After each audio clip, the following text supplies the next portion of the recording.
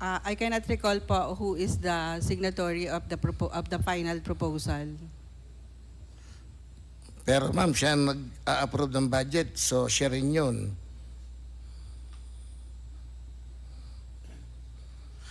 Clearly, hindi naman po historical data naging basehan ng OBP upang ma-justify yung 272,230,000 or almost 500%. To be exact, ma'am, 494% increase in budget allocation for 2023.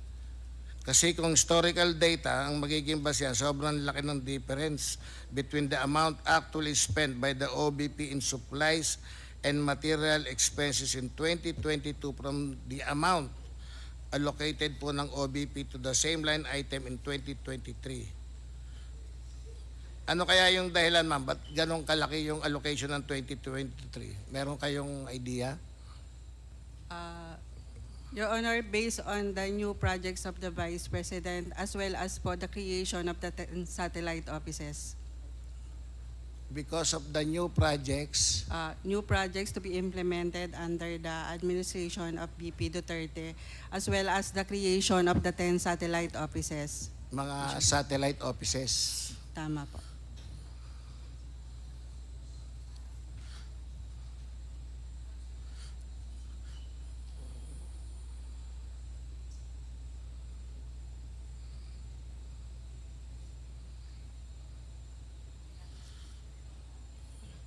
Okay, ma'am, ano pong mga materials o gamit na binili nyo for the year 2023? Under what category nyo binili yun?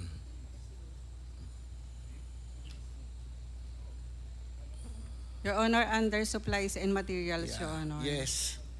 Kasi if you have to compare yung expenses ng 2022, yung welfare goods expenses is the highest. Can we say na under this category din po ang majority na mga ginastos nyo ando sa welfare goods expenses? Tama, ma'am?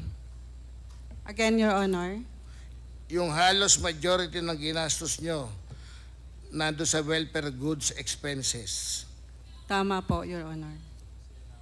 Ano naman yung mga materyales o gamit na binili sa dating budget for year 2022 na hindi nagamit noong hindi na magamit noong 2023? I mean, man, meron bang natira ng 2022? For the budget, Your Honor, Yes.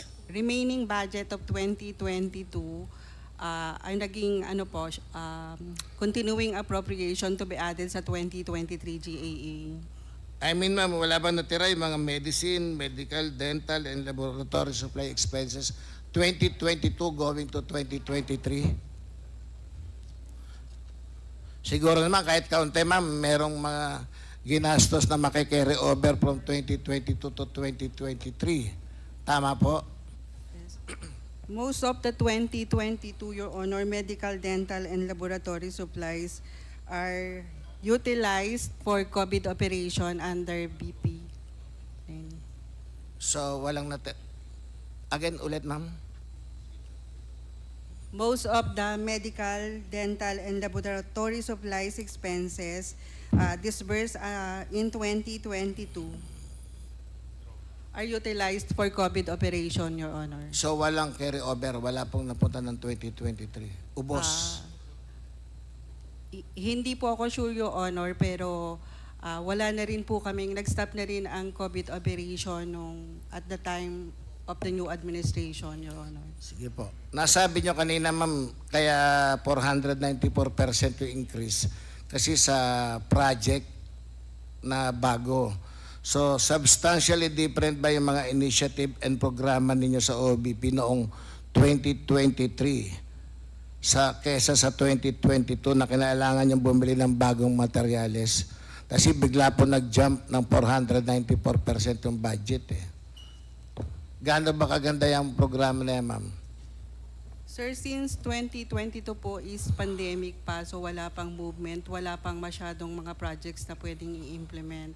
That is why po, nung pumasok ang new administration, nag-end na ng pandemic, there are new projects na pinopose under the new administration. Ma'am, nung 2020 ang pandemic po hanggang 2022. Tama? Yes, Your Honor. Noong 2019 po ba, wala pang pandemic? Malaki Wala. rin ang budget ng OBP noon? Wala pa po. Wala po akong comparison ng 2019. Your Pero Honor. sa experience niyo po, ma'am, ito bang 2023 is the highest budget compared to the previous annual budget? Based on record, sir, yes po. Yes. So in 2019, walang pandemic. 2020, may pandemic. So ang common denominator of these expenses is their attribution to the COVID-19 pandemic, which, as we know by now, has already been largely kept at bay. Practically, wala na pong COVID-19 pandemic ngayon, di po ba? Wala na. Tama po.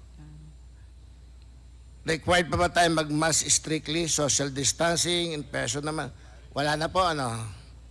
Voluntary, Your Honor. Yes, yun yung sinasabi kanina. Through Proclamation 297 issued last June 21, the President has lifted the state of public health emergency due to COVID-19. Tama po, ano? Tama po, Your Honor. So, kasi po, nagugulat lang kami sa 494 increase sa budget eh. Almost 5 times more the allocation for this line item. When in the first place, the actual expenditure of the OBP for the supplies and materials expenses in 2022 was actually very low in comparison. May naisip ka ba, ma'am, na dahilan kung bakit may malaking pagkakaiba sa expenditure ng 2022 to 2023? Because of the project again? Yes, Your Honor. And the 10 satellite offices. And the satellite offices. So from 53 million to 272 million times 5.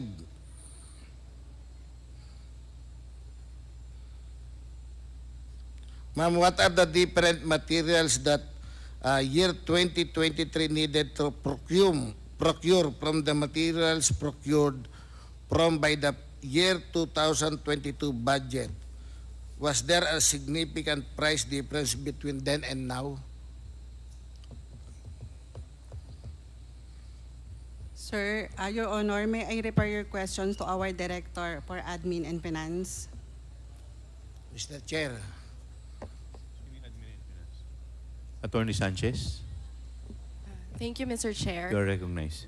Thank you, Mr. Chair. Your Honor, as mentioned by our Chief Accountant, there were new projects of the OVP in 2023, namely the Pagbabago Campaign, A Million Learners and Trees Program.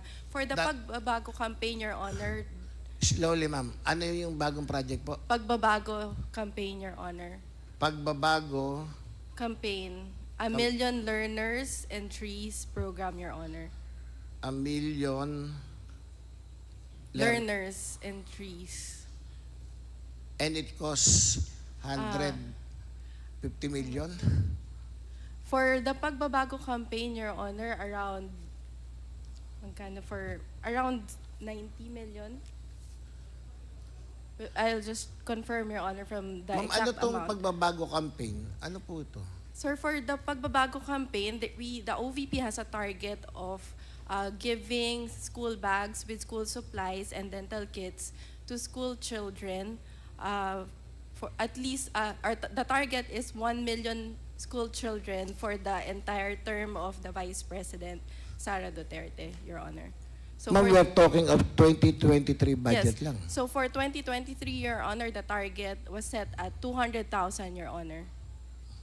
200,000 beneficiaries, Your Honor. 200,000 bags in short. Yes, Your Honor. And yung million, ano yung million learner? Yun po yung component nung program, A Million Learners program po yung target. And then may counterpart po siya, that is the A Million Trees campaign. But for the A Million Trees campaign, very minimal expenses lang because it only entails tree planting po. And the target is million trees as well. So 200,000. So yung dalawang project po yun, tama Yes. bang parang it worth 220 million per year? Your Honor, for Almost. it's just one of the new programs of the OVP. So marami pang project. Yes, Your Honor.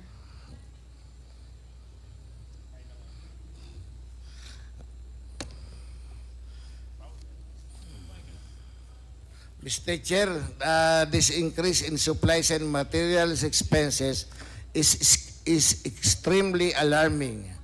An increase of almost 494% or a budget of 45,821,000 in 2022 to 272,230,000,000 in 2023. Nang ipinakita ang breakdown ng 272,230,000 para lamang sa supply and materials. Kaya naman, Mr. Chair, I move that the COA furnish us a copy of the said audited financial statement of 2023 relating to the OBP. So I move, Mr. Chair. Is there any second to the motion? Duly seconded. Is there any objection? Hearing none, the motion is carried. Kay Ms. Villa Del Rey po ulit. Tayo po naman ay pumunta sa budget na nakalaan for professional services. Ayon sa GAA for 2022, ang budget na nakalaan po for professional services ay nasa halagang 41,777,000 for the year 2022. Ma'am, para saan po itong professional services na to? Your Honor, professional services comprised of auditing services, consultancy services, and other professional services, Your Honor. Okay. So, sino-sino ma'am yung mga auditor nyo? Di po ba meron ng COA ang auditor ng... Di ba COA ang auditor ng OBP? Meron pa po bang internal? Yes, Your Honor, COA resident auditor. Regarding ma'am sa consultant, sino-sino naman po yun? Meron kayong mga consultants din? Yes, Your Honor, they are the consultants under the new administration, Your Honor. So yun po yung sa 41 million. Ma'am, sino-sino yung mga dating auditor at consultant ng year 2022? Meron po kayong listahan pa dyan?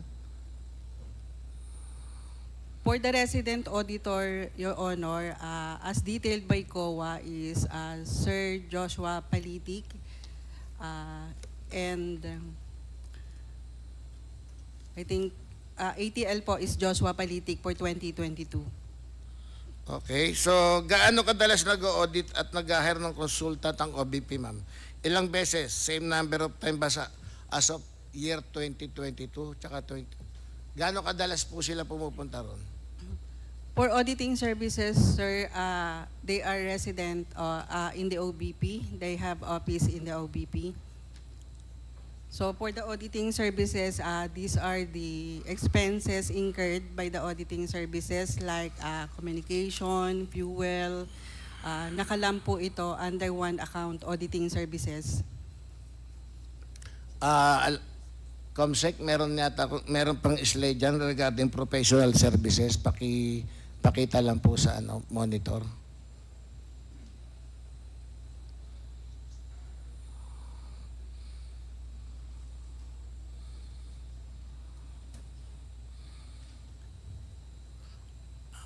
Ayan po. For the benefit of this committee, ma'am, would you kindly enlighten us to what these expenses were for? We would like to know po ano itong other professional services.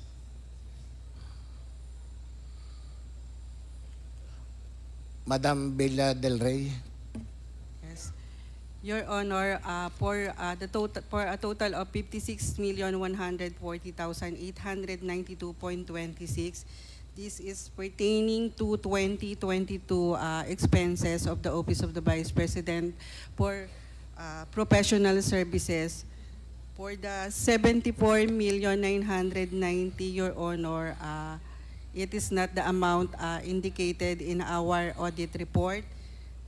Magkano po yung sa audit report niyo? For 2023, Your Honor, the total professional services, 62,698,445. 600. 62,698,445.41.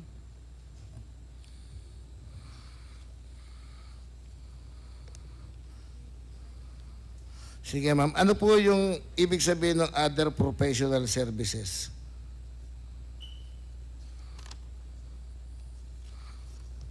Ano po yung other professional services? Meron na kayo auditing services, consultancy services. Ano yung other professional services? Other professional services, Your Honor, includes the payment of service fees, premium and gratuity pay to contract of service personnel. It also includes the payment of the service personnel of the libreng sakay buses. Personnel of the libreng sakay buses? Yes, Your Honor. Ano po to? Driver ng bus? Driver and conductor, Your Honor. So, 44,689,743,743.30 for 2022. Tama po, Your Honor.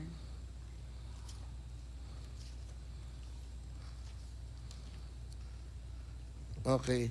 Do you agree with me, ma'am, that the term other professional expenses is necessarily vague? Kasi, tinanong ko pa nga eh.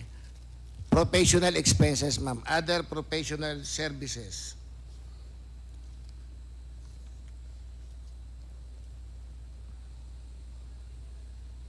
Ma'am, ano pagkakaiba ng auditing services and consultancy services?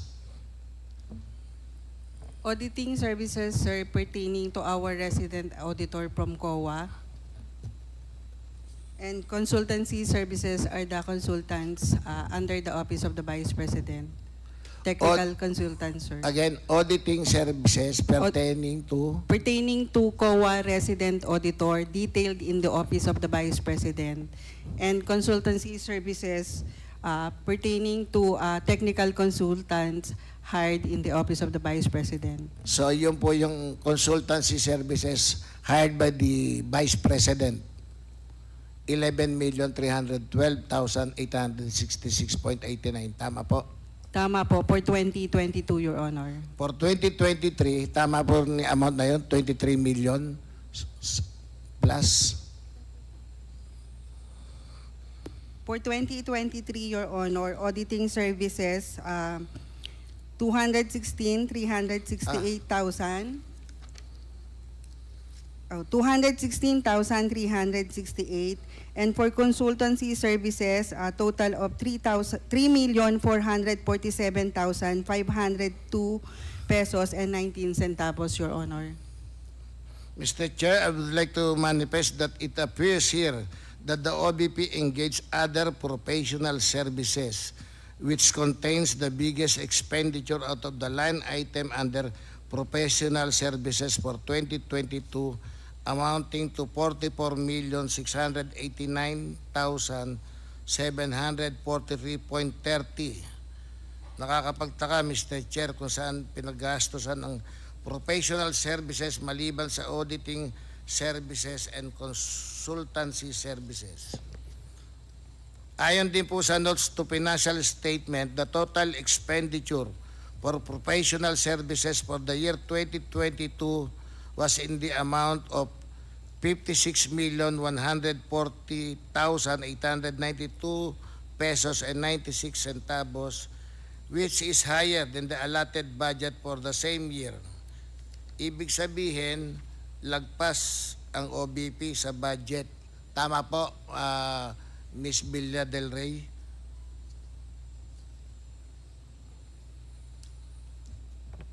Your Honor, hindi ko po siya ma-compare since wala ako nung ibang figures. Paano nyo pala hinahanda po itong budget? Base ba sa historical data to? May I refer your question, sir, to our budget officer? Mr. Chair? Mr. Kelvin, you are recognized. Thank you, Mr. Chair. Mr. Chair, with regard to the preparation of budget, one of the consideration is the historical cost of the Historical OVP. data. And then second is if we have required additional COSPs or to expand yung manpower pool Sige po. ng OVP. Yun lang muna. Ano ibig sabihin ng historical data? So, bali yan yung para sa year 2022. For year 2022, sir, we usually refer back to the previous year. But in this case, nagkakaroon po kami ng additional consideration since new administration po yung gagalaw for 2023 compare doon sa actual nung 2021. Since bago yung administration, may bagong consideration? Bagong consideration, depende po sa requirement na manpower ng mga satellite offices and the central office. Sige po.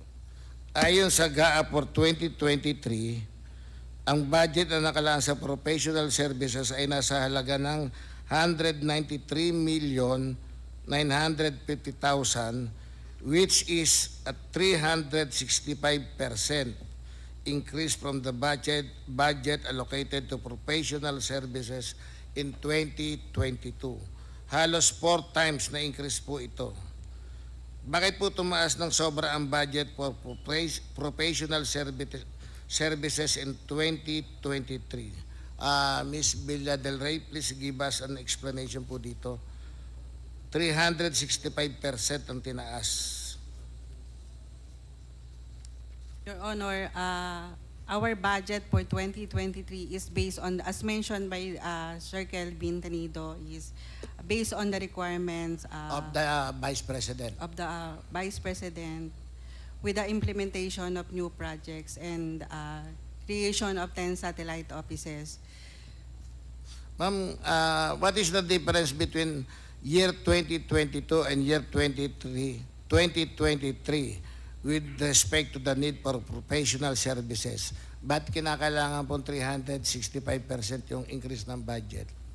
Malaki ba yung pangangailangan ng 2023? Yes, Your Honor, with the creation of 10 satellite offices and the limited plantilla positions available in the Office of the Vice President, we have to hire personnel under contract of service. So does it mean, ma'am, ng July 1, 2022 to December 2022, hindi nakapag-function ng maayos ang Vice President? Kasi maliit lang po nun yung professional services.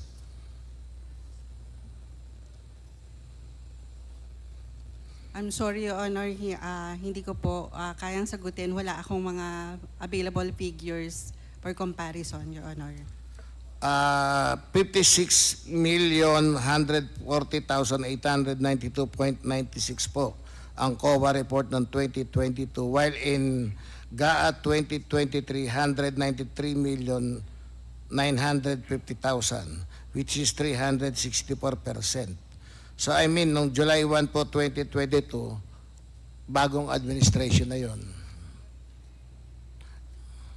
Anyway, ma'am, what projects did the OBP have that are supposedly different from what the previous OBP had? Almost all of the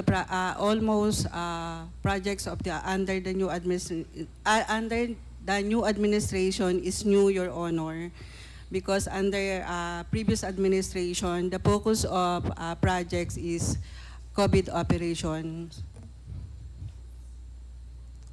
Nung 2022 COVID operation. Yes, Your Honor. So noong 2023, maraming project, kaya 365% increase in professional services, or will cost around 3 times more than what was actually spent in 2022. Tama ba, ma'am? Tama po. Bakit marami po kayong na-hire na consultants noon 2023?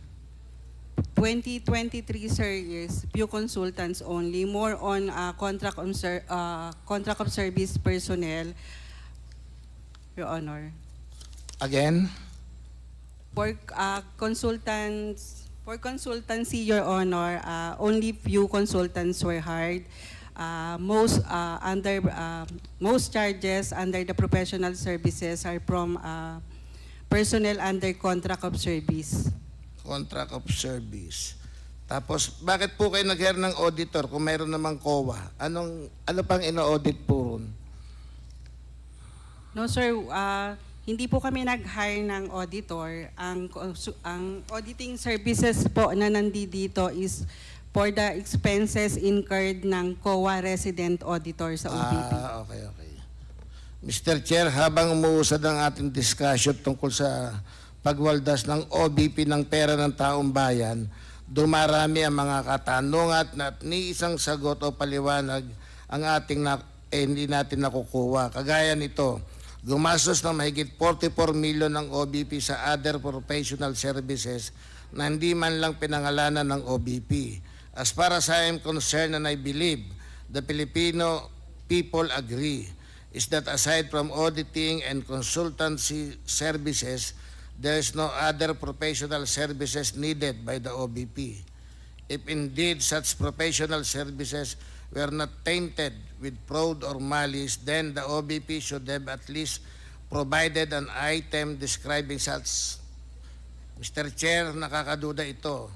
Hindi lamang barya yung 44 million na pinagpagura ng taong bayan para lang gastahin ng basta-basta ng OBP. Ma'am, dito naman po tayo sa susunod na line item, financial assistance.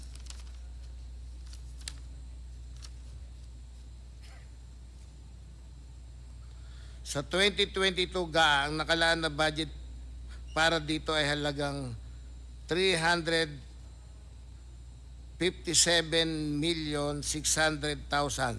Tama po?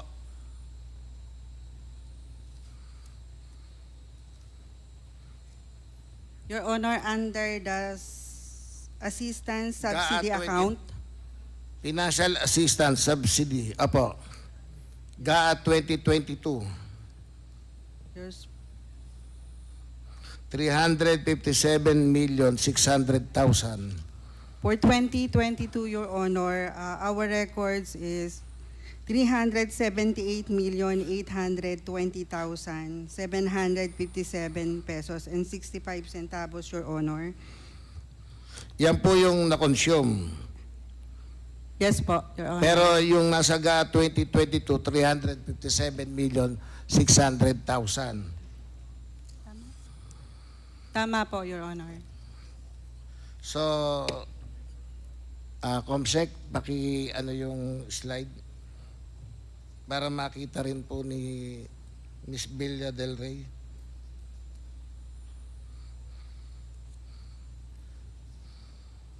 Ayon sa note to financial statement for 2022, yung assistance subsidy amounted to 378,820.6 for the year 2022.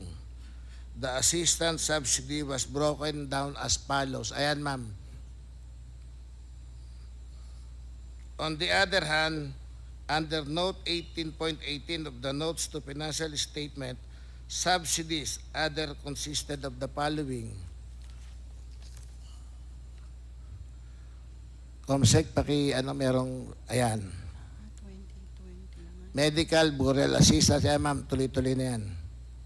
Mr. Chair, once again, an examination of the figures clearly indicates that the OBP exceeded its budget allocation for 2022 on the item of assistance subsidy.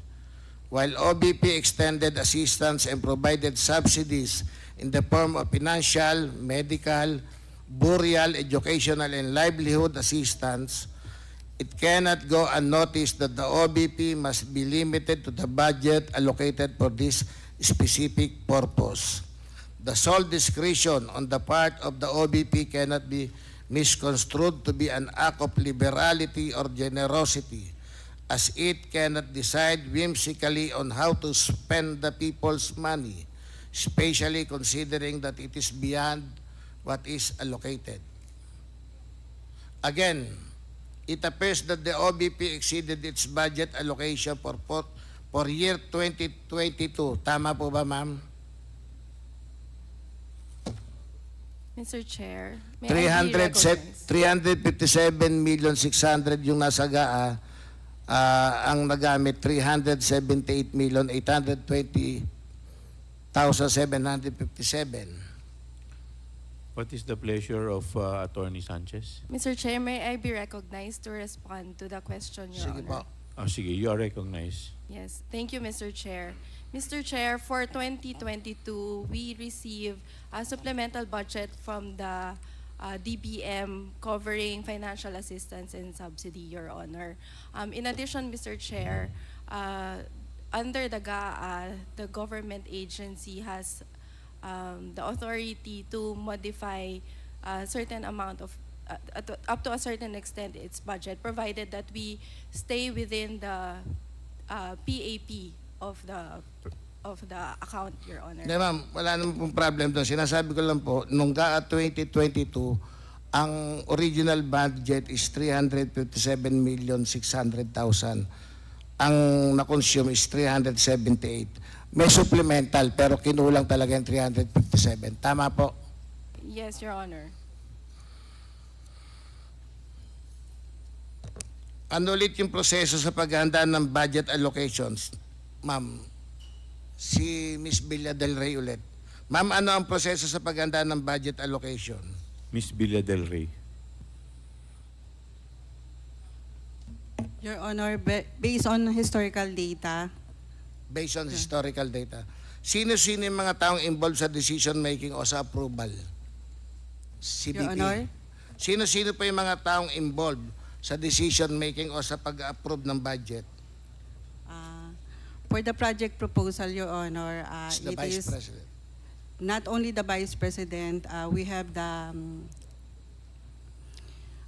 budget officer, we have the planning officer, and with the director for APSO, and also the top management, Your Honor.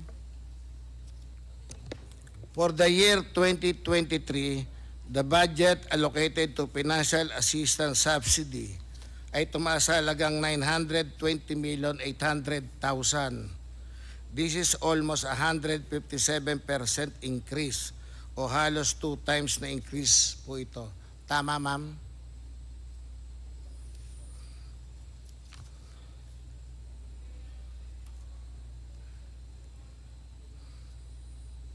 Tama po.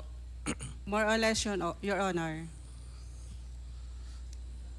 Again, ma'am, kindly give us an explanation as to why the amount allocated for this line item in 2023 differ substantially from the amount allocated to and actually spent by the OBP in 2022. Masyadong malaki. Yes, Your Honor, because of the creation of the new satellite offices. Yes, sir. And the implementation Of new of project. medical and burial assistance also to be implemented in satellite offices, not only in central office, and also other projects under the subsidy account, Your Honor. So that is the reason kung bakit substantial increase yung budget from 2022 to 2023. Tama po? Yes, Your Honor. Dito naman tayo sa representation expenses, ma'am. Under the GAA 2022, the OBP was allocated an amount of 29,752,000 in representation expenses. Ayon sa Note 18.19 of the Notes to its financial statement, these representation expenses refer to expenditures for the representation expenses of the Vice President, including regular and special meetings, including local security augmentation during travel of the Vice President in the provinces. Tama? Tama, ma'am? Tama po, Your Honor. Mr. Chair, I understand that the representation expenses are incurred when the Vice President attends regular and special meetings, including the security details she needs while she travels. It seems as if the OBP, through the item of representation expense, is charging a talent fee in every meeting she attends. This is akin to a talent fee paid to a celebrity for every public appearance or guesting in TV show. This absurd, Mr. Chair, again, public office is public trust. Holding a seat in government, the second most powerful in the country to be exact, is not a golden ticket to spend mindlessly. For 2022, ayon ulit sa note to financial statements, it appears that representation expenses of the OBP amounted to 16,757,436,000.88, noticeably below the budget allocated for this item for 2022. Tama, ma'am? Ibig po ba sabihin hindi nagastos lahat ng budget allocated for representation expenses? Yes, Your Honor. 16. Meron pong 12,994,563.12 na hindi ginastos ng OBP for representation expenses noong 2022. Tama, ma'am? 12,994,563.12.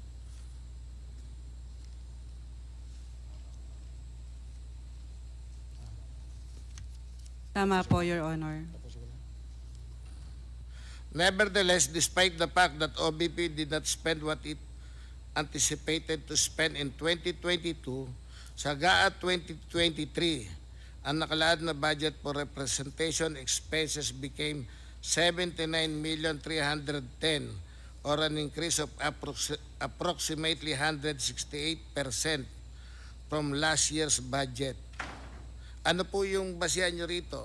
May natirang representation expenses ng 2022 and yet sa 2023 mas malaki yung request nyo, 168% compared to 2022. Sige, tapos.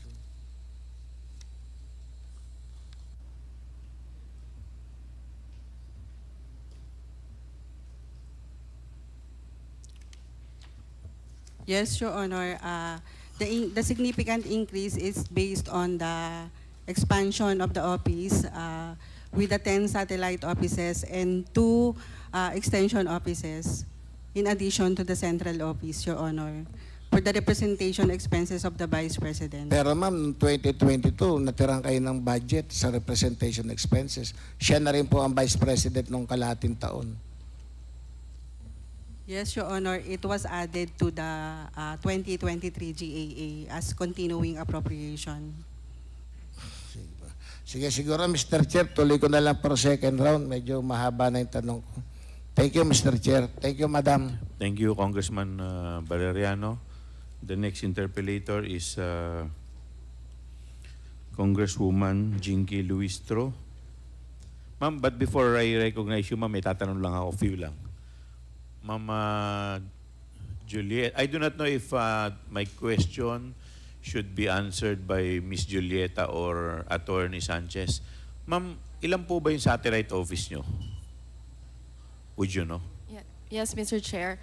Mr. Chair, we have 10 satellite offices and 10 1 extension office as of today, Your Honor. 10 satellite Yes, offices.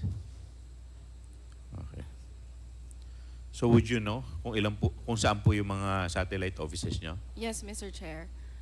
For Luzon, we have 1 in Isabela, that's our Cagayan Valley Satellite Office. Isabela, Yes. and then We also have in Pangasinan, in Pangasinan. Dagupan, Your Honor. We also have in Region 5 in Bicol, Your Honor, in Legazpi ano pa? City. Bicol. Bicol, Your Honor, in Legazpi City, So Your tatlo Honor. po sa Luzon. Yes, Your Honor. And then for Visayas, we have 1 in Cebu City, in Cebu, and that covers Cebu, Bohol, and Siquijor area. Cebu, Bohol, and Siquijor, but the office is located in Cebu City. Cebu. Yes, and we also have 1 for Panay and Negros Islands, and that is located in Bacolod City. Panay Negros, and then Located in Bacolod City. Bacolod. Yes. And we also have for Eastern Visayas located in Tacloban City, Your In? Honor. Tacloban. Tacloban. And then in Mindanao, In Mindanao, Your Honor, we have 4 satellite offices. For Southern Mindanao Satellite Office, it's located in Davao City. Davao, For Caraga, it's located in Butuan. Butuan, And for Western Mindanao Satellite Office, it's located in Zamboanga City. Zamboanga, And the last one is for BARM, it's located in Cotabato City. Cotabato. And Okay. in addition, Your Honor, we have an extension office in Tondo, Manila. Tondo, Manila. Yes, Your Honor. So all in all, 11. 10 satellite offices and 1 extension office. Your Honor, there was also a period of time wherein we operated an extension office in Lipa, Batangas. Lipa, Batangas. Yes. Okay. So never na nangyari po na ang inyong satellite office ay naging 34? No, Wala Your po. Honor. Okay, sige. Thank you po. Thank you, Mr. Chair. Ah, Mr. Chair? Can I just interject? Please. Comrade? The COMSEC would like to recognize. Good afternoon, Your Honors. Welcome to the hearing, Vice Chairperson Honorable Crispin Diego Pingiremulla from the 7th District of Cavite and Honorable Micaela Angela B. Swansing from the 1st District of Nueva Ecija. Thank you, Your Honor. Thank you. With the indulgence of Congresswoman Luistro, the Chair would like to recognize Deputy Speaker J.J. Suarez. Yeah, Attorney Sanchez, good afternoon. Attorney Sanchez, earlier you were enumerating your satellite offices and special satellite office. Is that correct? Mr. Chair, Extension it's office. Extension Office, Your Honor. So anong pinagkaiba nung special? Is that Extension Office, Your yeah. Honor. The satellite offices, Your Honors, Mr. Chair, perform or rolls out all the projects of the central office, Your Honor. So all the projects that includes the Medical and Burial Assistance Program, the Pagbabago a Million Learners and Trees campaign, the Pansarap, Your Honor, Libreng Sakay for the 3 satellite offices, Your Honor, because we Yeah. only have a limited buses. Thank you, ma'am. Thank you. I just wanted to get an idea. And then you mentioned you have one in Tondo. What is that? Yes. That's an extension office, Your Honor. The function is limited to receiving applications for medical and burial assistance, Your Honor.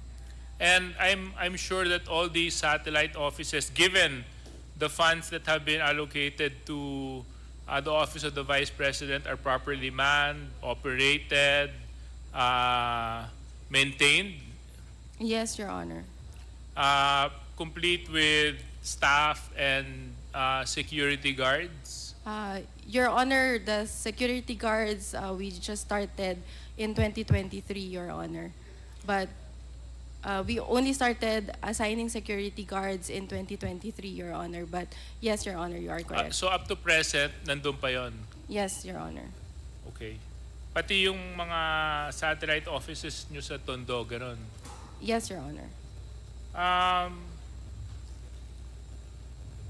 Are you aware of an incident that happened in August 8, 2024? Your Honor, are you referring to the incident in Tondo, Manila, Your Honor? Where? Yes? Yes, Your Honor. Yeah. Can you enlighten the committee as to the incident that happened in August 8, 2024? Your Honor, based on my knowledge, there was a looting incident in Tondo, Manila, Your Honor. There was a Looting incident. incident A robbery incident, Your Honor. na nilooban yung office ninyo, di ba? Yes, Your Honor. Na kanina sinabi mo lang sa akin, properly manned, properly maintained, properly operated, and since 2023, may security guard. Tama?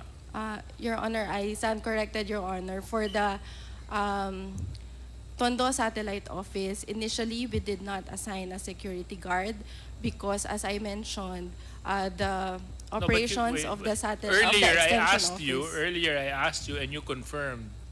Now, when I asked you about this incident in Tondo, you cannot be adjusting your answers and you know. I apologize, Your Honor. But in any case, so about this looting incident, what was lost in that incident of burglary in Tondo? From my knowledge, Your Honor, the report that I received is that there were just food items which were lost.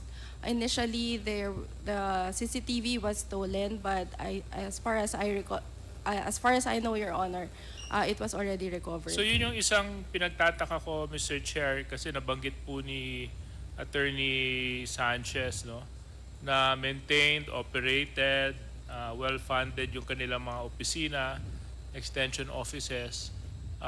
In fact, one time, the issue of security personnel deployed to the office of the Vice President was an issue, and then you also mentioned that security guards were also deployed in your offices, and yet, you know, we have incidents of this na isang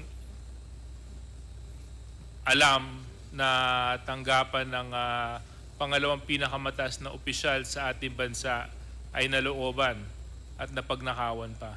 So I just wanted to stress that point, Mr. Chair, so that we can take due notice of that incident. Thank you very much. Thank you, Deputy Speaker J.J. Suarez. The chair would like to recognize Congresswoman Luis Tro. Thank you, Mr. Chair. Mr. Chair, I wish to raise my questions to Ms. Villa Del Rey. Ma'am, you confirm that you are the Chief Accountant of OVP. Yes, Your Honor. May we know how long have you been working at the Office of the Vice President? I was started in the OBP since 1990, Your Honor. I'm already in my 34th year. 1990. Yes, Your Honor. Can you please share with us who was the Vice President then? It was still Vice President Doy Laurel, Your Honor. Doy Laurel. Salvador Laurel. My question for you, Ms. Villa Del Rey. Would it be correct to say that during the time of Vice President Duterte, there are two kinds of key officials? One are those who have been with the OVP for so long a time, like you. And the other kind are those who came along with the Vice President, either from the Davao City LGU or from her electoral campaign. Would that be correct? Tama po, Your Honor. Kapag sinabi po ba natin na key officials who have been with the OBP for so long a time, tama po bang tawagin to na career officials? Tama po, Your Honor. And with respect to those who came along with the Vice President, either from the Davao City LGU or from her electoral campaign, are these what we call the coterminous or confidential officials? Tama po, Your Honor. Just for the enlightenment of the committee, Ms.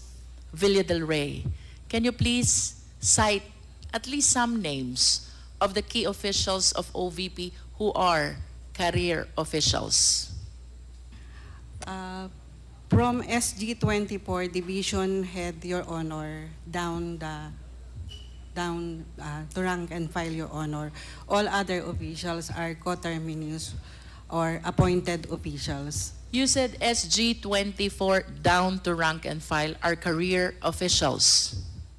Tama po, Your So Honor. would it be correct to say that if the officials are higher than SG24, these are the confidential officials? Coterminous and confidential officials, Your Honor. What is the difference, if there is any, between coterminous and confidential officials? For coterminous employees, officials, Your Honor, they are, as I understand din po ito, is within the term po of the current administration or the current Vice President. And how about confidential officials, if there's any difference? Same coterminous, Your Honor. So there is no difference at all between coterminous and confidential officials. As a matter of fact, I have observed that these two terminologies are being used interchangeably. Do you confirm that, Ms. Villa del Rey? For me, Your Honor, yes po. Okay. With respect to the confidential officials or coterminous officials, can you please name some or few officials who were brought in to the OVP by Vice President Duterte? Based on the positions, Your Honor, we have the Chief of Staff, the Assistant Chief of Staff, the Director for Operations, the Director for SMO, Director for Admin and Finance, and all other coterminous employees under the said officials. Does that include the Special Disbursing Officer? Yes, Your Honor. What salary grade is SDO? For our SDO, for confidential is, if tama po yung pagkakatanda ko, is SG24. SG24, but earlier you said if it is SG24 down to rank and file, that is career officials. And if that is higher than SG24, then that will be confidential officials. Can you please enlighten us on this? There are positions po na SG24, but they are not division heads under career or under permanent plantilla positions, Your Honor. SG24 under coterminous. How many SDO do you have? I cannot recall, Your Honor, but we have SDO for various activities. We have SDO for confidential fund. And you confirm that the SDO for confidential fund is Gina Acosta. Yes, Your Honor. And what salary grade is that? SG24, Your Honor. SG24 career official. Non-career po. Non-career official.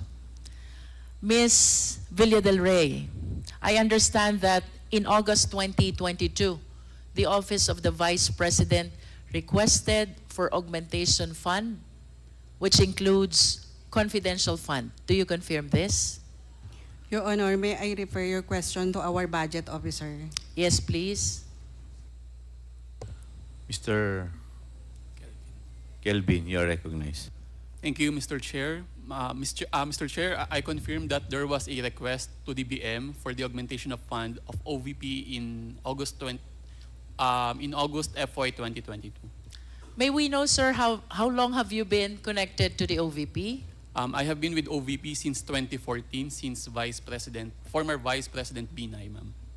Mr. Vice Chair. President Binay. So I believe that you are in the best position to answer whether during the time of Vice President Leni Robredo, mayroon din po bang confidential fund nung time ni Vice President Leni Robredo? There was no confidential fund during the term of Vice President Leni Robredo. There was no confidential fund during the time of Vice President Leni Robredo. How about during the time of Vice President Jejomar Binay?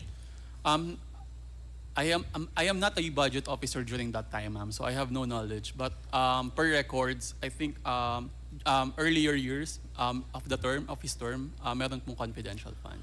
Would you be able to enlighten us how many times did Vice President Binay requested for confidential funds during his term? I cannot give definite answer, ma'am, but upon checking the documents available in the office, there was a series of correspondences regarding confidential fund. However, there is also correspondences reflecting to return or to revert back the release of confidential fund. There are sources which say that Vice President Jejomar Binay had confidential fund only once. But of course, this is subject to your verification. I will check, Madam Mr. Chair. I wish to go back to Ms. Villa del Rey, but I would not mind, Kevin, if you will continue answering my questions. She's temporarily out. would it be correct to say, sir, since there are no confidential funds during the time of Vice President Robredo, and Vice President Jejomar Binay only had once, would it be correct to say that the career officials of Vice President of the Office of the OVP during the time of Vice President Sara are not used or inexperienced with respect to confidential fund? I would agree, Mr. Chair. However, we are always guided by certain circulars or guidelines. And if you agree that the career officials are inexperienced with respect to confidential fund, there being no confidential fund during the time of the former vice presidents, to be particular, Robredo and Binay, would it be correct to say that it is the confidential officials of Vice President Duterte who are experienced with respect to confidential funds? I have no information, Mr. Chair, with regard to the experience of the coterminous or confidential employees of this administration. Do you know Yusek Sulaika Lopez? Yes, Mr. Chair. Would you know where she came from before she assumed her position at the OVP? During that time, I think she was, previously, she was the city administrator of... And would you know how long she was employed as city administrator in Davao? No, Mr. Chair, I have no information. But at least would you know how long was she connected with Davao City LGU prior to OVP stint? I cannot remember, but during the first, I think payroll, of course, attachment of those documents are the service records, but I have no exact or number of years to tell the committee of Attorney Sulaika Lopez as employee of the Davao LGU. How about Miss Gina Acosta? Do you know her? Yes, Mr. Chair. Would you know where she came from? Same from Davao LGU. And would you know how long she was connected to Davao City LGU prior to her assumption of office at the OVP? No, Mr. Chair. Mr. Chair, I just want to manifest that during the previous hearings, we were able to present already before the committee the confidential funds of the city of Davao since 1988. And if my memory serves me right, during the time of then Mayor Sara Duterte, the confidential fund was 420 million, and then it was raised to 460 million until she finished her term as mayor of Davao City. Having this in mind, sir, Yes, Mr. Chair. would you agree with me if I would say that Yusek Sulaika Lopez and SDO Gina Acosta are well experienced with regards to confidential fund? I cannot surmise, Mr. Chair, because I have no knowledge of their position or participation in the Davao LGU. Let us proceed to the fiscal and financial plan. I hope you are in the position to answer this. May we request the Secretary to please flash the fiscal and financial plan.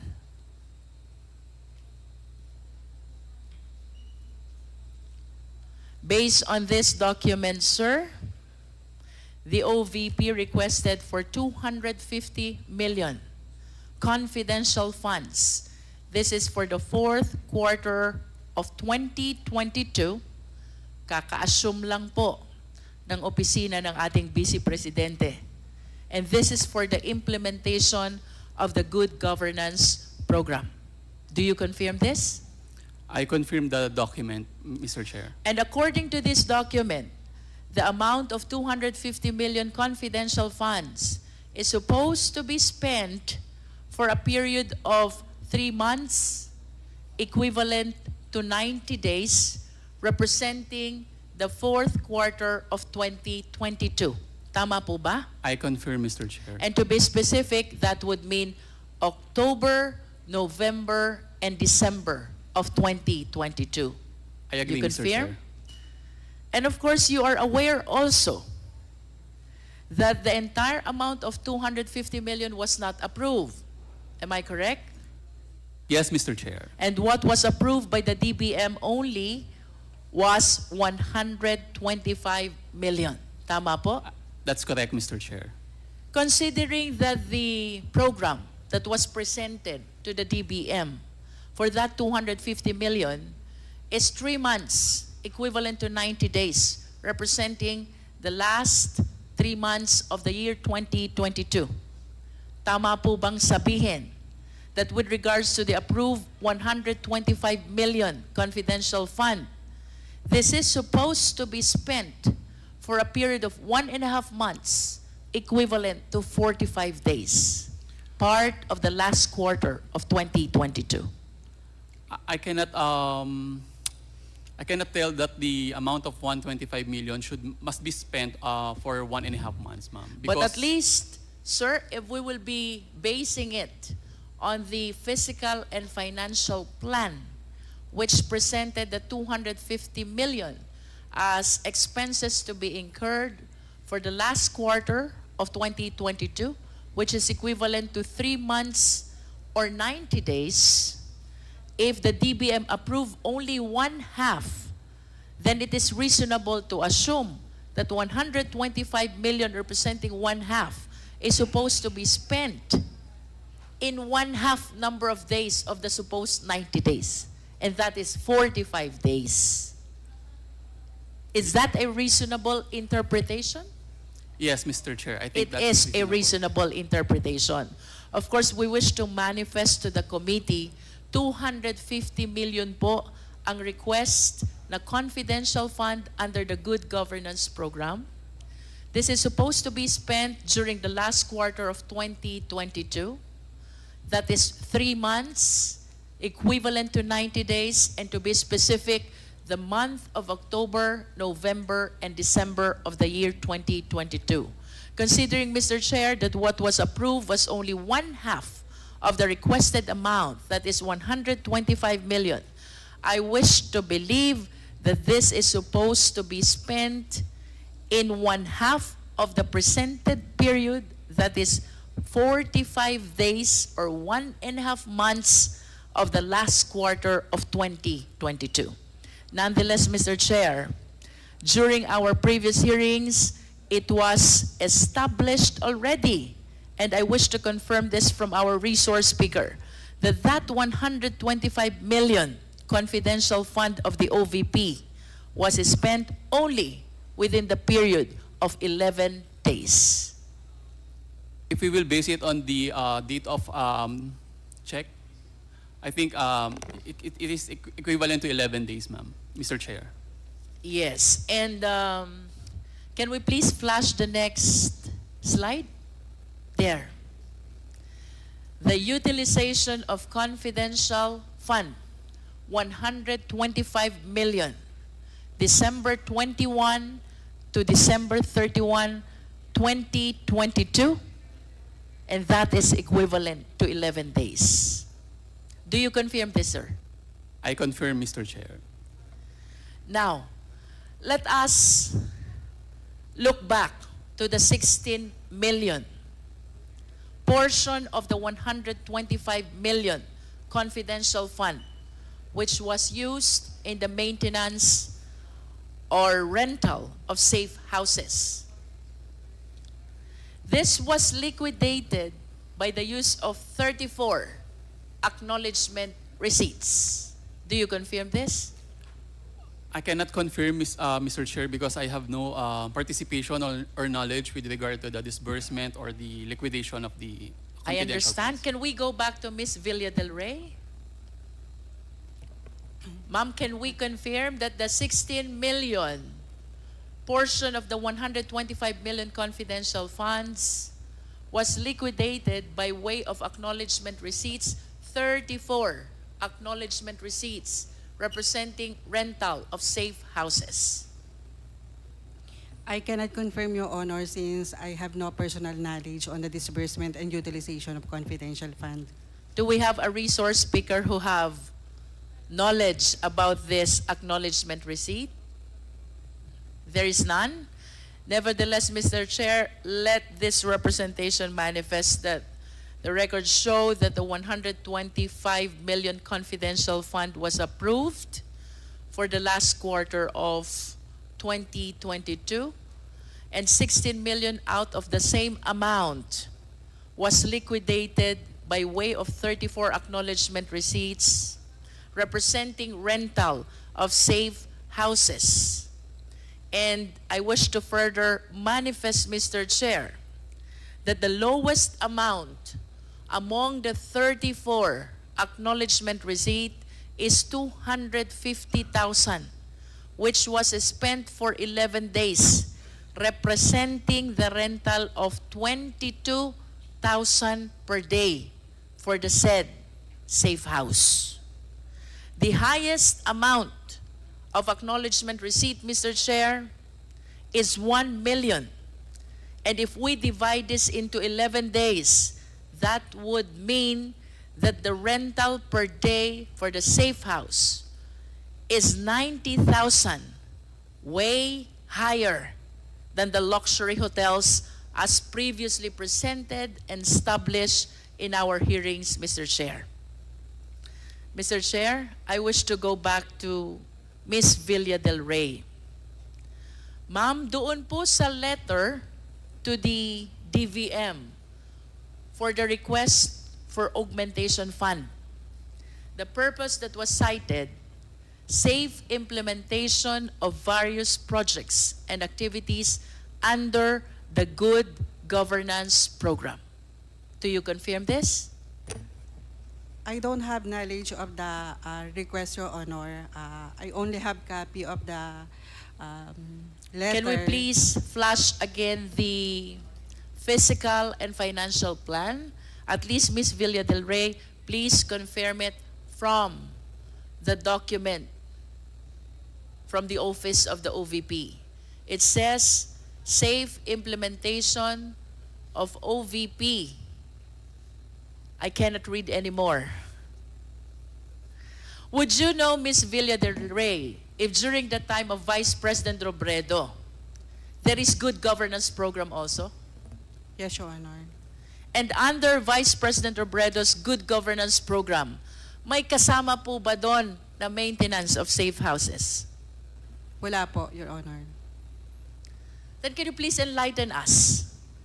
Bakit po dito sa good governance program ni Vice President Duterte may nasamang maintenance of safe houses under confidential fund? I'm sorry, Your Honor. Wala po akong knowledge doon sa disbursement and utilization ng confidential funds. Nonetheless, Mr. Chair, I wish to manifest that although both Vice President Robredo and Vice President Duterte, Congresswoman Luistro, maybe we can ask Attorney Sanchez, because I noticed that her name was included in that document. Ms. Sanchez, Attorney Sanchez, Yes, Mr. Chair, Your Honor. do you confirm that Vice President Robredo has good governance program also? Yes, Mr. Chair. Would you Your Honor. confirm that under Vice President Robredo's good governance program, there is no confidential fund? Yes, Mr. Chair. And Your would Honor. you further confirm that under Vice President Robredo's good governance program, there is no maintenance of safe houses? Yes, Mr. Chair, Your Honor. Please enlighten us. Bakit po pagdating sa programa, same program, good governance program of Vice President Duterte, biglang nagkaroon ng confidential fund, biglang nagkaroon ng maintenance of safe houses? Your Honor, the budget was proposed by the Office of the Vice President, and it would be for different programs, Your Honor. But as to the details, Your Honor, I do not have information on the specific details and items to be spent under the confidential expense. Would it Your be Honor. correct to say that the key officials of Vice President Duterte altered the menu of the good governance program of then Vice President Robredo? Mr. Chair, Your Honor, I think that would be a possible explanation, Your Honor. And are they really allowed to alter the program? Mr. Chair, Your Honor, from my understanding, Your Honor, yes, that may be allowed because in the budget of the OVP, there is a general item, Your Honor, only, which is the good governance program. In other words, Attorney Sanchez, that good governance program is just a nomenclature. It's like And as to what will be the menu under the good governance program, that will depend on the Vice President. Am I correct? Mr. Chair, Your Honor, that is my understanding, Your Honor. And who therefore prepared the program of the good governance program under the time of Vice President Duterte? Mr. Chair, Your Honor, that would be the office of the Vice President, Your Honor. Can you please cite the name? Who in particular among the key officials prepared? Your Honor, I do not have the specific information on who the particular persons who prepared, but the request was submitted to the Budget Division, Your Honor. Nevertheless, Mr. Chair, in spite of the admission of Attorney Sanchez that they can alter, what is clear, the program Good Governance under Vice President Duterte suddenly include confidential fund and maintenance of safe houses, items which were never seen and which were never included in the program of Vice President Robredo. Am I correct, ma'am? That is correct, Mr. Chair. Another important observation, Mr. Chair, Attorney Sanchez. Last quarter of December 2022, OVP spent 16 million for maintenance of safe houses. Do you confirm? I have no personal knowledge, Your Honor. May we know if any one of you has personal knowledge about this? Ms. Villa del Rey? None, Your Honor. Nevertheless, let me finish this manifestation. 2022 last quarter, the OVP spent 16 million for maintenance of safe houses. This was followed by 2023 first quarter, another 16 million for maintenance of safe houses. This was followed by 2023 second quarter, another 16 million for maintenance of safe houses. And finally, 2023 third quarter, this time 5 million maintenance of safe houses. The only conclusion that I can derive from 2022 last quarter to the third quarter of 2023, meron kayong informants or assets whom you are keeping in the safe houses that the OVP is renting. The question, however, is, why suddenly, pagdating ng last quarter ng 2023, wala nang expenditure for safe houses or not even for confidential fund? San po napunta yung informant at assets nyo which you have been keeping in your safe houses from the last quarter of 2022 to the third quarter of 2023? Yun po ba inabandon ng OVP? Yun po ba biglang nag-disappear? I understand that you have no personal knowledge, but at least please give us a reasonable interpretation of what happened. Why suddenly, in the last quarter of 2023, nawala ang maintenance ng safe houses, which means nawala din ang informants at saka assets. Where did they go?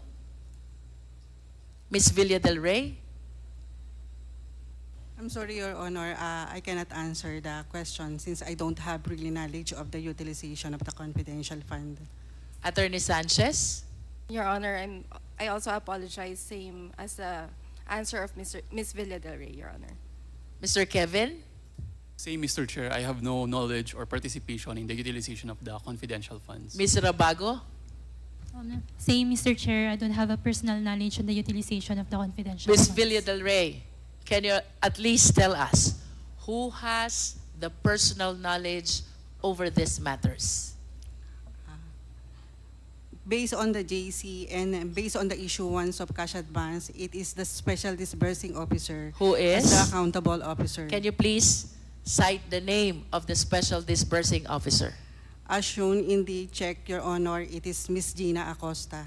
And apart from Ms. Gina Acosta, who else has personal knowledge over these matters? I don't have idea, Your Honor. I And don't you have confirm knowledge. that Gina Acosta, the special disbursing officer, whom you described earlier as confidential official with salary grade 24, is one of those who were subpoenaed and who did not appear. Tama po ba? Tama po, Your Honor. Thank you.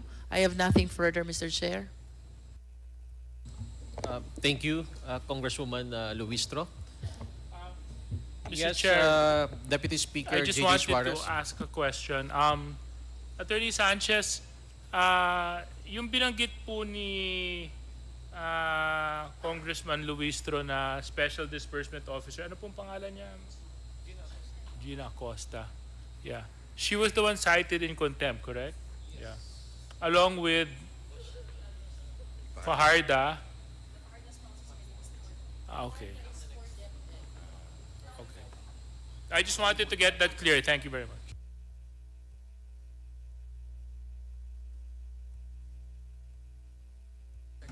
Your Honor, may we please recognize the presence of Honorable Jonathan Kitty Flores from 2nd District of Bukidnon and Honorable Steve C. Solon from the Lone District of Sarangani. Thank you, Your Honor. Yes, the Chair would like to recognize the next interpellator, the Honorable Jefferson Konghun. You have the floor, please. Thank you, Mr. Chair. Mr. Chair, gusto ko pong i-direct ang aking katanungan kay Ginoong Jerome Tenedo. Good afternoon, Mr. Chair. Good afternoon po.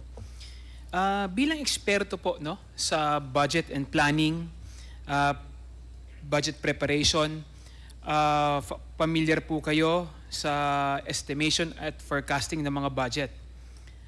Kumbaga, i-request mo yung budget, nagre-request ka ng budget na kaya mong i-utilize, tama po ba? That's correct, Mr. Chair. So pag nag-request ka ng budget for 1 year, kaya mong siguraduhin na ito kayang-kaya mong i-utilize ng isang taon. Should be, Mr. Chair. Okay. So pag nag-request ka naman ng 1 quarter, ng isang quarter, yung in-request mo rin, kaya mong i-utilize sa isang quarter. Should be, Mr. Chair. Okay. Mr. Kelvin, ano ang trabaho mo sa OVP? Isa po akong budget officer. Involved po ako sa paggawa ng budget proposal during budget proposal submission to DBM. And then during budget legislation sa mga hearing po ng Committee on APRO, gumagawa din po kami ng documents to be ready documents for the hearing. Okay. Kanina may tinanong si Congresswoman Jinky kanina. Yes, Mr. Chair. Yung na-alter, no? Kasi sinabi kanina, walang budget, no? Walang nakalagay na budget para dun sa confidential fund o maintenance, no? Ng mga safe houses nung panahon ni VP Robredo. Tapos nung naging si VP Duterte na, nagkaroon na ng budget for maintenance ng mga safe houses. May kinalaman ka ba sa bilang budget officer, may kinalaman ka ba sa paglalagay ng budget na ito? Specifically for safe houses, wala po, Mr. Chair. Di ba sa'yo dumadaan lahat, lalong-lalo na pag mga request ng mga budget? Siyempre may kinalaman ka sa paglalagay ng menu, pagdagdag ng menu, no? Sa budget nito. That's correct, Mr. Chair. But in general sense po yung naging nakalagay sa letter as confidential expenses or confidential fund, wala pong breakdown na merong maintenance of safe houses. So yung nakalagay sa budget ng OVP na nakalagay doon is maintenance for safe houses. Wala kang kinalaman dito? Hindi ikaw ang naglagay dito sa inyong budget proposal? Yes, at the time of submission of request, wala pong ganung specific na expense type or need, sir. So Mr. Chair. paano to nailagay sa budget ng OVP kung hindi dumaan sa inyo? Yung maintenance ng mga safe houses. Sir, Mr. Chair, the maintenance of safe houses is part of the confidential expenses. Yung umbrella term na confidential expense po, yung naging part ng letter. However, doon sa letter, hindi na po nakaspecify ano po yung mga menu or items under confidential expenses na paggagamitan ng confidential fund. Sino ang naglagay ng menu na ito? I have no knowledge po, Mr. Chair. Okay. Mr. Kevin, no, responsibility niyo din sa bilang budget officer na mag-flag down, no, ng mga deficiencies or flaws pag meron kayo nakikita sa budget implementation ng OVP, tama po ba? That's correct, Mr. Chair. Sa paggastos ng mga pondong natanggap din ng OVP. That's correct, Mr. Chair. May mga napansin ka bang irregularidad sa paggastos ng 125 million confidential fund ng OVP? Wala po, Mr. Chair. I have no knowledge with regards to utilization. The budget division is mainly involved on the early phase po on the request of cash advance for confidential activities. So wala kang alam, lalong-lalo na sa kung paano ni-utilize. Yes, Mr. Chair. Kay Madam Rosalyn Sanchez, di ba po kayo ang pumipirma ng cheque? Kasama po kayo sa pumipirma ng cheque? Mr. Chair. Attorney Sanchez, you are recognized. Yes, thank you, Mr. Chair. That is correct, Your Honor, Mr. Chair. So, tingin niyo po ba hindi kasama sa inyong trabaho na tignan kung ang mga pinipirmahan niyo pong cheque, naayon po ba o tama ang paggastos? Mr. Chair, Your Honor, at the time that the cash advance is issued, there is still no utilization yet. So nangyayari po yung issuance ng check at the start. So yung utilization phase po, hindi na po covered ng signature ko on the check, Your Honor, and also under the joint circular, Your Honor. It is not also part of my duties and responsibilities, Your Honor. So hindi ka nagtataka kung paano pamamaraan ginamit yung mga cheque na pinipirmahan mo? Mr. Chair, because I do not have knowledge as to how it was spent, I am not in a position also para po magtaka, Your Honor. Okay. Mr. Tinedo, Yes, Mr. Chair. pumipirma po ba kayo ng Pumipirma po ba kayo ng yung tinatawag nating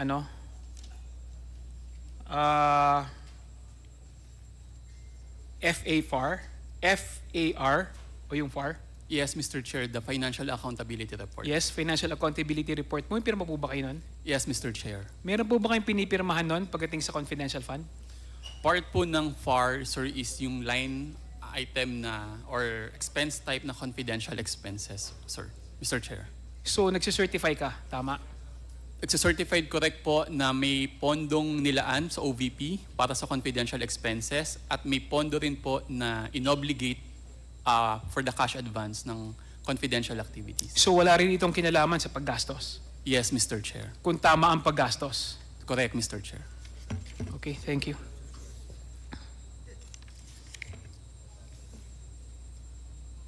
Napansin ko din, Mr. Tinedo, na hindi kayo nakapag-disburse ng confidential fund ang OVP noong fourth quarter of 2023. Tama po ba?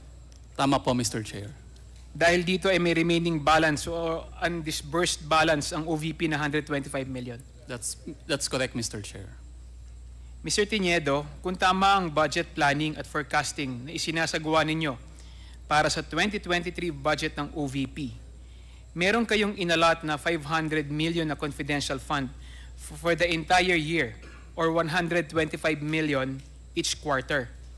Hindi ba kailangan ng Office of the Vice President ang pondo na ito para sa fourth quarter? Based po dun sa aming report, wala na pong sinubmit na request for cash advance for the fourth quarter. So hindi na po namin na-utilize or na-obligate yung remaining 125 million for fiscal year 2023 last quarter. Hindi ka ba nagtataka kung bakit first, second, and third quarter may request na confidential fund ang OVP sa kanyang paggastos, lalong-lalo na para sa mga warehouse and safe houses. Pero pagdating ng fourth quarter, bigla itong nawala at hindi na ginamit ng OVP ang kanyang budget for confidential fund? Hindi ba nakakapagtaka yun? Nakakapagtaka po, pero during the reporting po namin internal, binabanggit po namin periodically na may remaining pa na 125 million na available for the last quarter. Bakit ka nagtaka? There is a program budget na po for the entire year. So, and yung 125 million is for the last quarter of 2023. Significant siya na pwedeng makaapekto sa budget utilization status or rate ng OVP. Hence, kailangan ko pong i-report na may available pa. Hindi ka ba nagtaka dahil kawawa naman yung mga nasa mga safe houses and warehouses ninyo sa mga binibigyan nyo ng allowance ng mga intelligence officers?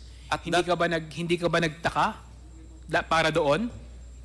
At that time, Mr. Chair, wala po akong idea or knowledge kung paano ginagamit yung confidential expenses except those items na nakalagay sa joint circular. So, wala po akong basihan para pagtakhan kung paano yung mga safe houses, mga assets.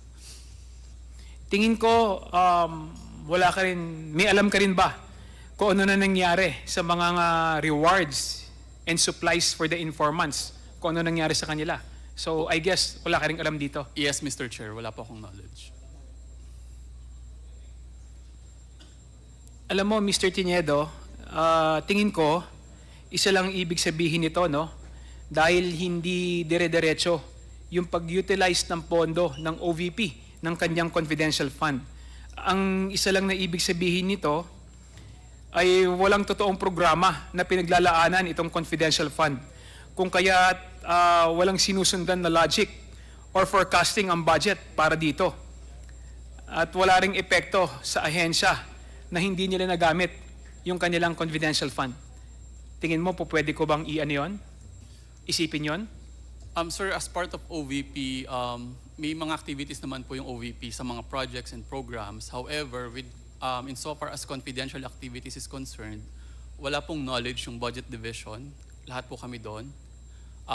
Kung paano ginagamit ang confidential funds. Okay. Alam po ninyo, sa isang opisina, imposible pong hindi kayo nakakapagkwento-kwentuhan kung paano nyo nagagamit, no, ang isang pondo. Dahil alam naman natin lahat kayo nakapirma dito.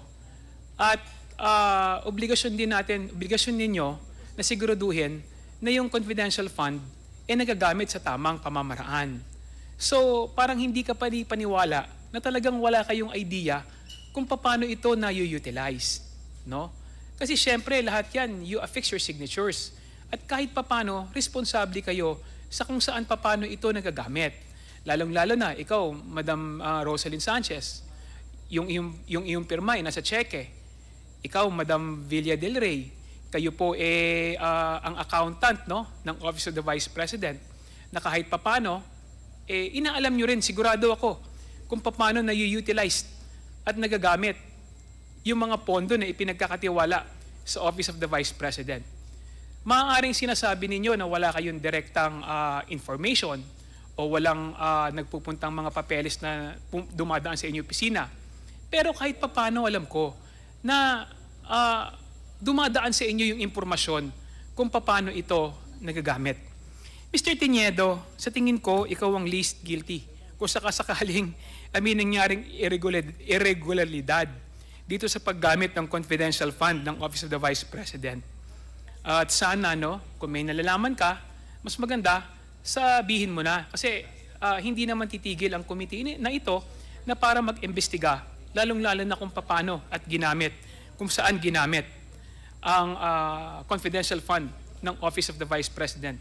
Nakita nyo naman, may mga ilang tao na nakapirma, pero iba-iba yung pirma. Hindi alam kung saan, paano ginamit, or kulang yung information, lalong-lalo na sa acknowledgement receipt. Patong-patong na red flags, no? yung nauungkat tungkol sa Office of the Vice President Confidential Fund for 2022 and 2023. Tila ba ginagamit ang confidential fund bilang sistema, no, para mag-commit ng plunder or manguha ng pera sa pamahalaan. So, kailangan nating malaman kung saan nang napupunta o paano nagagamit ang confidential fund na ibinibigay natin sa ating mga opisina. Yun lang po, Mr. Chair. Maraming salamat po. Thank you very much, Congressman Kong Hoon. With the permission of the chair, I just want to clarify something. Please continue, Deputy Speaker Suarez. Ms. Rabago, tama po ba? Kanina tinanong po kayo kung meron po kayong knowledge tungkol sa confidential funds, and your answer was? I don't have any personal knowledge on the utilization of the confidential fund, Your Honor. Kayo po, Mr. Tenido. Yes, sir. I have no personal knowledge insofar as the utilization and the liquidation of confidential funds. But in the preparation, meron? Yes po, during budget request, budget proposal. Okay, but pagdating sa actual disbursement, wala ka nang kinalaman Wala doon? na po, Mr. Chair. Sa pagplanning, sa detalye, kung paano mabubuo yung utilization, wala Wala na kang po, Mr. kinalaman. Ha? Wala na po, Mr. Kasi Chair. ng part ng planning yun, hindi po ba? Part lang po ng planning yung physical and financial plan. Once po may ganun na, sir. So lump Mr. sum Chair. siya, in other words? Opo, Okay. ganun. Sa inyo po, Attorney Sanchez. Same, Your Honor, and as mentioned earlier, my participation is limited to the issuance of the, signature on the check for the cash advance, Your Honor. And kayo po, Ma'am Villa Del Rey, accountant. Yes, same din po, Your Honor. Ang participation ko is the issuance of cash advance and processing of disbursement voucher. So, accountant, budget officer, finance officer, tapos ngayon OIC chief of staff, correct? Your Honor, I am not the OIC Chief of Staff at the moment, Your Honor, and I only held that position for a few days, Yes, Your yes. Honor. Okay. And I'm just making sure that my memory serves me right. So the the finance officer, the accountant, and the finance, and the budget planning, all of you are of the position na wala kayong kinalaman, no personal knowledge, correct? Therefore, only two people have knowledge about the confidential fund. The Special Disbursement Officer and the Vice President. Is that correct? Please answer, Attorney Sanchez. Mr. Chair, based on the documents, Mr. No, Chair, it's a yes or no, ma'am. Is that correct? I cannot say, Your Honor, because as I mentioned, I do not know the details of the confidential fund, so No, I okay. do not have information on who has knowledge. Ma'am, okay. You're starting not to make sense. The question is simple. Kanina sinabi ninyo, pagdating sa liquidation, wala kayong kinalaman. Ang bahagi ninyo nandito sa planning and documentation proper. But sa actual liquidation at utilization, wala kayong kinalaman. So ang tanong ko, sino ang may kinalaman dito? O may alam dito? Kayo ang finance and administrative officer. You have full knowledge and control over the operations of the Office of the Vice President. That is part of your responsibility. Now, my question is, who has knowledge and information on this? Mr. Chair, in terms of knowledge and control over the operations of the No, office. ma'am. When it comes to the confidential funds, my question is, who has knowledge over this? When it comes to the confidential fund, Your Honor, it should be the Special Disbursing Officer, Your Honor. And that would be, Ms. Gina Acosta, Your Honor. okay, under the office or under the supervision of, She is assigned under the Office of the Chief of Staff, Your Honor. and the chief of staff being, That is Attorney Zuleika T. Lopez, Your Honor. And who does the Chief of Staff answer to? The Vice President, Your Honor. Being whom? Vice President Sara Duterte, Your So Honor. nandun yung hierarchy. Yes, Your Kasi, Honor. kasi kung wala na sa inyo, si SDO, Chief of Staff, at saka si VP na. Correct? That is correct, Your Honor. Okay, thank you very much. I just wanted to get that straight, Mr. Chair. Mr. Chair, Thank you. Yes, just an additional Congressman question, Congon. Mr. Chair, sandali lang. Kay Mr. Tinedo, no, nakalimutan ko lang yung tanong. Sino sa staff ng OVP ang involved sa budget preparation ng confidential fund kung hindi ikaw? Sorry, Mr. Chair, kindly repeat.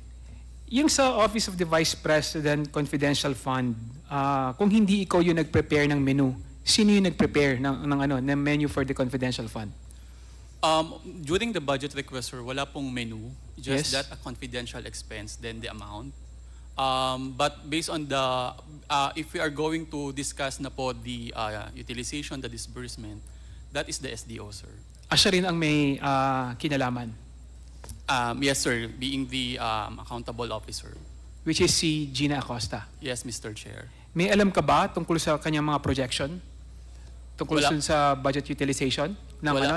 ng confidential fund? Wala po, Mr. Chair. Ang document lang po na pinorward sa amin is the physical and financial plan na flash Okay. po kanina. Thank you, Mr. Chair. Thank you. The chair would like to recognize the next interpellator, Congressman Jill. Thank you, Mr. Chair. Good afternoon to our resource persons. I would like to direct my questions to Attorney Rosalyn Sanchez. Can you please confirm, kailan niyo po na-receive yung subpoena na inisyu po ng committee ito? Mr. Chair, I received the subpoena on 8 November 2024 at around 10 o'clock in the morning. At dahil na-receive niyo po yung subpoena, you prepared a statement, correct?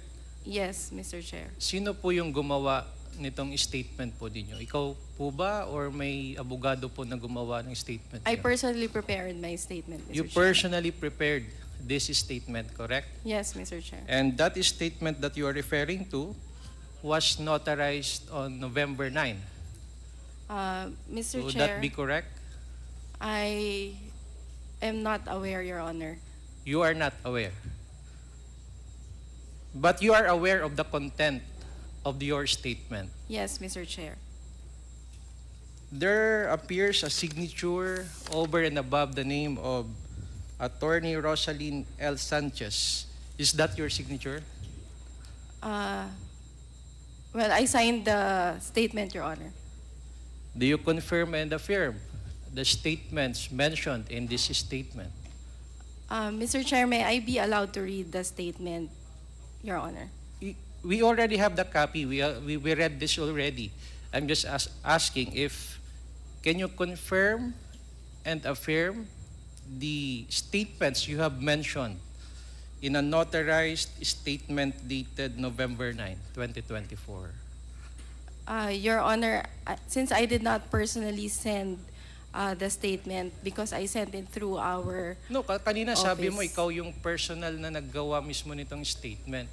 So I'm I- just asking you if you can confirm and affirm the veracity and the truthfulness of your statements as indicated in this notarized document dated November 9, 2024. Your Honor, Mr. Chair, I confirm that I prepared the statement and that I submitted the statement through our office, but I am not sure if it is the same statement that reached your office, Your Honor. Comsec, could you please show Attorney Sanchez the letter as mentioned by Congressman But do Jill? you have a copy of your draft statement? Yes, Mr. Chair.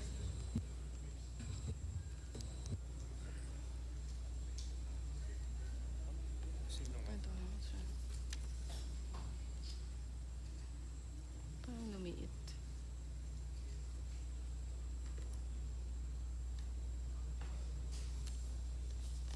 Yes, Mr. Chair, it is the same statement that I prepared. So just for the record, it is the same statement that you have prepared and notarized on November 9 of 2024? Your Honor, as mentioned, I only prepared the statement and signed it and submitted it to our office, Your Honor.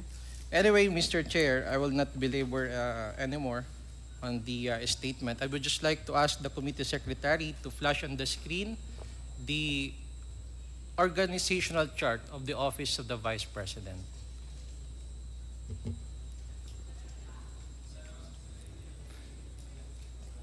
So as flashing the screen, Mr. Chair, this is the organizational chart of the Office of the Vice President. May I ask Attorney Sanchez if she can read the contents of this organizational chart? Yes, Your Honor. And as mentioned in your statement, you are the Director for Administrative and Financial Services Office. Is that correct? That is correct, Your Honor. And may I know kung saan po dyan sa organizational chart yung pinag-uusapan natin kanina, yung Special Disbursing Officer? Mr. Chair, the Special Disbursing Officer is assigned to the Office of the Chief of Staff, Your Honor. So the Special Disbursing Officer or the SDO is assigned or under the Office of the Chief of Staff. And who is the Chief of Staff of the Office of the Vice President? Mr. Chair, the Chief of Staff is Attorney Zuleika Lopez. Attorney Zulaika Lopez. Yes, Correct. Mr. Chair. So, being the Director for Administrative and Financial Services Office, may we know basically what are the tasks or duties and responsibilities of a Director for Admin and Financial Services? Mr. Chair, generally it is to supervise the operations of the 5 divisions under my office. So as stated in the organizational chart, those are the Budget Division, Accounting Division, Human Resource and Development Division, Cash Division, and General Services Division. So in other words, you have this supervisory authority or power over the general services, accounting, cash, budget division, including human resource development division. Is that correct? That is correct, Mr. Chair. So, Mr. Chair, this is with regard to the confidential funds for 2022 and 2023. So sa pagkakaalam mo, nakatanggap ang OBP ng nagkakahalagang 125 million na confidential funds taong 2022. Is that correct? That is correct, Mr. Chair. And the OBP received the funds by check on December 20, 2022. Is that correct? The OVP released the check, Mr. Chair. On December 20 On December of 2022. Yes. Correct?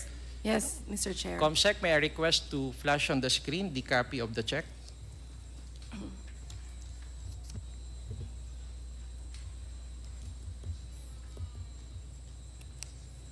Check dated December 20 of 2022.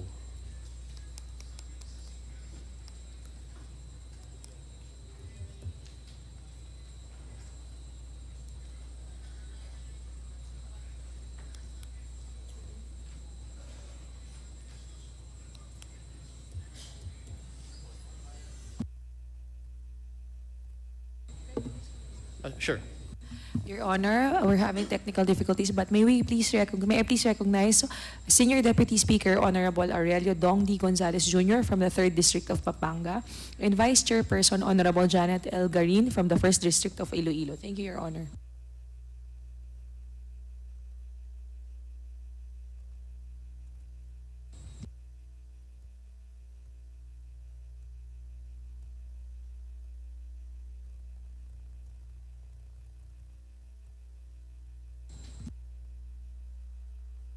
All right. Let me continue.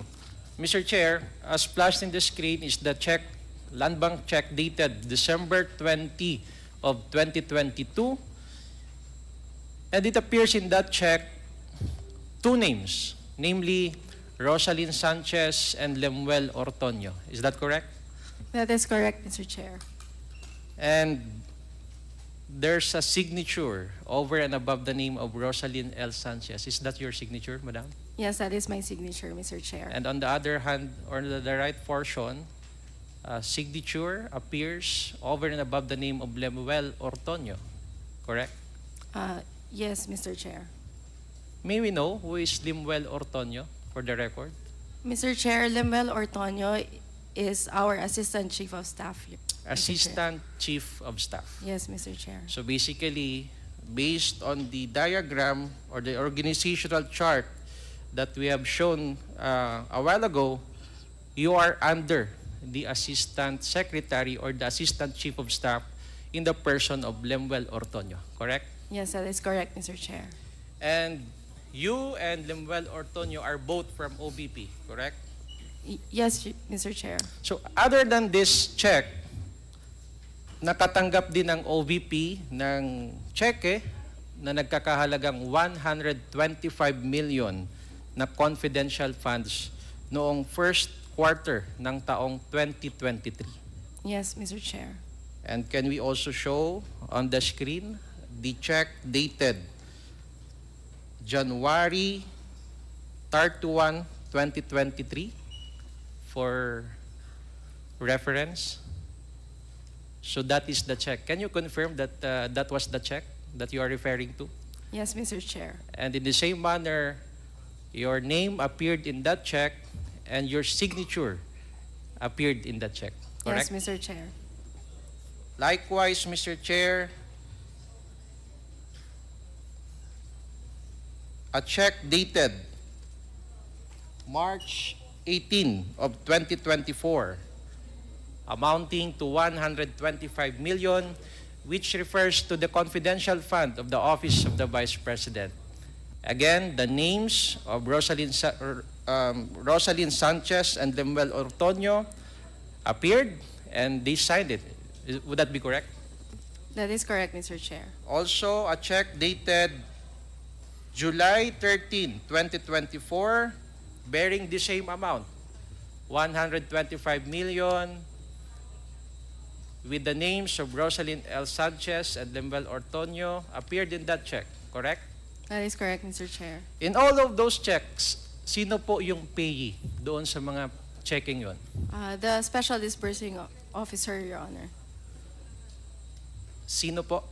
The Special Disbursing Officer, Your And Honor. who is? Ms. Gina Acosta. Miss Gina Acosta.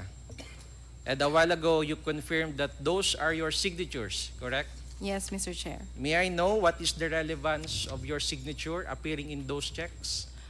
Your Honor, per bank requirement, there should be at least 2 signatories to the check. And once there is an approved disbursement voucher, the disbursement voucher is forwarded to the cash division for the preparation and issuance of the check. And I received the check for my signature from the cash division, Your Honor. Yes, aside from the bank requirement that there at least there must be 2 signatories, may I know what is the relevance of signing those checks? Your Honor, that my signature implies that the documents, supporting documents for the issuance of the check are complete, Your Honor. Direct to the point. In other words, your signature implies that you are permitting the payee in the name of Gina Acosta, who is the Special Disbursing Officer. Is that correct? That is correct, Mr. Chair. You are implying that the payee will withdraw the amount indicated in those checks, correct? That is correct, Mr. Chair. Ms. Sanchez, may I know, what is your participation as the director in the disbursement process of the confidential funds? My participation ends after the signing of the check, Your Honor. So after signing, wala na ho kayong gagawin doon? Yes, Mr. Chair. May we know on what aspect, as the director of the Administrative and Financial Services Office, you mentioned a while ago that you are exercising supervisory power or authority. In what aspect you are exercising that power or authority? Mr. Chair, Your Honor, For example, for the functions of the accountant, Your Honor, the accounting division is under my office. So I just need to make sure that she was able to review the documents and check the completeness, Your Honor, in accordance with her duties under the joint circular. For the budget division, that they are able to submit the required documents for the request of the budget. And for the cash division, that the documents in terms of the preparation of the check are complete and that the check that they prepared is correct as to the details on the amount and the name of the payee. In other words, your participation is with regard to the preparing of documents on how the Office of the Vice President will utilize the confidential funds. Would that be correct? Mr. Chair, it's not on the utilization but on the release of the cash advance, Mr. Chair. All right, on the release of the cash advance, which is you sign that check on the assumption that all the documents are above board. Would that be correct? Yes, Mr. Chair. How about in the process of spending the confidential funds? Do you have any participation in the process of expending the confidential funds? No, Mr. Chair. There is none. Yes, Mr. Chair. How about your participation in the liquidation process? Do you have any participation? No direct participation, Mr. Chair, but I just ensure that before the next check is released, the liquidation report and the transmittal letter from the Commission on Audit, ICFAO, is attached to the disbursement voucher, Mr. Chair. You mean to say you don't have direct participation, but indirectly, you have to ensure na dapat meron pong mga naka-attach na mga documents doon sa pera na nagastos ng una.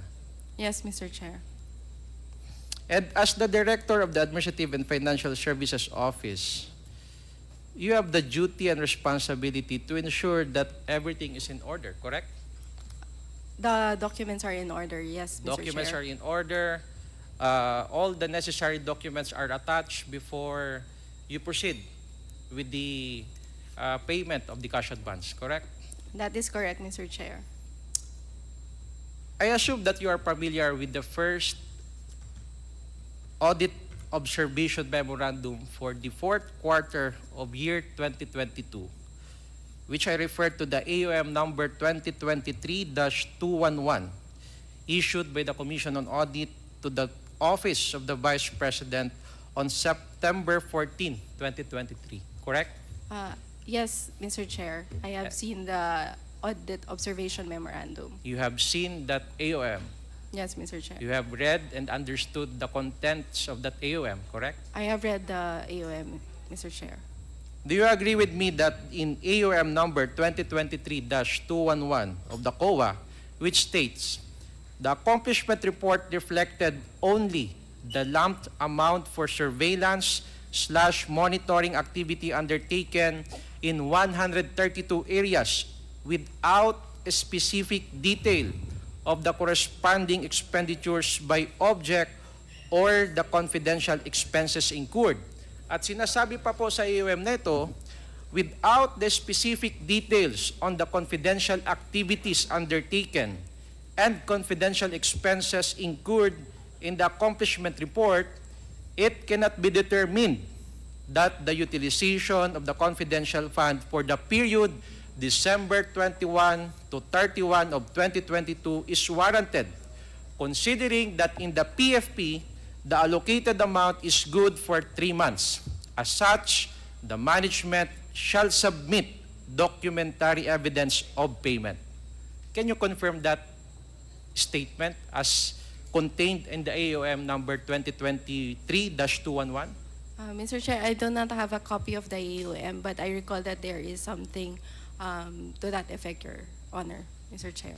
All right, and on February 1, 2023, another AOM, number 2024-14, for the first and second quarters of 2023 was issued by COA. Are you aware of this? Yes, Mr. Chair. And have you seen this AOM? Yes, Mr. Chair. Have you read the contents of this AOM? Yes, Mr. Chair. Do you agree that the AUM number 2024-14 stated in the following: the propriety of the transactions could not be ascertained as the submitted LRs or the liquidation reports were not fully supported with complete and proper documentations required under the Joint Circular number 2015-01 dated January 8, 2015 of the Commission on Audit, Department of Budget and Management, DILG, Governance Commission for GOCCs, and Department of National Defense. Would that statement be correct?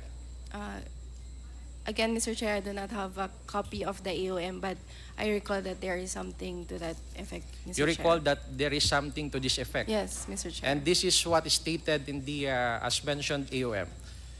Next, on August 8, 2024, another AOM dated or number 2024-170 for the third quarter of year 2023, and that was issued by COA.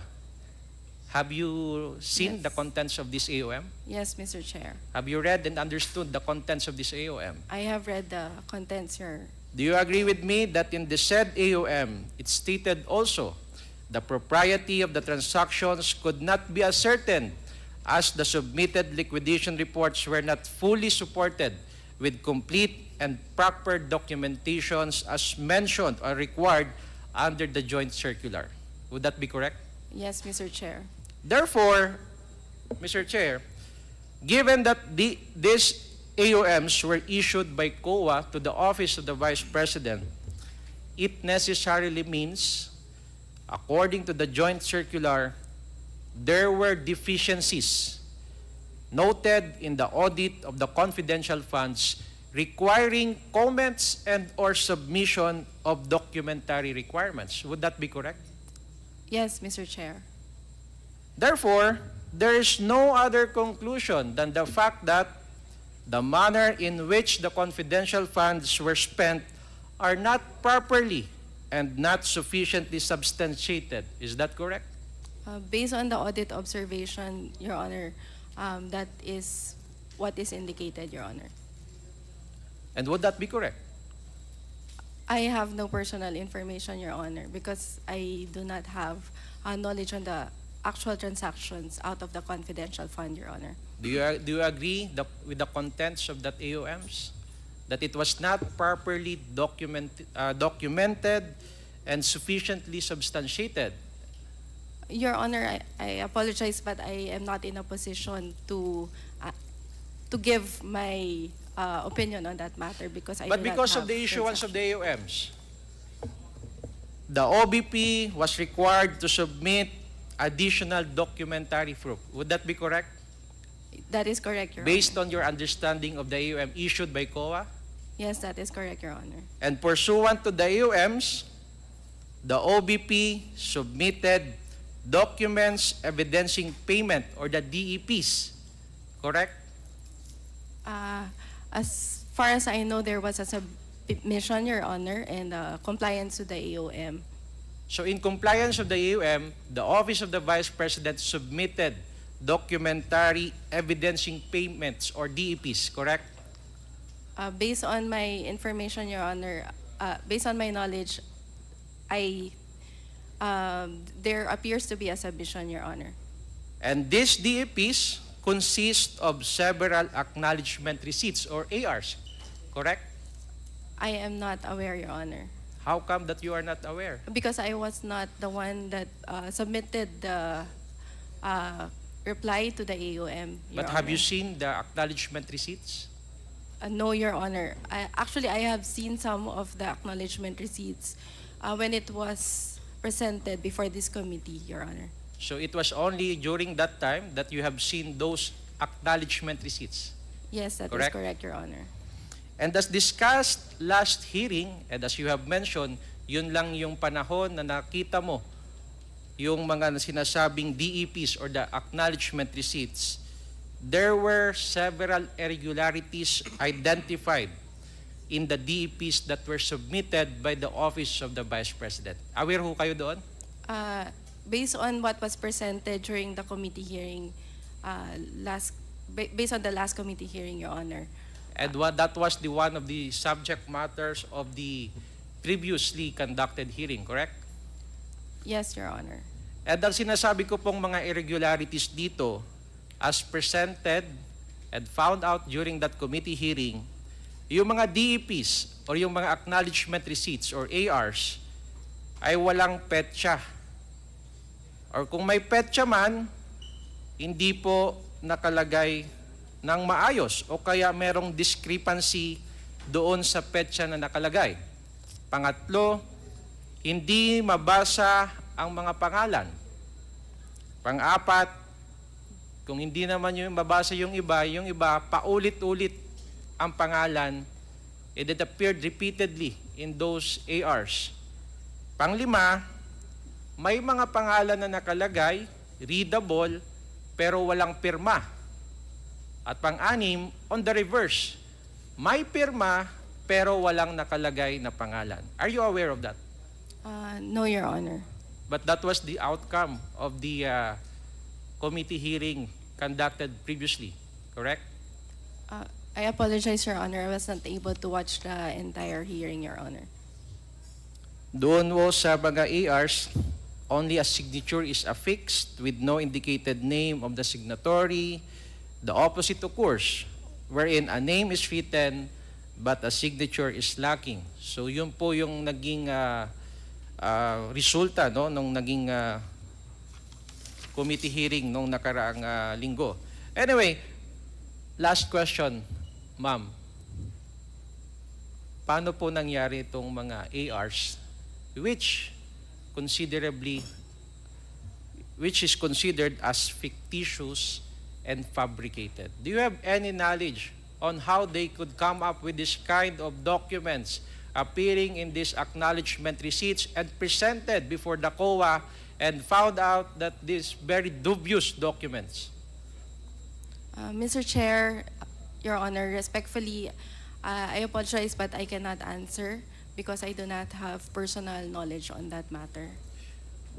Thank you. That would be all, Mr. Chair. Thank you. The Chair would like to recognize the Honorable Kate Flores. Thank you, Mr. Chair. Attorney Sanchez, I was listening to the questions of Congressman Jill kanina and specifically about your letter, your statement. No? Did you or did you not know that the letter that was submitted to this committee was notarized? Your Honor, I did not know, Your Honor. You did not know. So now that you know that it was notarized without your knowledge, how does it make you feel as a lawyer, Attorney Sanchez? Your Honor, I would have to check, Your Honor. You'd have to check your feelings? How do you feel about the matter that the letter that was submitted was notarized without you knowing that it was notarized? Your Honor, I know that it had to be notarized, but I was not able to personally have it notarized because of time constraints, Your Honor. So you did not have it notarized by yourself? Yes, Your Honor. So isn't the notarization, doesn't it state that you personally appeared before this notary public, etc., etc.? Your Honor, as I mentioned, I did not have it personally notarized. Kaya nga, Your my Honor. question is, as a lawyer, how does it make you feel? What is your thoughts about the matter? I would need to check, Your Honor. You need to check on how you feel. And All right. I Your got it. Honor, I got it, on Attorney Sanchez. how it got notarized, Your Honor. Yeah, thank you. Now, in your statement, you said, dated November 9, no? Na the documents that you submitted contain the names of the beneficiaries of the programs of the different programs of the Office of the Vice President, correct? Yes, Your Honor. It contained the names and the details of these persons who received help from the Office of the Vice President. That is correct, Your Honor. And there were a lot of programs mentioned in the Office of the Vice President, di ba? And very good programs din. Parang namimigay din ng ayuda yung Office of the Vice President. We provide assistance, Your Honor. Yeah, kaya nga, in the form of an ayuda. Or something. Various forms, Your Honor. Yes. Right. Now, one of this is the medical assistance program, correct? That is correct, Your Honor. Another is the rice food bags. Yes, Your Honor. No? And sa sinabit ninyo na 2023 Budget Accountability Report, you indicated that there were about 977,615 beneficiaries of the different programs of the Vice President, Yes, Your Honor. most of which were the Libreng Sakay. Yes, Your Honor. How did you account for the Libreng Sakay in the first place? Did you count how many people rode the jeepneys? Yes, Your Honor. We require the conductors to submit trip reports. So for every trip, they have a ticker as to the number of passengers that rode the bus, Your So Honor. that is the bulk of the beneficiaries, no? Yes, Yung Your Honor. Libreng Sakay. Okay. Now, ang medical assistance, like, are you familiar with how the medical assistance are given by the Office of the Vice President? Yes, Your Honor. So you are. Is there a limitation as to how much one can get in terms of medical assistance? We have a tier, Your Honor. Tier, And, okay. and it depends on the nature of the assistance So, being requested, Your Honor. To determine the nature of the assistance needed, specifically the medical assistance, you would need to interview the patient or the person asking for medical assistance. Yes, Your Honor. So do you have in the employ of the Office of the Vice President social workers Yes, Your Honor. who does the interviewing? Some social workers, Your Honor, but Some there social are workers. other employees who are non-social workers, Your Honor. Okay, now the medical assistance is given in the form of cash or goods? It's in the form of guarantee letters, Your Honor. Guarantee letters to another government agency. No, Your Honor. Alright. It can be a government hospital, but Uh-huh. can also be private hospitals and Alright. pharmacies and other medical service providers, Your Honor. So let me understand it. You give a guarantee letter to, example, patient A is asking for 10,000 pesos, and after interviewing, parang you find out that they are qualified to get this kind of amount. So you give a guarantee letter addressed to the hospital where he or she is being admitted, that the Office of the Vice President will pay for this amount or Yes. will cover this amount. Yes, Your Honor. That's correct, right? Yes. How about in terms of medicines or something like that?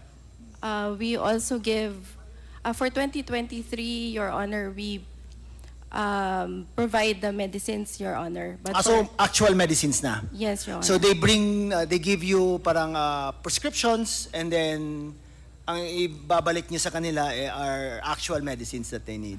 Yes, Your Honor. Wow. But then again, when you report this in your budget accountability report, you indicate how much or magkano ang value ng medicines na binigay nyo to this particular patient. Yes, Your No? Honor. So, in this report, you indicated that there were about 95,756 na nakatanggap ng medical assistance. Would that be a fair statement or an accurate statement, Attorney Sanchez? Your Honor, can we see the presentation again, Your Honor? Sorry. Table number 16. Do we have a slide of the table number 16? Yung, yes, that one. 95,756, Your Honor. Would that be correct? Yes, Your Honor. So now, 95,756 ang binigyan nyo ng medical assistance, and the total amount given for medical assistance was about 998,279 and 54 pesos. It's almost 1 billion pesos. Would that also be correct? I will confirm, Your Honor, if that amount includes the burial assistance. Can anyone of the persons invited confirm the amount?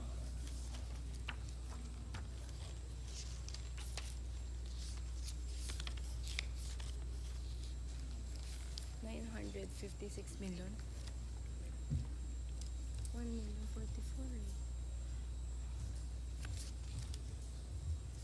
1,044,000. Your Honor, based on the annual audited report, the amount disbursed for both medical and burial assistance programs, Your Honor. Just medical assistance. Yeah. For medical assistance. Ano naman tayo, medical assistance? Nakamix. Your Honor, we reported the lump sum. Lump sum. amount. Magkano yung amount na report nyo? 1,044,569,868, Your Honor. That's for both medical and Burial, burial Your assistance. Well, anyway, from the documents that we got, it indicated na 998 lang dito ang medical assistance. No? So if you gave 998 million pesos in medical assistance to 95,000 persons, that should average out at about 10,500 or more or less, no? Yes, Per yes, Your person. Honor. Is that the usual amounts that you give to, or it would vary? It would vary, So Your some Honor. would be 20,000, 50,000 maybe? Yes, Your Honor. May cap ba kayo? The cap for 2023 is 50,000, Your Honor. For medical assistance? Yes. That's the cap for Your medical Honor. assistance? For hospitalization, Your Honor. Hospitalization. And why was there a cap that was set for medical assistance? Bakit may cap? Your Honor, we set the cap because of the limited amount of budget, Your Honor. Because of the limited amount of budget. Kaya dapat, para mas marami kayong matulungan, mas spread out tong amount na to, you set it at 50,000 pesos. Yes, Your maximum. Honor. No, Yes, for Your hospitalized na patients or Yes, Your something. Honor. Okay. Now, kasi the thing why I'm asking this is that the confidential fund also had medical payments or something for medical things, no? Do you confirm that? Your Honor, I have Medical and ano ba yung sinasabi nila? Purchase of provision of medical and food aid ang sinasabi to justify the expense. So that was the documents that the office of the Vice President submitted. And in one of these tulong na binigay nila in terms of purchase of provision of medical and food aid is in the amount of 1 million pesos. No? So if the theory supposedly was that we are to cap the medical assistance at 50 para mas marami yung matulungan, bakit may isang medical assistance na umabot ng 1 million pesos? Okay, if we can show the acknowledgement receipt, no? Para mapakita natin yan. February 6, 2023, 1 million, no? Provision of purchase of provision of medical and food aid.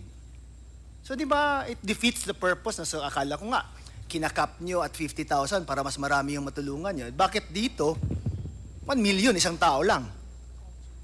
Would you know the reason for that, Attorney Sanchez?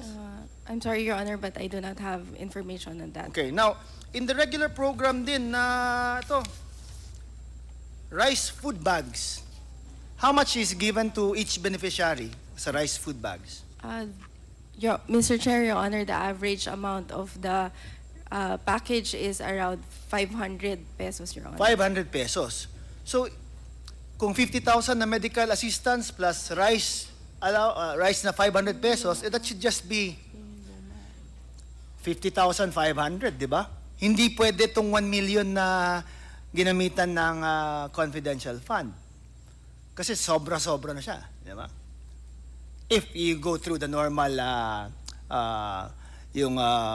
programs of the Office of the Vice President. Kasi the thing ang hindi ko lang makuha kasi is like, if you already have an existing medical assistance program, and if you already have an existing rice food bag program, why would you still be needing to use the confidential funds for the provision of medical and food aid? Bakit po kaya sa tingin ninyo? I'm sorry, Mr. Chair, Your Honor, but I cannot make an opinion on that matter. So you don't know the reason why, no? Yes, Mr. Chair. But wouldn't it be more practical sana na isang source of fund lang ang sa medical assistance, isang source of fund lang ang sa food aid para mas uniform yung pagbigay nyo at mas marami yung mabibigyan ninyo ng ayuda? Mr. Chair, I do not have information on the actual utilization of the confidential fund, Your Honor. Yeah. Kasi in December 21 to 31 ng 2022 na confidential fund, ang provision of medical and food aid is 40 million. Di ba? Now, on February 6 to March 29, 2023 din, in the first quarter of 2023, ang provisions for medical and food aid increased to 42 million. Sa sa April 25 to June 30 is bumalik to 40 million. Now, hindi ko lang maintindihan po. Bakit kailangan pa utilize ng confidential fund if may existing na kayo na programa for food and medical assistance? I have no knowledge about that, Mr. Chair. Now, again, in your letter, kasi balikan ko to in your letter, in your statement pala, dated November 9, you said na lahat ng beneficiaries at details nila ay nailista when you submitted it to the COA. Tama po ba? Yes, Mr. Chair. Now, ang details na to would include saan na hospital, magkano binigay, anong address ng beneficiary na binigyan. Tama po ba? Yes, Mr. Chair, with respect to the regular fund, Your Honor. Yes, with respect to the regular fund, which is contrary to the confidential fund na ginamit din for the similar purpose of the provision of medical and food aid, which just states na it's 1 million to this person, just the name and signature and the date. Tama po. Yes, Mr. Chair. So again, I understand the programs of the Vice President, and they're very good programs, no? Tulong sa tao, no? Ayuda din in that form. But why do you need to use separate funds that have different accounting requirements? Yan ang tanong ko eh. Mr. Chair, I cannot answer on that. But from what I know, Your Honor, is that the confidential funds are intended for a different set of beneficiaries, or it is for a different purpose, Your Honor, But it than said the regular programs. medical and food aid din eh. It's the same purpose as that of your medical assistance and rice food bags. Similar din, di ba? I have no information, Your Honor, because the details as to the specific purpose of the confidential fund has not been disclosed to me. Has Your not Honor. been? Was not disclosed to me, Your Kaya Honor. nga, that's what I'm harping at is like, kasi kung uniform lang sana, anyway, it's the same purpose, it's the same intention na tulungan tong mga taong to or whatever, no? Bakit hindi isang fund na lang ang gagamitin or tap into one fund? Anyway, in the regular program, you said kanina na may social workers kayo who will be interviewing these people, di ba? And in fact, you even set a cap para mas marami kayong matulungan, may cap kayo at 50,000. Yet here, as an example, I showed you kanina, yung isang acknowledgement receipt lang, 1 million, isang tao lang. And all it said was that it is for medical aid and food provisions. So that's my concern, no? And I think lang even if it is such a laudable program, no, it's a very good program that was initiated by the Office of the Vice President. Para to avoid confusion na lang and investigations like this, sana dapat one source of fund for that purpose. Yun na yun, di ba? Wag na yung itap mo pa ang confidential. The confidential fund should be used for purposes approved by the joint circular. Dapat, yun lang. Wag na yung food and medical. Meron na kayong regular program for that. In fact, mas malaki pa nga ang pondo nyo for that, di ba? How much ang pondo nyo for that regular programs na ginamit nyo for medical assistance and food aid? Around 1 billion, Your Honor, for medical and burial See? assistance, Your Honor. So, yung 40 million na yun, malit lang na bagay yun, di ba? Compared to the but why use it in such a way na different yung accounting requirements and reportorial requirements? Yan ang hindi ko masagot. And I'm sure, most likely, hindi mo rin masagot yan. Can you answer?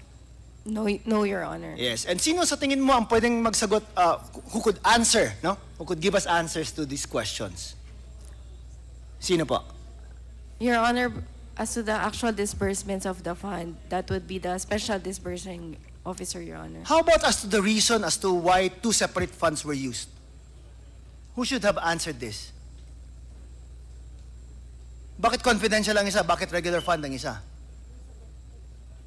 Your Honor, the fund was requested by the Office of the Vice Kaya President, nga, Your Honor. I'm questioning who would be the person in the best position to answer why it was separated pa.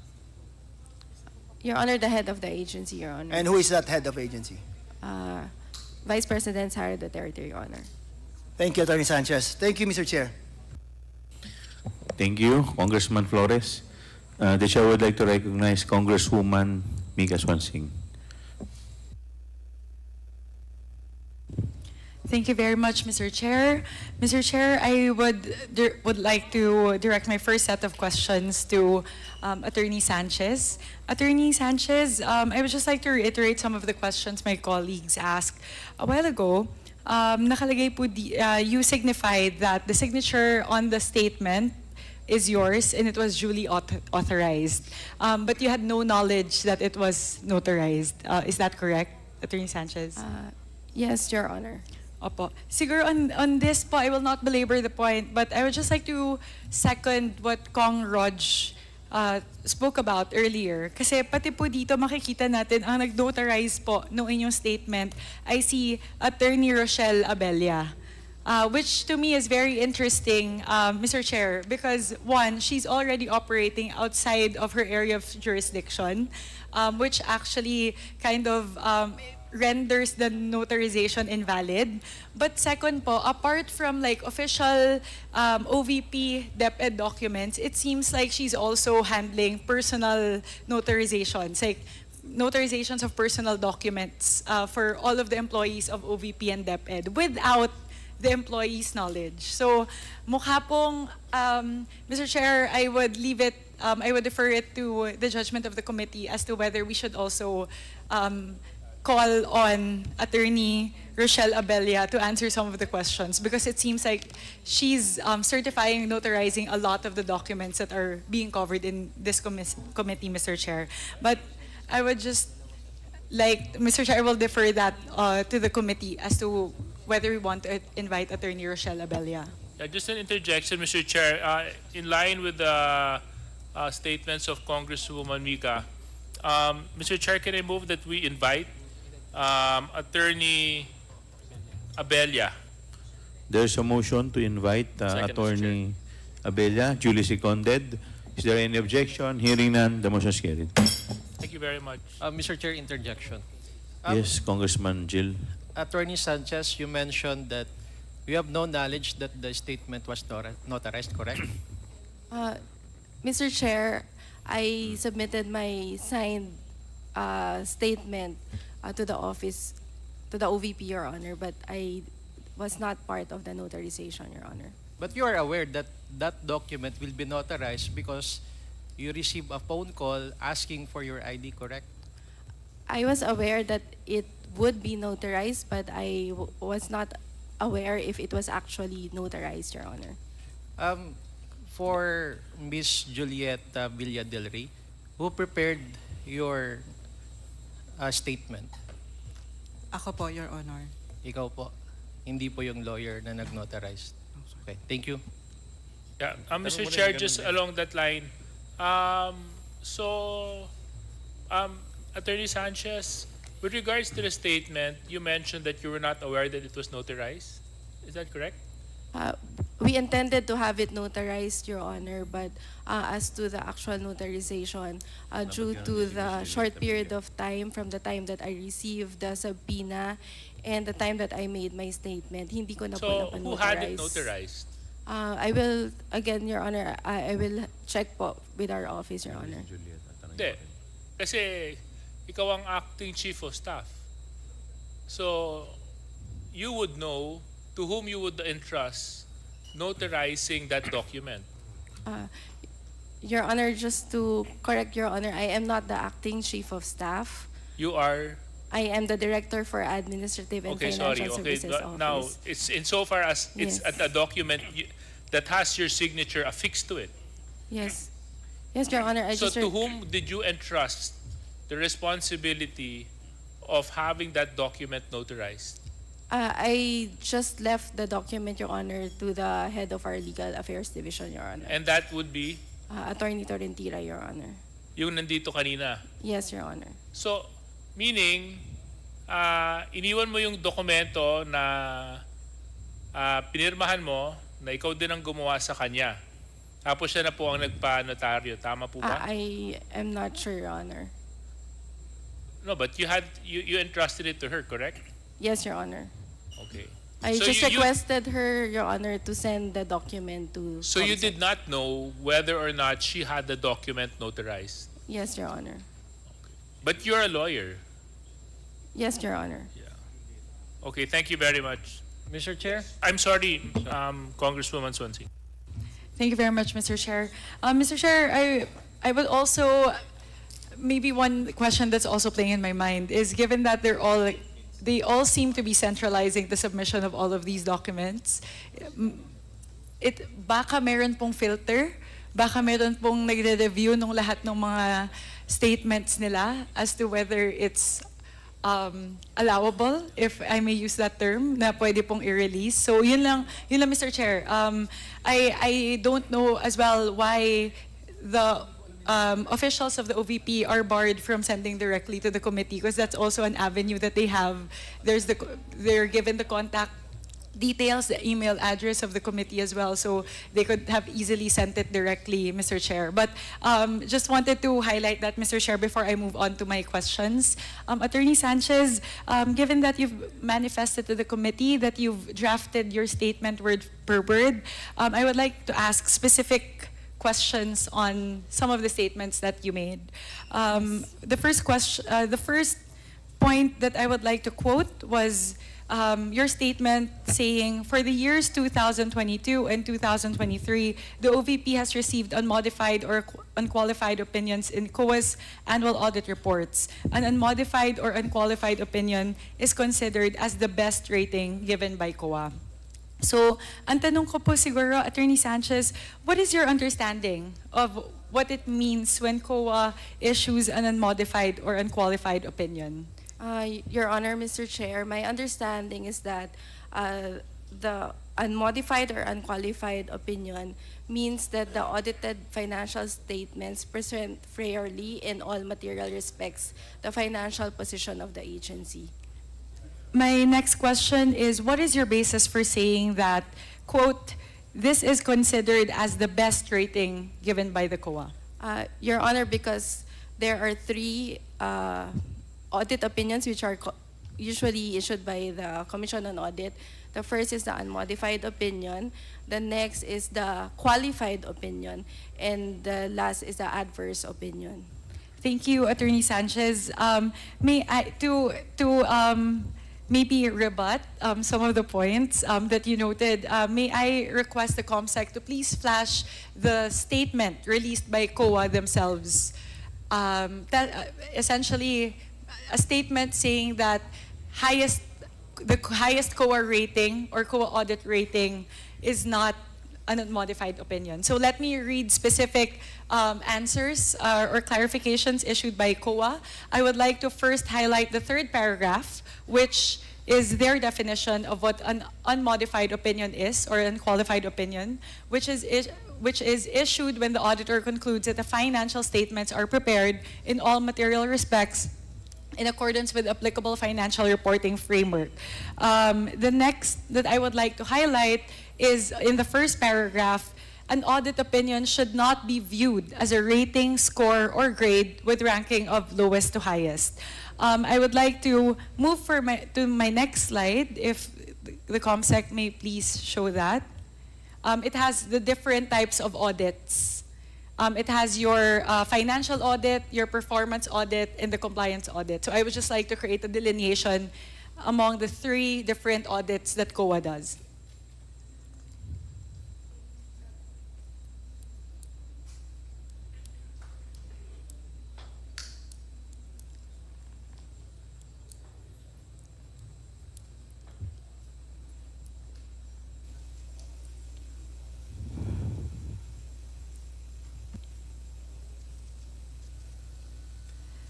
Here, Attorney Sanchez, just wanted to align on the terms before we move further in our discussion. COA does three types of audits. So there's a financial audit, which, as you said, pertains only on the alignment of whatever documents you submit, their alignment to the IPSAS and the PFRS. So it's essentially really making sure na numbers to numbers, balance lahat. Tama po ba yun? Per account, compliance with accounting standards, yun lang po yung tinitignan doon. Your Honor, from my understanding is that it also means that the financial statements are accurate or present fairly what is the real position of the financial status of the agency, Your Honor. But it's looking just at the numbers, right? You're not looking at the nature of the disbursements. You're not looking at compliance with laws and guidelines, like department orders, memorandums, etc. Memoranda. Yes, Your Honor. Because that's where your performance audit comes in, which looks at whether the programs are in accordance with principles of economy, efficiency, and effectiveness, and the compliance audit which looks at whether the disbursements or the nature of the expenses are compliant with laws, rules, and regulations. So I just wanted to align on those before we move forward.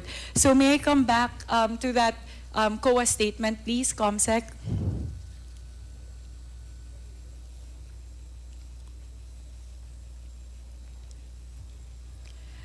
So I just wanted to highlight on paragraph 4 that it is important to note that the financial statements represent only a facet of the agency, and an audit opinion does not provide any conclusions on the agency's level of compliance with laws, rules, and regulations, or as we mentioned, in terms of the level of economy, efficiency, and effectiveness. So, Ms. Sanchez, siguro yun lang po, I would like to caution lang in terms of, because as we read your statement, I believe what you were implying is since COA issued an unmodified or an unqualified opinion to the OVP, what you're implying in your statement is there are no irregularities. We've been rated by COA as we've been given the highest rating by COA. So yun lang po. I just wanted to reiterate that because I've seen also some of the discussions outside of the committee. It seems like some of them want to assert that since the OVP was issued an unmodified opinion, an unqualified opinion, there is no room for irregularities, or there probably are no irregularities. But here, I just want to reiterate that having an unmodified or unqualified opinion does not preclude the OVP from having irregularities from the standpoint of the nature of the disbursements, whether these disbursements are legal, whether the intended beneficiaries were actually given the welfare programs, etc. So yun lang po. I just wanted to caution in terms of very liberally using that unmodified opinion as kind of a shield from us doing a lot of the scrutiny in terms of the specific nature of the disbursement. So yun lang po, Attorney Sanchez.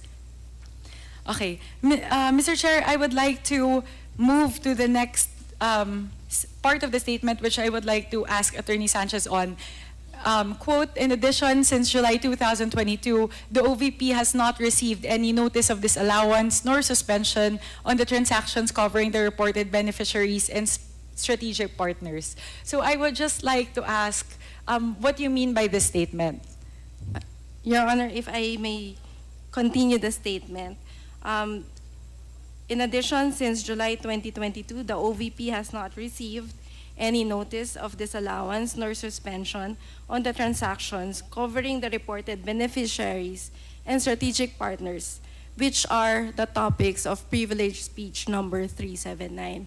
Your Honor, I am referring to the privileged speech delivered by Honorable Rolando Valeriano of the 2nd District of Manila, wherein he mentioned that there were unverified claims on the number and concentration in terms of location of the beneficiaries of the OVP programs and projects and the number of OVP strategic partners. Your Honor, the numbers that were cited in the privileged speech of Honorable Roland Valeriano are all included in our report to the DBM and the COA. Those numbers correlate to the regular fund of the agency. So in terms of the regular fund of the agency, we did not receive any notice of disallowance nor suspension since July 2022 up to the present, Your Honor. But are you aware of the AOMs, the audit order memoranda, that have been issued by COA to the OVP pertaining to regular funds? Yes, Your Honor.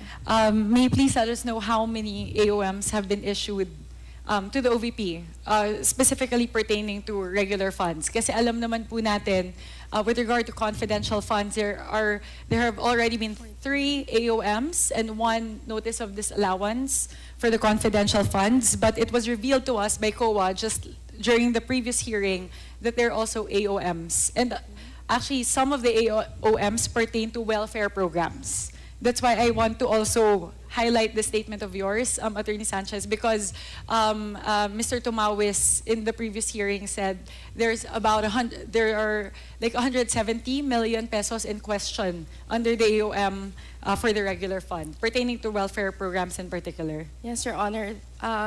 Mr. Chair, thank you for that clarification, Your Honor. We have around 14 AOMs, but the item that was mentioned earlier, which is the 174 million on welfare goods, I think the auditor was able to clarify that it was a matter of a recommendation to improve internal controls, but there is nothing that is missing or unaccounted for. Your Honor. Mr. Chair, I would just like to flag that 14 AOMs, 14 audit order memoranda issued to the OVP pertaining to regular funds since July 2022 up to present. That is only for Until end of 2023. Yes. Opo. Siguro po kasi it seems to us like you're cherry picking in terms of your statement. Because if there are 14 AOMs, for someone who is not familiar with the extent of the AOMs and the NDs issued by COA to the OVP, magmumukha po kasi na mukhang walang NDs and AOMs. Kaya yun lang po, it's the way that the statement is worded, because welfare programs in general, some of the welfare programs have been subjected to the AOM. Yes, that is correct, Mr. Chair, Your Honor.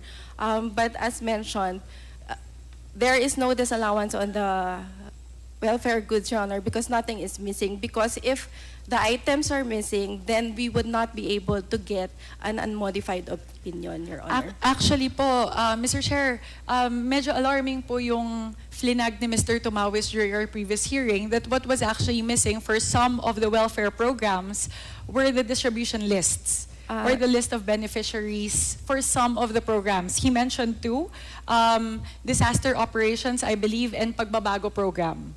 So yun po, COA na mismo yung nagsabi, Attorney Sanchez, na merong deficiencies po in terms of the list of beneficiaries. Mr. Chair, maybe we can refer to the annual audit report for 2023, wherein it states that only the post-activity report, which is a summary of the activity, was lacking, Your Honor.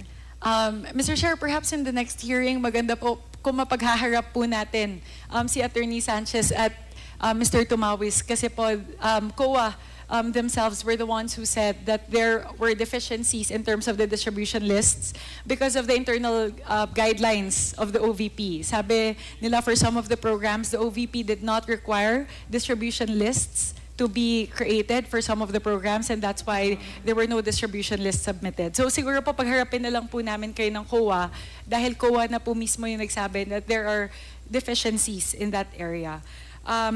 Mr. Chair, I would like to next move to a follow-up question to what Kong Jill asked. Given your position, Attorney Sanchez, you're the Director of Admin and Financial Services. To what extent are you involved in audit proceedings? In audit proceedings, Your Honor, I am involved in the review and finalization of annual audit memoranda, reply to AOMs, Your Honor. Pero kanina po, sinabi niyo po kay Kong Jill na hindi po kayo yung nag-reply doon sa AOM. So you're not privy to a particular information that Kong Jill was asking for earlier. Again, Your Honor, I am only involved in the regular fund, Your Honor, but not in the confidential fund, Your Honor. So who's handling the response to the AOMs and the NDs, the AOMs on the side of the confidential funds? Your Honor, I have no personal knowledge, Your Honor, but from what I know, it should be the persons indicated in the AOM. So it would be the Special Disbursing Officer and probably the head of agency, but I have no personal information, Your Honor. So are you saying, Attorney Sanchez, that within the OVP, the only two people who can give clarifications with regard to the disbursements of the confidential funds are Ms. Gina Acosta and the Vice President herself, just the two of them? They are the only person that I would presume to have knowledge about the matter, Your Honor. Thank you very much. Mr. Chair, before I move to the next point, I would like to emphasize that these unqualified or unmodified opinions do not bar us from our present inquiry. Just because the COA issued this does not mean there is no malfeasance, misfeasance, or nonfeasance. If at all, these unqualified or unmodified opinions by the COA merely indicate that the financial statements in material respects are in accordance with financial reporting standards. But such is the nature of fraud or criminal conduct. They normally appear in order until one takes a closer look. At face value, everything seems to be in order, but upon closer scrutiny, that's where you see the possible irregularities. And this is precisely what we are doing. To see if the numbers presented by the OVP, though following accounting standards, does not mean they're compliant with existing regulations and laws with regard to the use of the fund. So, Mr. Chair, I would just like to move to my next topic. Ms. Sanchez, as Director of Financial and Administrative Services, to what extent are you involved in the funding and operations of satellite offices? Mr. Chair, I am involved in the, I supervise the operation of the budget division, so in terms of preparation of the budget, and as well as in terms of the general services division, the logistics aspect for the operations of the satellite offices, and I am also supervising the human resource development division. So that would be in terms of the personnel requirements of the satellite offices, as well as the accounting and cash division. So for financial requirements of the satellite offices division, Your Honor. Thank you very much, Attorney. So does that mean that you were involved when the satellite offices were first planned, when they were brainstorming about the establishment of satellite offices? Because you're involved in the budgeting for the SOs. So were you there when they were first planning the establishment of satellite offices? Mr. Chair, Your Honor, I am not with the OVP yet at that time. Mr. Tenido, if I may ask you, because you've been with the OVP even before 2022, right? Yes, Mr. Chair. And as part of the budget team, were you there when this first discussion of the satellite offices were done? Yes, Mr. Chair. So perhaps I may direct my question to you, Mr. Tenido. What was the basis for the establishment of satellite offices? It was upon the instruction of the top management that the OVP services will be extended to certain areas nationwide, Mr. Chair. When was the first satellite office opened? I have no definite date of which satellite offices and when they went open. Just the month. I think there are certain satellite offices that open in July 2022. So as soon as Yes. VP Sara assumed, right? Yes. Assumed her tenure. Mr. Tenido, were you part of the budget process for GAA 2022 for the OVP? Sorry, Mr. Chair. For the fiscal year 2022. Fiscal year 2022, which Yes, was Mr. done in Chair. 2021. Yes, Mr. Chair. Is there a line item in the 2022 GAA for satellite offices? There is no explicit or line item in 2022 GAA as planned during 2021. Exactly, because satellite offices were not yet in existence. Yes, Mr. Chair. So my next question is, where were the funds for the operation of satellite offices for 2022 sourced? Dahil wala po siya sa GAA 2022, so saan po kinuha yung pondo para sa satellite offices ng 2022? The operations for satellite offices opened in 2022 was sourced also under the FY 2022 GAA of the OVP. Under which line item, Mr. Tenido? That is under the good governance program. Good governance program. Were there, because there should be a process, right, for having it approved to use the funds specifically allocated for a different program for a different program. So was that transfer approved? There were no transfers, ma'am, during that time because under good governance program, it basically covers all the social services, the MAB, just that we have to extend it. So we created the OVP during 2022 created satellite offices just to extend the services of the OVP. So it's under the good government Yes, ma'am. program. Okay.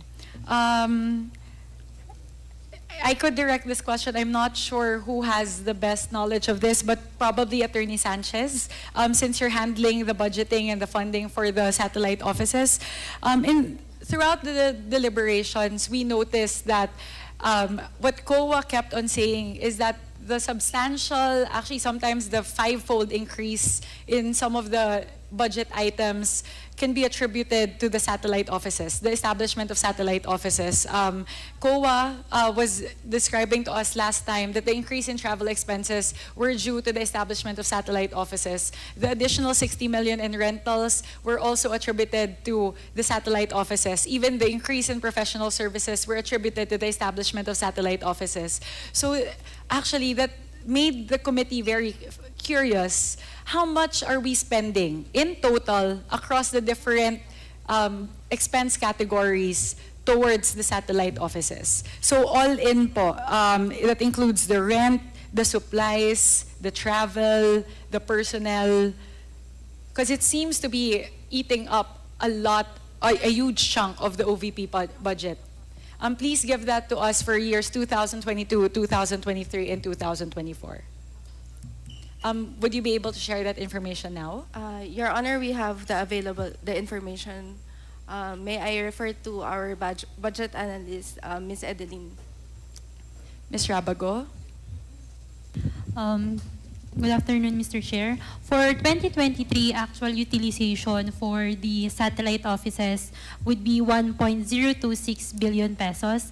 And for 2024, as of October 2024, that would be 893.36 million pesos. Just wanted to clarify that 1 billion, 1.02 billion Yes, in 2023, and in 2024, 893.36 million, Your Honor. 800. 893.36 million, Your Honor. Do you have the figures for 2022? Unfortunately, Mr. Chair, I don't have the details for 2022. I'm trying to pull up the budget of the OVP. This seems to be, if I'm not mistaken, this is taking up.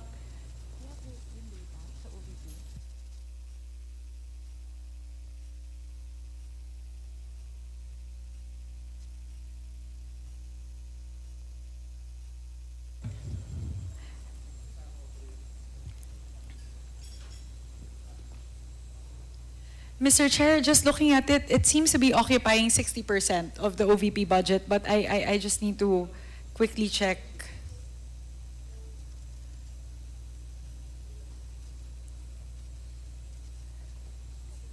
Comsec, would you happen to have my presentation from the previous hearing?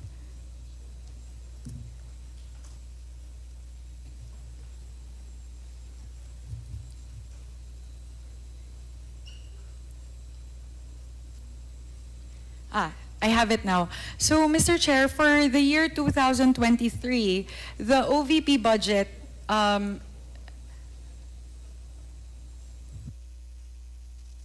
Chair, I'll go back to that point.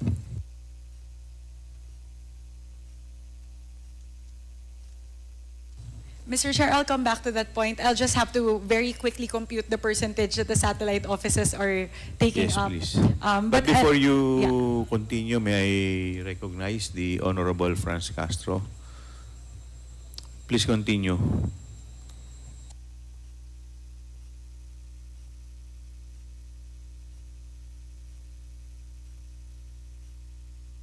Mr. Chair, I'll come back to that later, but the figures are very staggering. 1 billion for 2023 and probably going to hit another billion in 2024. I'll come back to that, Mr. Chair. We'll just very quickly compute the figures.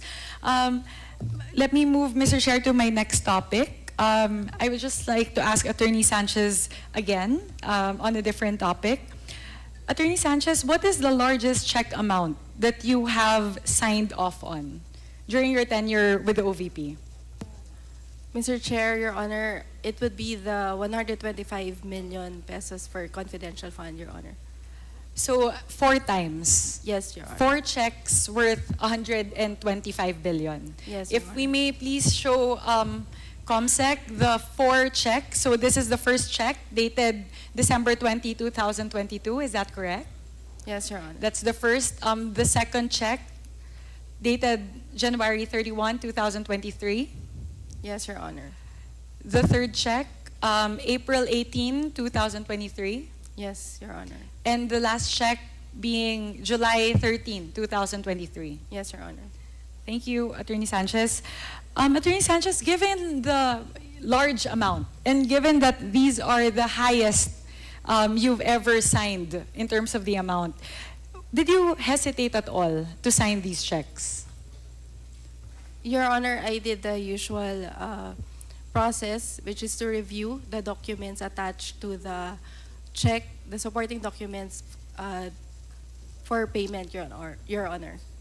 So can you say that you performed the necessary diligence checks prior to signing these? Yes, Your Honor. Kasi kung yun yung pinakamalaking mga cheque na pinirmahan mo sa buong siguro buong career niyo po ba? Tama po ba? Bukod sa OVP?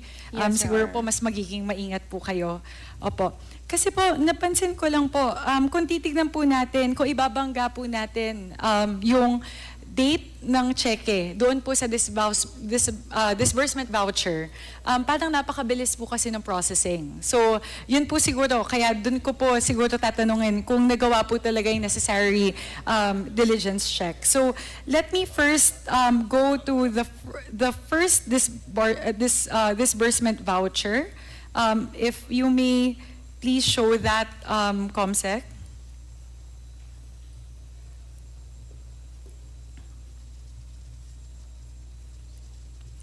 While we're waiting for it to be flashed, the first disbursement voucher was prepared in December 20.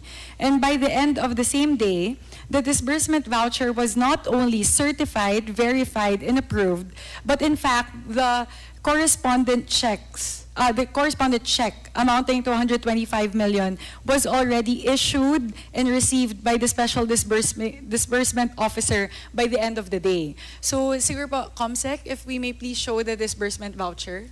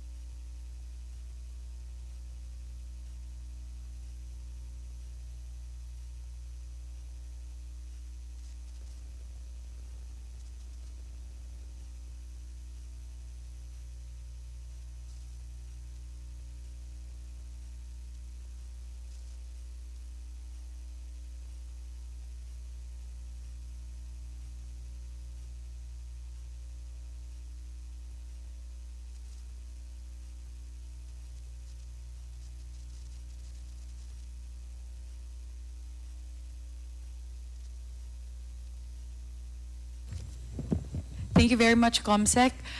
Here, siguro po kaya ko po tinatanong yung bilis nung pag-process po nung disbursement voucher. Makikita po kasi natin dito, there are a lot of different signatories, a lot of different divisions that it would have to pass through for that check to be issued.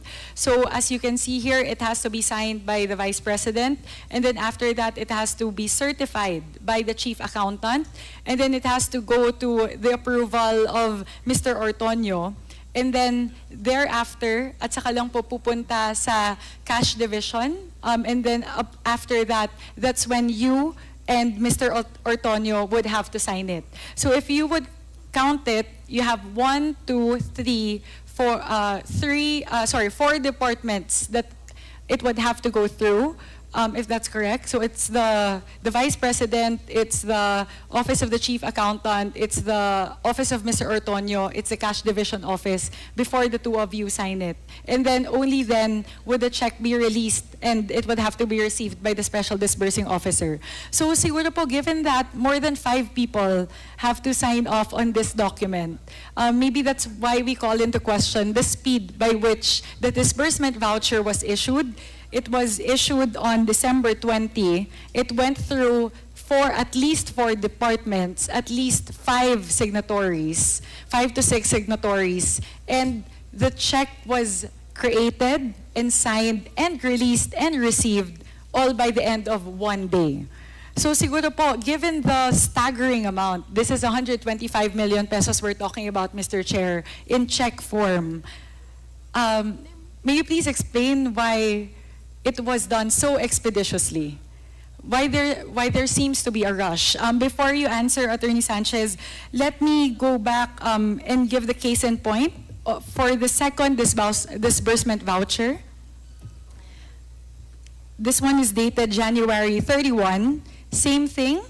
It went through 4 different departments, 5 to 6 different signatories, and all of that was done. The disbursement voucher was created, certified, approved, sent to the cash division, check issued, check signed, check released, check received, all in 1 day on January 31. So 2 cases in point.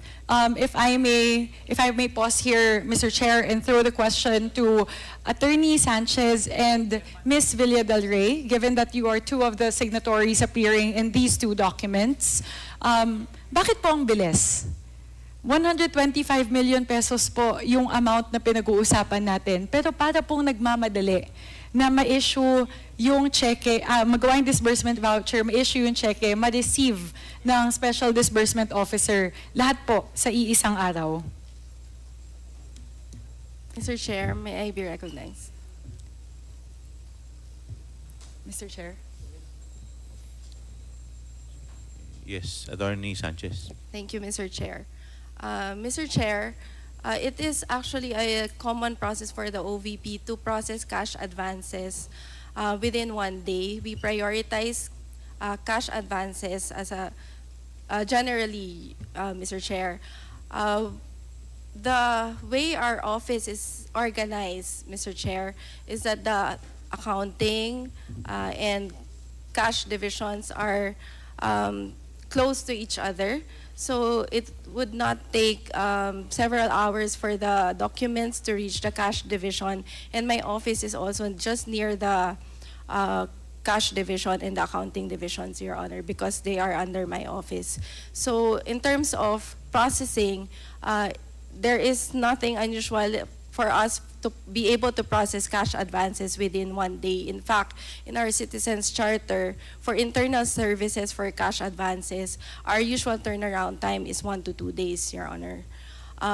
Also, for the cash advance for confidential funds, there are just a few documentary requirements which are required to be attached to the disbursement voucher.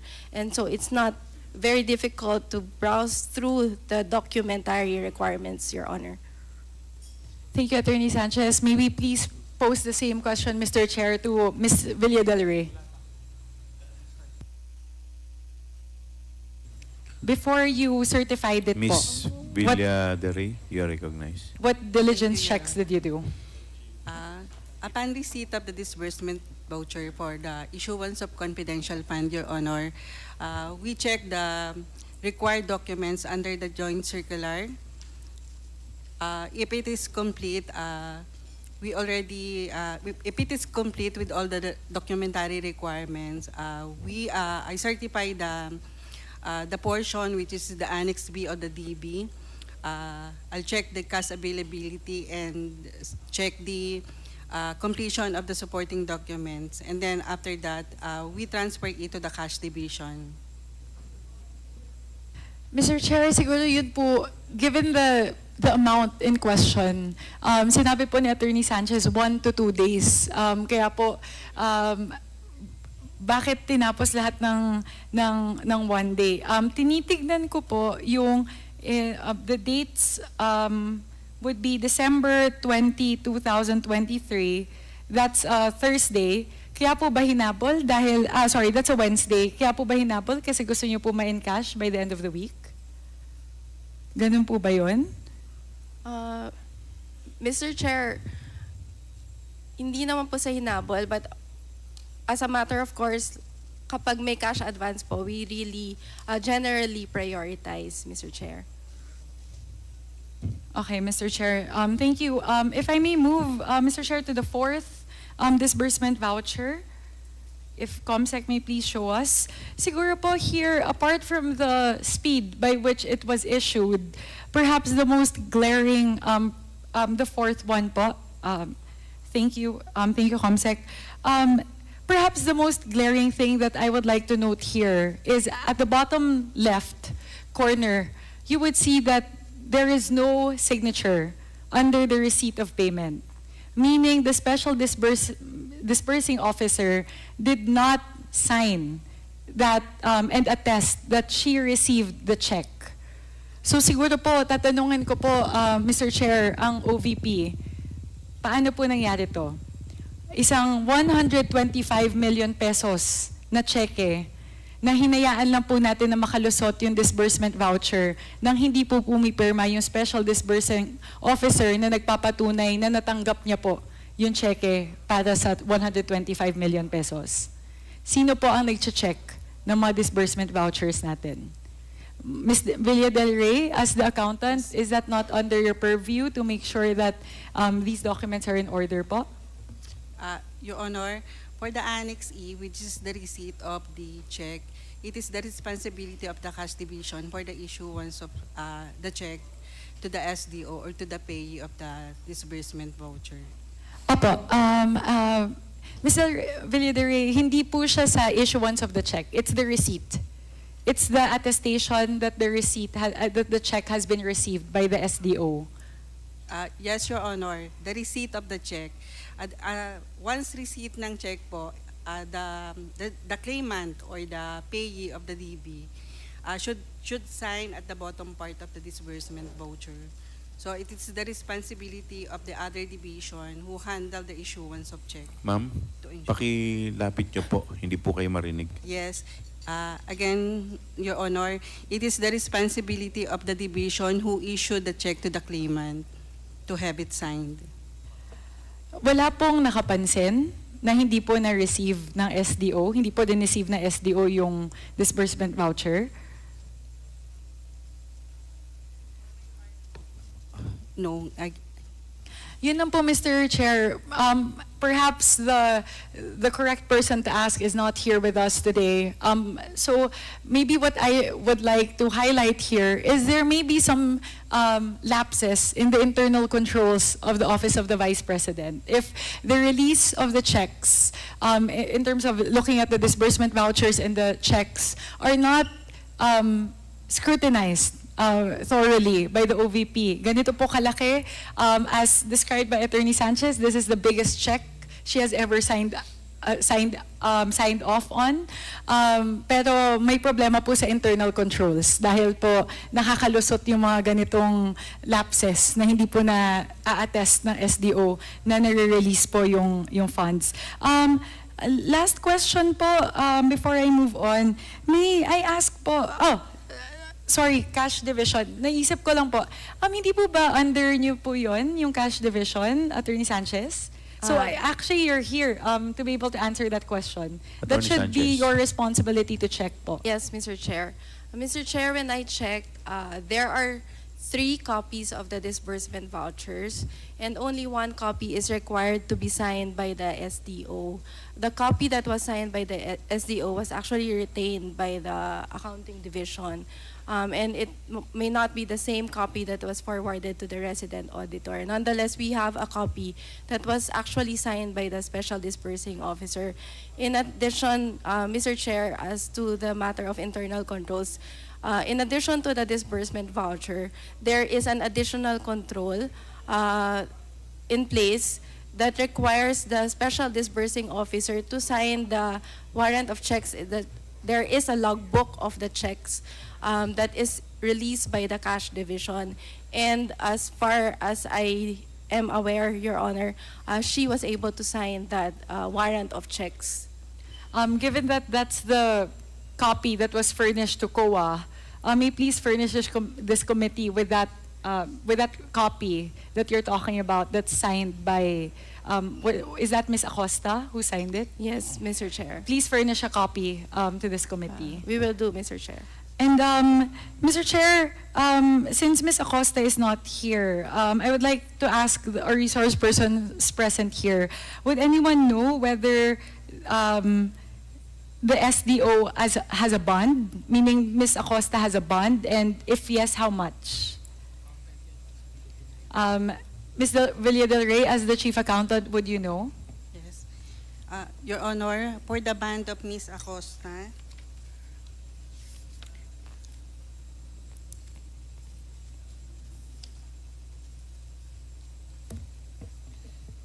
the amount of band is 8 million for 3 years, Your Honor. It was released through a confirmation letter on November 3, 2022, Your Honor.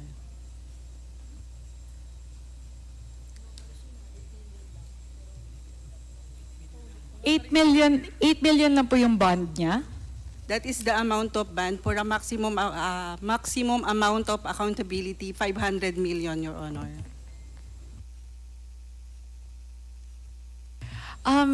Mr. Chair, do we know what salary grade Ms. Acosta is? Would anyone know on the part of the OVP? Kasi ang laki po nung Yes. 500 million po yung maximum. Your Honor, her position and at salary grade 24. 24, Your Honor.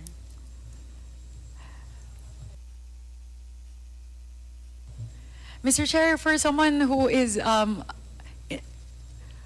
occupying a salary grade 24 position, 500 million pesos seems to be a huge amount to give in terms of accountability, Mr. Chair. So we just wanted to note that, Mr. Chair, for the record of the committee, that Ms. Gina Acosta actually can disburse up to 500 million pesos as the special disbursing officer. And Mr. Chair, balik lang po ako before I end doon po sa kanina with regard to the satellite offices. So if we compute what percentage the satellite offices take up in terms of the expenses of the OVP. So for 2023, the total GAA amount, the total budget for the OVP is 2.3 billion pesos. And since 1.02 billion pesos po yung expenses associated with the satellite offices, it takes up 45% of the total expenses of the OVP. For the year 2024, so far, out of the 1.9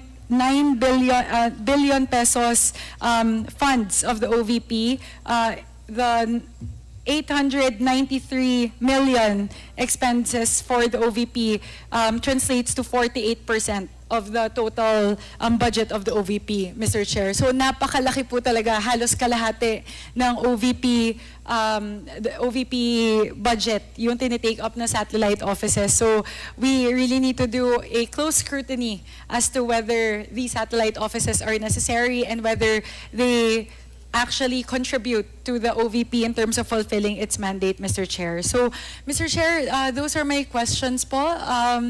Thank you very much, Ms. Villa del Rey, Attorney Sanchez, Mr. Tenido, and Ms. Rabago for allowing me to propound questions. Thank you very much, Mr. Chair.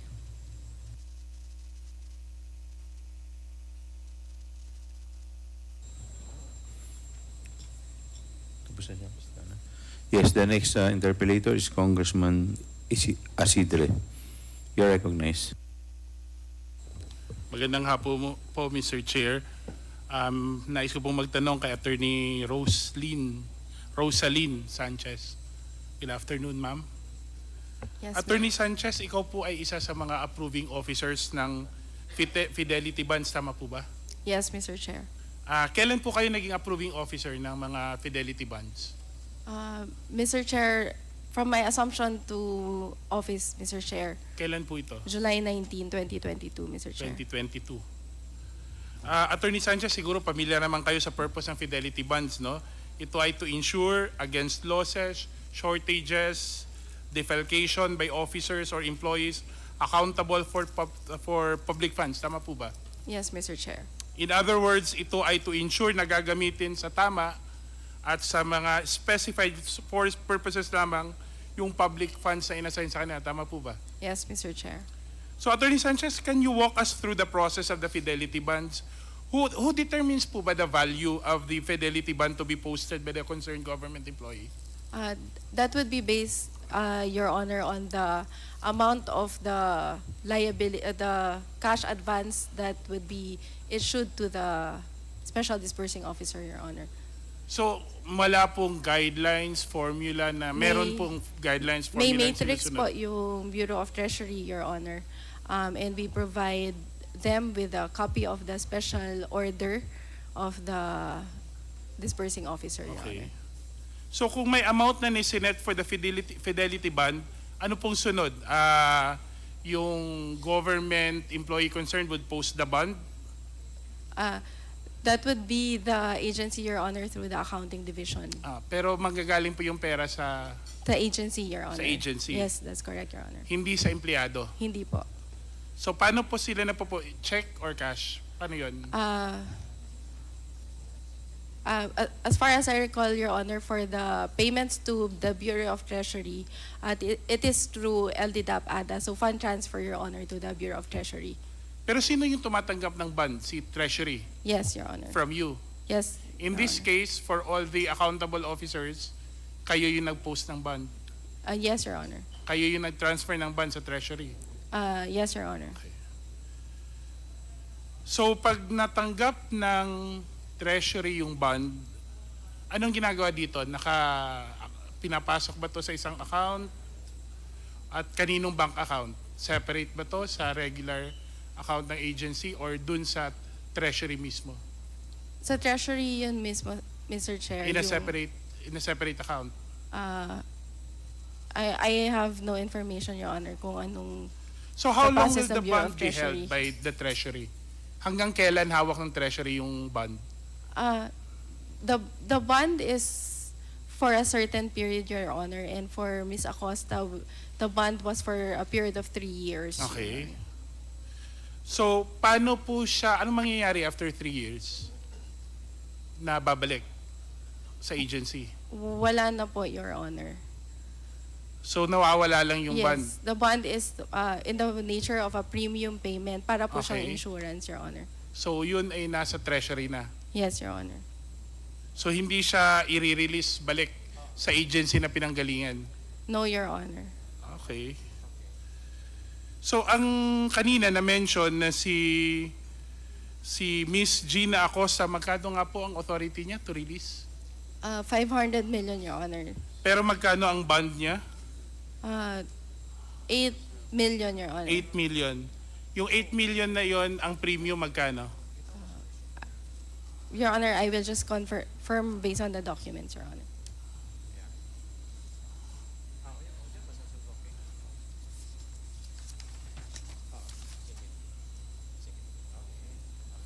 Your Honor, we will check the amount that we transferred to the Bureau of Treasury, Your Honor. If we can, Your Honor, maybe just be allowed to submit a copy of the bonding. Meron akong dito data, baka pareho tayo ng data. It's 360,000 ang binayaran na premium, bond premium. We will check, Your Honor, from our records. In any case, ma'am, do you confirm na ito ang nagbabayad, hindi yung empleyado, ang nagbabayad nito yung agency? Yes, Your Honor. Is this standard procedure po? Yes, Your Honor. So, base dun, kasi we have a similar case, no? In the SDO also for DepEd, si Mr. Fajarda, Edward, he has the maximum authority to withdraw cash in the maximum amount of 50 million. Tapos, ang bond niya is 4 million lamang. Well, it's almost the same as with Miss Gina Acosta. Hindi ba dapat proportionate ang bond sa cash advance na dapat pwede niyang ma-withdraw? Di ba dapat ganun? Yes, Your Honor. So paano ganito ang nangyari po kay Miss Acosta at kay sabihin na lang kay Edward Fajarda na wala pang 1/4 yung halaga ng ban niya sa total amount na may authority siya to withdraw? Your Honor, we just base it on the matrix provided by the Bureau of Treasury, Your Honor. So, pwede kaya nating sabihin, Attorney Fajarda, Mr. Chair, na itong matrix na to, sabihin na lang natin, depending on your expert opinion, having been in this position for quite some time, na dahil ganito ang matrix, hindi nagiging effective na deterrent yung bond requirement, especially for special disbursing officers. Kasi kung tutuusin, di ba? Hindi naman ganun yung kalaki yung bond mo, tas ganun kalaki yung pera na hawakan mo. Tama po, would you agree with me? Your Honor, my understanding is that the purpose of the bond is to cover the liability or accountability of the special disbursing officer in case there would be irregularities in the use of the fund, Your Honor. Tama, I agree with you. Kaya nga kung titignan natin, like for example, nung previous hearing, nakasama yung mga kaibigan natin mula sa AFP, no, na sinabi nila wala naman silang natanggap na pera from the YLS. Pwede nating masabi na okay lang na hindi gamitin for public funds yung pera kasi total hindi naman, dahil mababa naman yung bond requirement, wala naman technically mawawala sa agency o ano man. Kaya ang chances ng technical malversation mas mataas.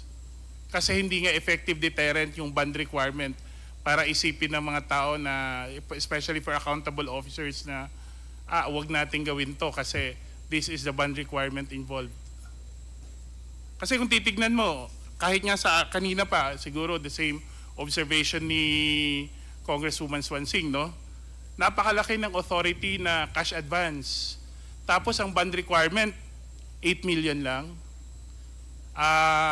Yung kay Mr. Fajardo, 50 million, 4 million lang ang bond requirement. As the head director for accounting, don't you think that we need to increase the matrix for Fidelity bond requirement so that it becomes more effective as a deterrent for malversation?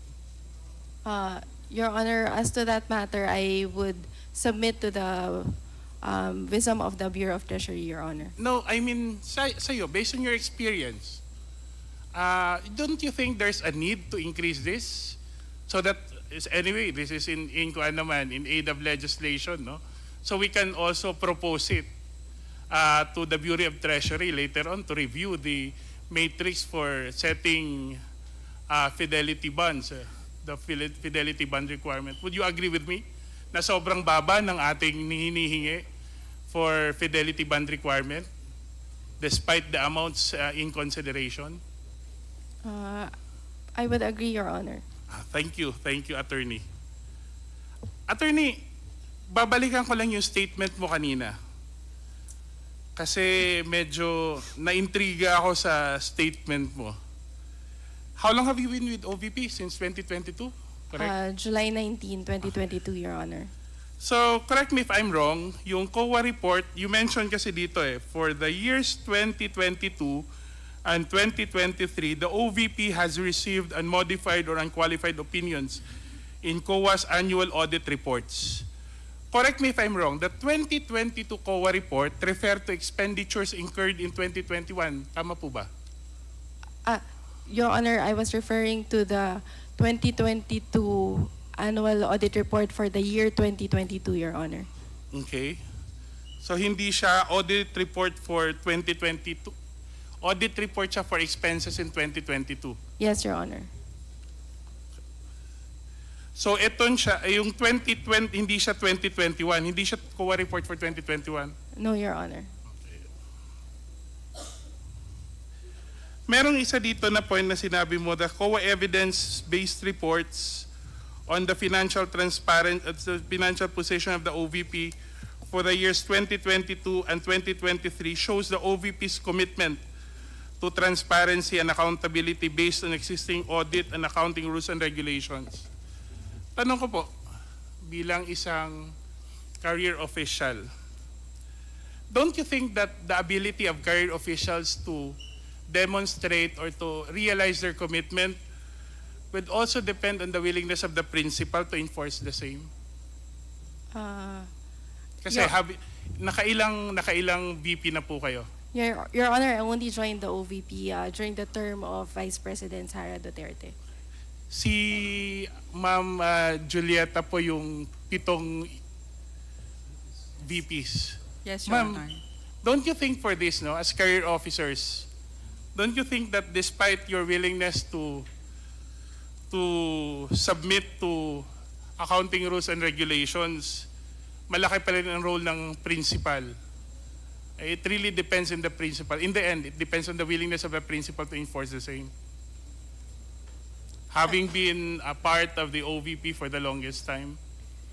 No, Your Honor, kasi ang processing po in compliance with existing rules and regulation on the disbursements of fund is not based on the decision of the head of the agency, Your Honor. But the decision to have confidential funds eventually is the decision of the principal, right? I think so, Your Honor. In which case, previous vice presidents did not have or choose not to have access to confidential funds, practically for the reason that it would have demonstrated more accountability and transparency if they use regular MOOE or other regular funds. Tama po ba?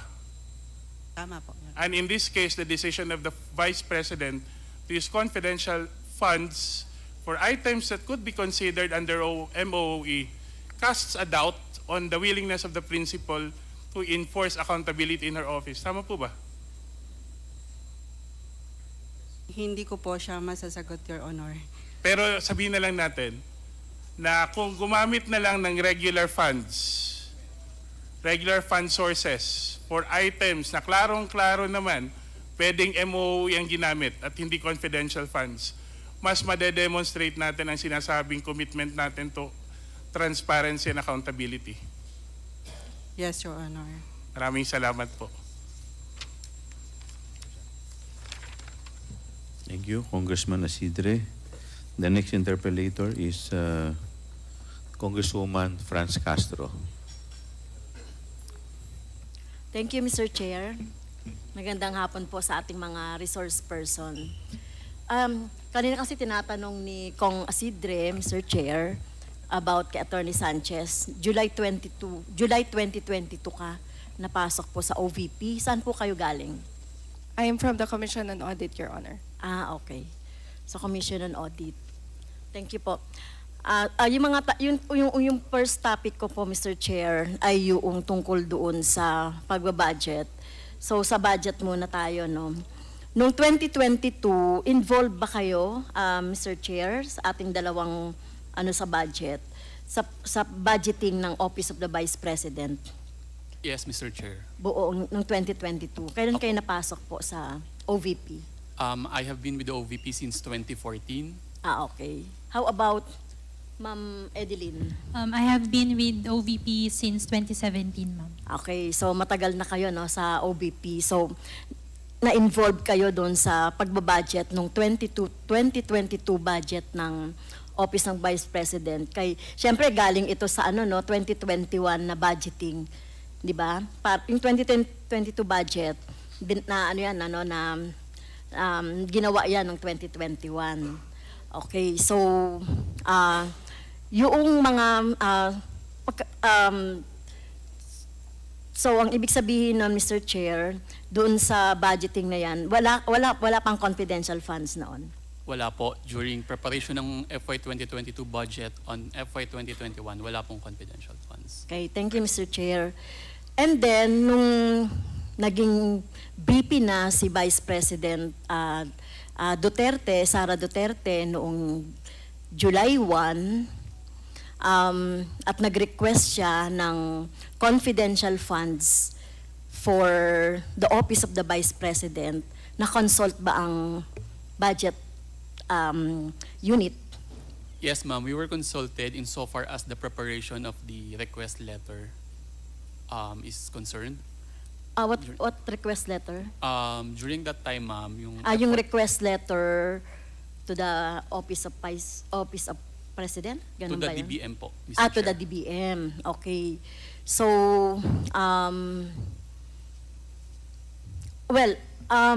doon po sa preparation ng letters, so syempre, nag-request ng budget, 125 for confidential funds.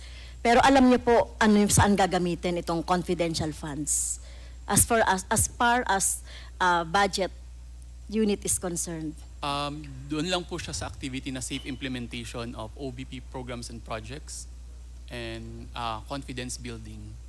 Pero that time, ano po ba yung mga nakalagay doon sa sulat? Kasi nakita ko naman yung sulat ng request ng Office of the Vice President to the DBM, yung request ng budget for 125, yung attached. Ano-ano nga yung mga activities na yon? Can you enumerate, Mr. Chair? Wala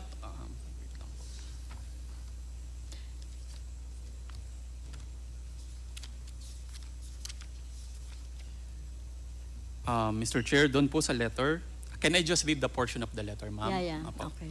Confidential funds for and in consideration of the safe implementation of the various projects and activities under the Good Governance Program and the conduct of official engagements and functional representation in international and domestic events as instructed by the President, the CF amount of 250 million is hereby requested. Yeah, yung 250 million ang request, pero ang nag-grant ay 125. That's correct po, Mr. Chair. Yes. Okay. Pero yung mga, Mr. Chair, yung mga projects and programs na yon under yung 125 million, mga project pa ito which was conceptualized during the Vice President Robredo, right? O meron siyang ipinasa si Vice President Duterte na iba pang mga programs that would cover yung confidential funds? Insofar as the projects, ma'am, I think I would say the projects of the then Vice President and the new Vice President during that time is almost similar. These are all social services, medical and burial, the livelihood, the disaster operations, and the likes. Yes. Okay. So ibig sabihin, wala siyang idinagdag na programs aside from doon sa which was budgeted during the time ng 2021. Yes, and as far as I recall, ma'am, wala namang pong unique or kakaiba na ginawa during the second period of 2022. Yes. So, Mr. Chair, ang sunod na tanong ko, di ba kayo nagtaka? Kasi during the stint of the Vice President Robredo, wala siyang confidential funds in implementing the various projects, no? Pero ito, last quarter na lang ay nag-request pa ng confidential funds.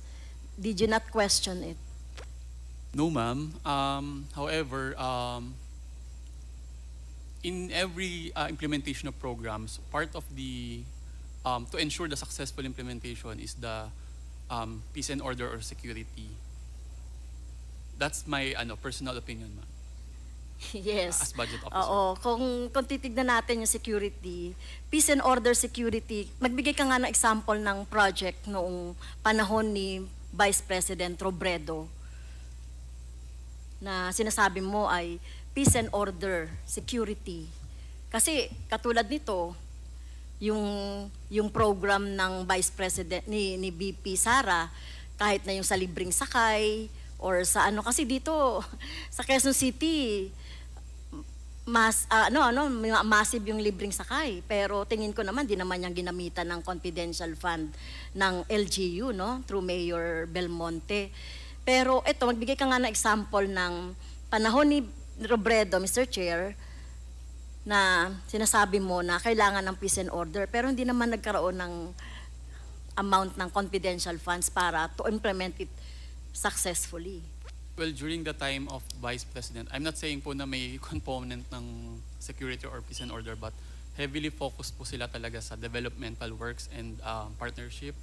Hence, nagkaroon po nung COVID operation at the latter part of her term po. Yes, okay. Tama. And syempre, alam naman natin yung confidential funds, di ba? It's a fund na pag-gather ng mga confidential information, di ba? Kung may sakali, tsaka kung sakaling may problema sa security and others. Pero kung titignan natin, Mr. Chair, malaking kaibahan talaga, no? Na kung sakaling, kumbaga, etong panahon ni Presidente, Vice President Duterte, Sara Duterte, may ganito kalaki, no, na confidential funds na ginamit dun sa program. So would you know, ano kaya yung, ano-ano mga programs dito, o lahat ba ng programs ng OVP nung panahon ni Sara Duterte, dun sa 125, anong mga programs doon yung ginamitan ng confidential funds? Kasi sinasabi mo, Mr. Chair, sinasabi ng ating resource person na parehas lang naman, no? Kung ano yung project ni Vice President Robredo noong 2022, yun din naman yung ipinatupad ni Sara Duterte. So, ano-ano dito yung mga programs na ginamitan ng security and... Apologies, Mr. Chair, but I have no knowledge po on the utilization of the confidential fund. Well, I beg to disagree, Mr. Chair. Hindi ko tinatanggap yung sagot. Kasi budget officer ka, nag-request kayo ng letter for 250 million confidential funds, 125 yung ginrant, Mr. Chair. Pero dapat ang budget, alam nyo kung saan niya gagamitin yung 125. Kasi, Mr. Chair, talagang dito kasi, nung nagkaroon na ng audit, di ba, dinis-allow yung 73 million. So, dapat ini-insure ng budget na yung mga paggagamitan nito ay itemized at alam nyo kung saan gagamitin. So don't you think you are accountable to this? Kasi parang pinabayaan nyo lang na mag-budget ng 125 na hindi nyo naman alam saan gagamitin yan. Kasi reward payment, 10 million, disallowed.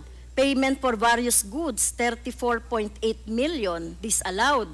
Payment for reward and medicine, 24.9 million, disallowed.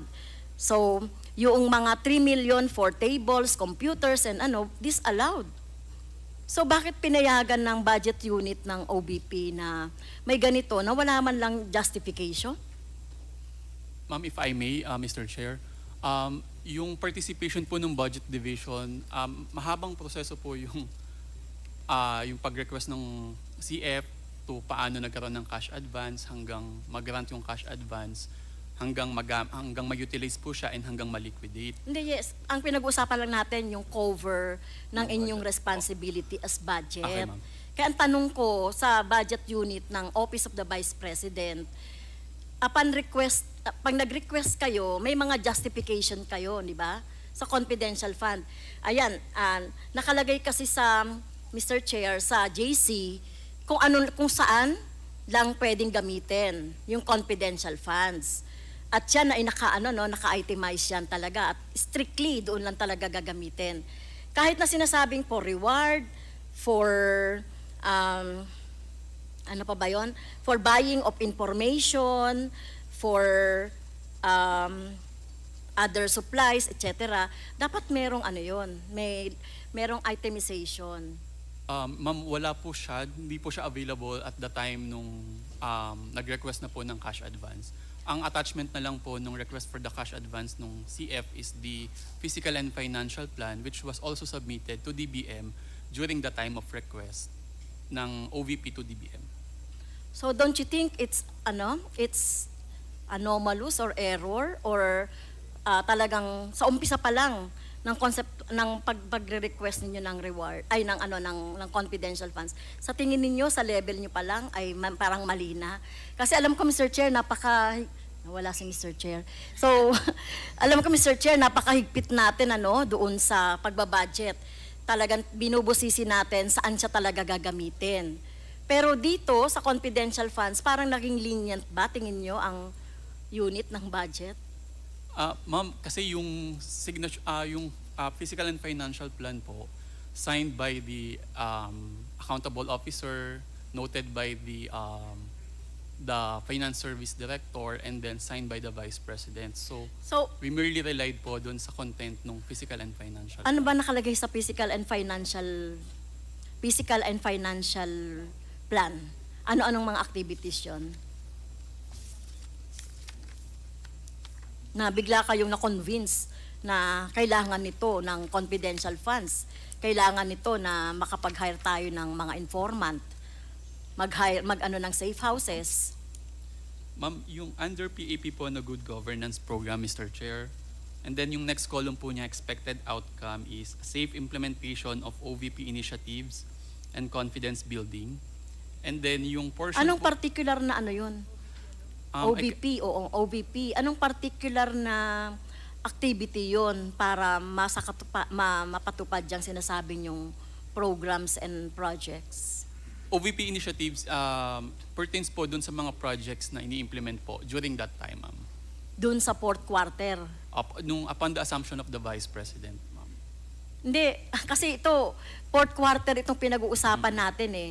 Anong mga programs ng OVP, Mr. Chair, yung tinutukoy na magwawarrant ng 125 million na confidential funds? Ano-ano to? Based on the PFP, ma'am, the Physical and Financial Plan, it's only the Good Governance Program.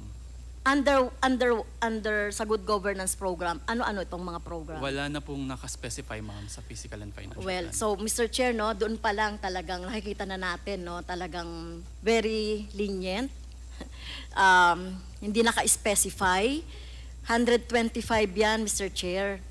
So hindi ba na-realize ng office yung unit ng budget na napakalaking halaga? Don't you think you are accountable dito? Kasi, Mr. Chair, dahil meron ng notice of disallowances, don't you think you are accountable to this? Kung sakali na hindi ito ma-justify, at ito nga nakikita na natin yung mga misuse nito, don't you think, Mr. Kevin, you are accountable to this? Kasi part ka nung nagpirma dun sa mga budget na yan. Tsaka based po dun sa joint circular, the accountability of accountable officer would depend dun sa degree of participation. Yeah. Okay. So, ikaw, tingin mo ba may accountability ka rito? Well, ma'am, as a budget officer, yung pinirmahan ko po is, na sinecertify ko po na may allotment na na-receive ang OVP insofar as confidential expense is concerned, ma'am. Which na-release naman po yung SARO. So that's my basis po to sign na may... How about yung accountability mo nung hindi mo ginamit yung iyong, alam ang tawag dito, yung discernment or yung inyong pag-analyze saan gagamitin ito. Kasi doon pa lang talaga magsisimula yung pag-grant. Otherwise, hindi na-grant ito kung nabusisi mo ng husto o nabusisi ng husto ng budget unit ng OVP ang paggagamitan nito. Remember 11 days lang ito na na-implement itong mga programs na ito. 105 activities, nakalagay dito, na inatinan mismo ng Vice President. Ano-ano itong mga 105 activities na nakalagay diyan? Nakita mo ba to, yung 105 activities, saan-saan? No, Mr. Chair. Paano? O, di ba? So talagang tingin ko Mr. Chair, meron ding pananagutan dito yung budget unit dahil sa pag-approve o yung pag-certify na merong budget na request sa kung saan man yan na request sa Office of the President, etc. Okay, next Mr. Chair, thank you Sir Kevin. Dito po Mr. Chair sa notice of disallowance, naka-attention po dito, Mr. Chair, si Ma'am Julieta Villa del Rey. Tama po ba? Nakita niyo po ba itong August 8, 2024 na ND? Yes, Your Honor. Yes. So, as a chief accountant, ano po yung papel ninyo po sa confidential funds? As Chief Accountant, Your Honor, I ensure in the processing of issuance of cash advance, and I ensure that it is covered by allotment, it is covered by approved banding. There is a special order that designating the special disbursing officer. I think So, that's all. okay, dito kasi, dito kasi Mr. Chair, sa notice of disallowance, na may attention si si Chief Accountant Villa Del Rey, you were asked, you were directed by the COA, since you are liable to nakalagay kasi dito, no, may I read, please direct the aforementioned persons liable to settle immediately the said disallowance. Audit disallowances not appealed within 6 months from the receipt thereof shall become the final executory as prescribed under Section 48 and 51 of PD 1445. So, naintindihan niyo po ba yung last sentence dito, Mr. Chair? Since kasama kayo, no, sa mga persons responsible, aside from Vice President Duterte, si Gina Acosta, at unfortunately, Mr. Chair, si Ma'am Villa Del Rey as Chief Accountant, no, for 34 years, tama ba? Chief Accountant po kayo ng for 34 years in the public service. So kung ito po ay talagang mapapind out natin at magkaroon ng in the proper forum pa, so handa ba kayo, Mr. Chair, na maging responsible dito sa 125 million just in case, no, na hindi talaga ito ma-justify. At tingin natin nagkaroon ng misuse ng fund dito sa confidential funds. Handa ka ba, Mr. Chair? Depending on my participation, Your Honor, on the concern subject of the disallowance. Yes, oo, kasi kasama ka dito no. Malaki yung papel, Mr. Chair, ni Miss Villa Del Rey. At ano ba tingin mo yung pwedeng maging parusa po dito, Mr. Chair, as an accountable officer to this? Your Honor, may I reiterate na ang aking pong participation is for the issuance of cash advance. When it comes to utilization and disbursement, it is the sole responsibility of the special disbursing officer. Yes, oo, pero nakalagay dito, so sa liquidation ba, part ka rin nung pagli-liquidate? Kasi inuutusan din kayo dito ng COA, di ba? To liquidate it for the last 6 months. So ibig sabihin nun, ang participation mo, although ini-insure mo, ito ay merong, as you mentioned earlier, pero di ba dapat ini-insure mo rin na yung paggagamitan ng pera ay tama? Your Honor, ang taking up po ng liquidation sa books of accounts is based solely sa receipt transmittal, stamp receive ng ICPAW doon sa transmittal letter ng mga liquidation documents. Okay. So, tingin mo wala kang pananagutan dito sa pondo na ito, just in case na magkaroon ng mga kaso or... Personally, Your Honor, none. So personally, wala kang pananagutan dito? Yes, Your Honor. Well, I tingin ko meron. No? Okay, so di na tayo magpapalawig doon. Mr. Chair,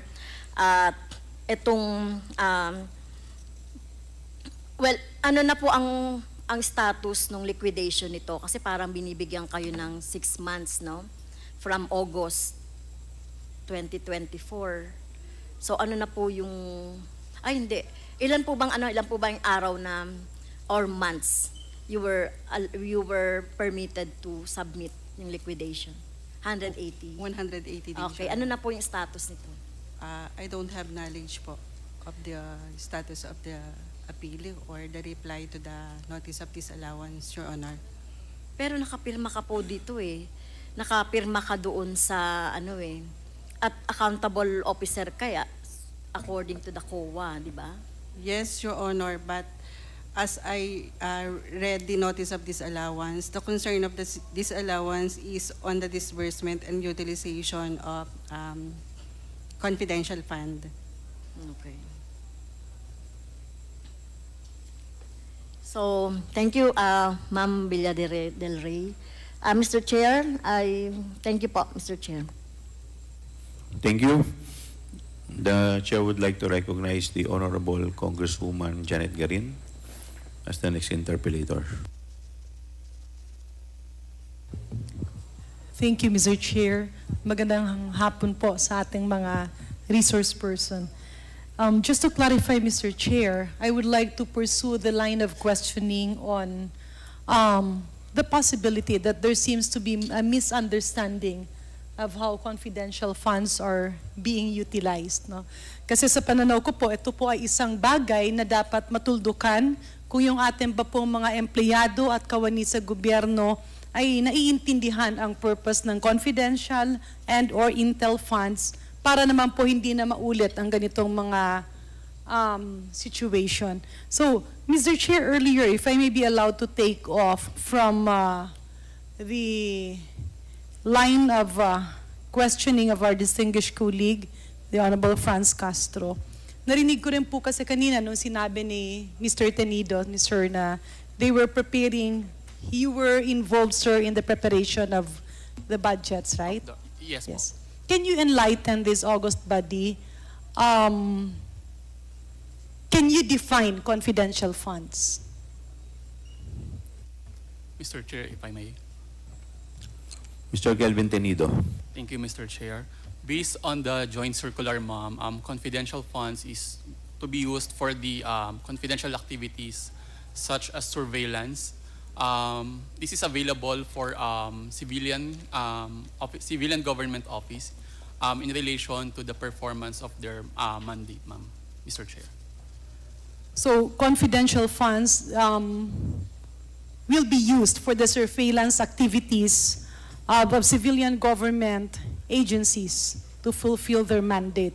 And when we talk about activities, surveillance activities in relation to confidential funds, does this refer to the regular programs of the agency concerned, or does this refer to programs related to insurgency and other threats to national security? It's in relation, ma'am, with the mandate of the office, ma'am. In relation to the mandate of the office. Yes, ma'am. And in this case, we're referring to the office of the Vice President or DepEd? Office of the Vice President, Mr. Chair. So which specific mandate, alin po doon sa mandato ng Office ng Vice President ang nangangailangan ng pondo ng confidential funds? In case of OVP, it is really the operations, the general operations of the OVP, and with the. Can you Sorry. put the microphone nearer po? In case of OVP, this is for the operations of the projects and activities of the OVP. The entirety of the. So how do you differentiate, Mr. Chair, yung pondo for the regular programs of the OVP vis-a-vis the confidential funds? Confidential fund or confidential expenses, as they labeled it as in the GAA, is part of the overall budget of the OVP. The confidential expense or the confidential fund is not a separate item on top of the either good governance or socio-economic program delivery. It is within that program, ma'am. So, Mr. Chair, distinguished colleagues, ang pagkaintindi ko, ang sinasabi po ni Mr. Tenido, itong budget is the regular budget, and ito namang confidential fund is another budget that seems to be an augmentation of the agency budget. Yan po ang pagkaintindi niya, sir. Can you repeat, Mr. Chair? Sorry. Ang pagkaintindi ko po, Mr. Chairman, dun sa sagot ni Mr. Tenido, yung confidential funds appears to be an augmentation of the existing funds of the department concerned or the office concerned? I can't really say that it is a augmentation, but it's part of the budget, agency-specific budget of one office. So, Mr. Chair, I believe this is where the problem lies. Kasi tila, pasensya na po, no? Tila hindi naiintindihan nung mga naghahawak ng pondo kung para saan ang confidential funds. I really didn't want to ask questions. Pero kanina ko pa kasi naririnig, Mr. Chair, paulit-ulit, tila umiikot po tayo, hindi natutuldukan. Either there is an intention to deviate from what should be discussed, either that is unintentional or intentional. Kasi sa pagkakaintindi ko at sa sinabi naman inamin ni Mr. Tenido, ang confidential funds ay ginagamit for surveillance activities of civilian government agencies. And that is different from intel funds because it's the same thing, surveillance activities for military personnel and intel practitioners. Parang ganun po. In other words, ang confidential fund ay gagamitin mo sa surveillance activities ng opisina kaakibat sa mga programa in relation to either terrorism and other activities that pertains to threats to national security. Can you confirm this, Mr. Tenido? Yes, Mr. Chair, I confirm. So, kinukumpirma niyo po ang sinasabi ko. Ulitin ko lang, Mr. Chair, no? So that we will be on the same road path. Yes, please continue. Okay. Linawin natin. Kasi kanina tila ang mga napag-uusapan, yung confidential funds ay pondo sa Departamento ng Office of the Vice President and other civilian agencies that is dealing with specific programs and projects. Pero tila ang nakakalimutan, this is in relation to activities that pertains to either insurgency and other threats to national security. Do you confirm that, sir?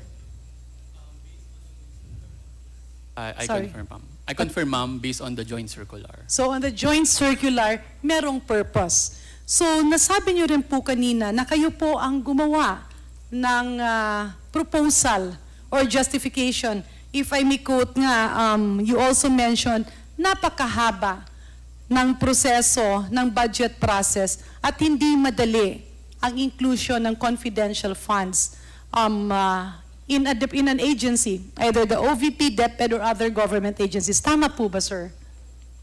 Yes, ma'am. Yes, Mr. Chair. Okay. When you proposed the budget of confidential funds item in the Office of the Vice President, ano po ang specific programs and activities?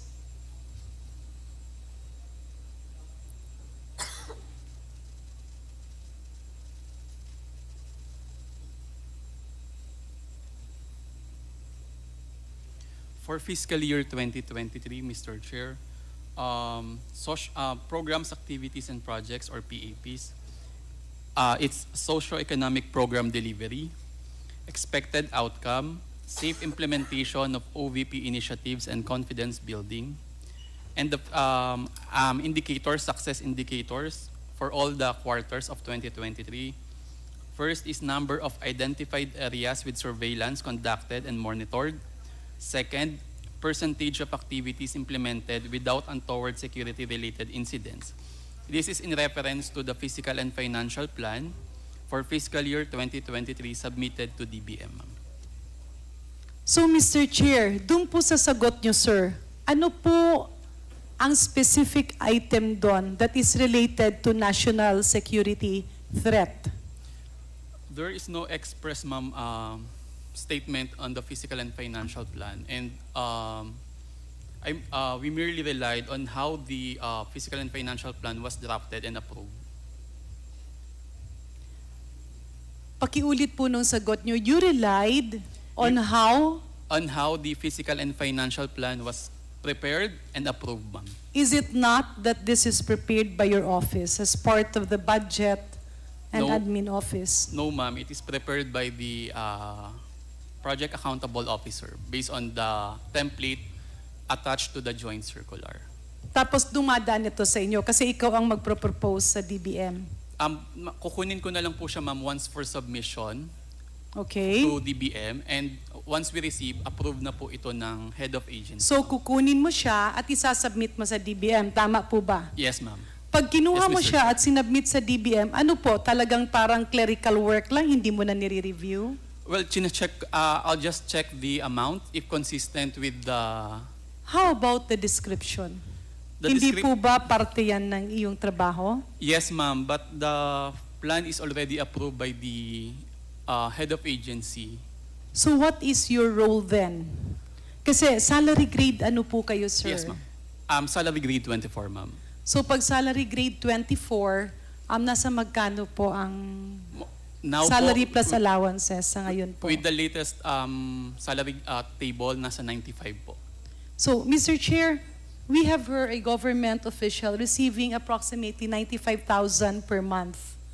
At ang naririnig ko sa sinasabi po ni Mr. Tenido, tinatanggap niya ang papel at pinapasa sa DBM. May we remind our good resource person, pasensya na po, with position and with responsibility comes accountability. So I cannot accept the reason na tinanggap mo lang tapos pinasa mo sa DBM kasi deemed approved na siya. Because if you look at the purposes that were being mentioned, I cannot pinpoint even in the slightest idea the link between national security threat and the PAPs that was mentioned by the Honorable Tenido.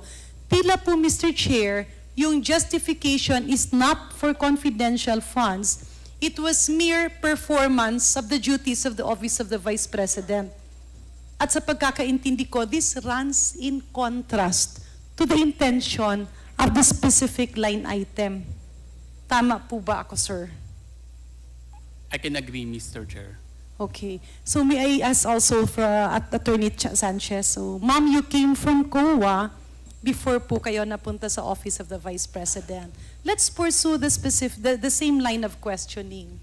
Pag meron pong confidential fund, ang confidential fund by the joint circular is defined as funds, it's to fund surveillance activities for anti-terrorism, drugs, or other situations where there is national security threat. And this is performed by civilian agencies. Okay. Coming from the Commission on Audit, kung tanggalin po natin yung iyong position in the Office of the Vice President, when an agency requests for funds from the national coffers of our government, hindi po ba ay merong specific na paggagamitan ito? Yes, Your Honor. For the regular fund, it is required to be very specific, Your Honor. Okay. Kapag gumamit ka ng confidential fund, magkaiba ba ito sa pinagagamitan sa regular activities ng opisinang pinanunungkulan nyo? Your Honor, it should be different from the regular activities because that is the reason why it has to be separate fund, Your Honor. Okay. And in this case, Your Honor, Mr. Chair, and the Honorable Resource Person, kay Attorney Sanchez, nagawa po ba yun o hindi? Your Honor, as to the budgeting, Your Honor, based on what was submitted, it is different from the regular programs and projects of the Ano OVP. po ang difference, ma'am? Because I was hearing earlier, it pertains to, if, Mr. Chair, can we request Mr. Tenido to reiterate his earlier statement? My understanding earlier was that you mentioned that when you submit and requested for funding under confidential funds, it was for the purpose of the Vice President being able to accomplish her duties and mandate. Yes, Madam Chair, Mr. So, Chair. what specific mandate are we referring to? This is the operations of the OVP, ma'am. Which specific operational item? I mean, which specific yes. activity? Kasi if we say operations of the Vice President's office, it can actually refer to all the tasks that she performs together with the President. It's quite vague. Sa pananaw niyo po ba, pag pinapadala niyo sa DBM yun, ina-approve or hinahanapan kayo ng specifics? Can you repeat, Mr. Chair? I'm sorry. Kapag kayo ay nagre-request ng pondo sa DBM, hinahanapan ba kayo ng specifics or details or hindi? Yes, there are instances po that the DBM request for additional documents, additional details. Okay. In this case, ano po ang naging justification? I mean, Mr. Chair, just for the record, I'm not saying that it's disallowed. I'm just pointing to the fact na kaya tayo nagkakagulo at nalilito lahat kasi apparently it seems that some officials in the particular office are not aware of how they should use or utilize confidential funds, nor are they aware of the difference between confidential funds and or regular funds of the agency or MOOE. So pwede po ba tayong maliwanagan doon? During the request, ma'am, nag-reply lang po ang DBM with our request to submit a physical and financial plan. The request was submitted on What was contained in your submission? the one I read earlier, ma'am, the Confidence building. yes, ma'am. Yeah. So Mr. Chair, Your Honors, medyo nagugulat po ako kasi pasensya na po sir, I don't want to mean any harm. But I think this should be corrected. Kasi you requested, let's say, 500 million confidential funds. And the purpose is confidence building. Ano po ba yun? Kasi naririnig ko po yung confidence building, Mr. Chair, kapag kakandidato ka sa Miss Universe, yung mga pageant, di ba parang nagtitrain tayo para maging confident sila sa paglakad, sa pagsagot. So, if it is in relation to confidence building in the office of the Vice President, how do we link this to threats on national security? So much so, nagagastos tayo ng 500 milyon para sa confidence building. Kaninong confidence po ang binibuild up? Sino-sino po ang nagiging participants nito? Ano po ang naging outcome? Naging mas magaling ba yung ating mga empleyado na nag-underwent ng confidence building? Ano ang naging kakayahan nila ikumpara nung kapanahunan na wala pang pondong ganito? Mr. Chair, for the time at the time of the request, the indicators reflected in the physical and financial plan are the number of identified areas with surveillance conducted and monitored. And then the second one is the percent of activities implemented without untoward security-related incidents, ma'am. This is all in relation to the OVP's activities for all and in all satellite offices, ma'am. Kaya nga, Mr. Chair, if I may, Mr. Chair, bumalik po tayo, sir, doon sa para saan po ba ang confidential funds? Ang confidential funds ay para sa mga activities kung saan binabantayan natin ang kapakanan ng taong bayan against national security threats, kagaya ng terorismo, droga, outbreaks, pandemics. Tama po ba, sir? I agree, Mr. Chair. Okay. And in this case, ang sabi ngo niya is confidence building in targeted areas with no untoward incidents. Pasensya na po, sir, kasi masyado pong vague Yes, ma'am. ang sagot nyo. And this vagueness can be interpreted, Mr. Chair, in two possibilities. One is that you are avoiding answering the question, or two, possibly talagang may misunderstanding on how confidential funds should be utilized. And that is why we are in this mess now. Okay, ma'am. So alin po doon ang sinasabi niyong, you mentioned about no untoward events or incidents. Ano pong untoward incidents ang hinahanap natin sa satellite offices na hindi dapat mangyari, na na-curtail or na-prevent ng confidential funds? I cannot give a definite statement, ma'am, because I just relied with the physical and financial plan, and I cannot interpret it in such a way na. But Mr. Chair, Your Honor, kayo po ang nagsasubmit sa DBM. Kung ako po ang official na magsasubmit sa DBM, hindi po ba pag-submit ko noon ay nakasaad doon ang mga activities na gagawin At ano ang objective? Di ba para anong tawag doon? PAP?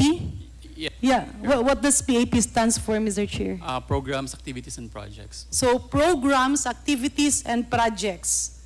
Kunyari, yung programs, activities, and projects mo doon is counter-insurgency, anti-drug abuse, prevention of outbreaks, epidemics, and pandemics. Tapos yung pondo, 500 billion.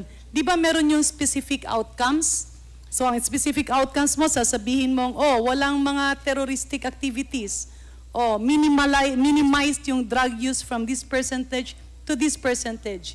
Merong nagkasakit pero naagapan, hindi nagka-outbreak. Tama po ba, Mr. Chair, Your Honors? Tama, Mr. Chair. So ang tinatanong ko, in the case of the Office of the Vice President, and again, this should be required in all other offices, Mr. Chair, in aid of legislation, alin po doon sa sinasabi nyo ang ganitong pangyayari? Because this is 500 million. Mr. Chair, yes, Mr. Chair.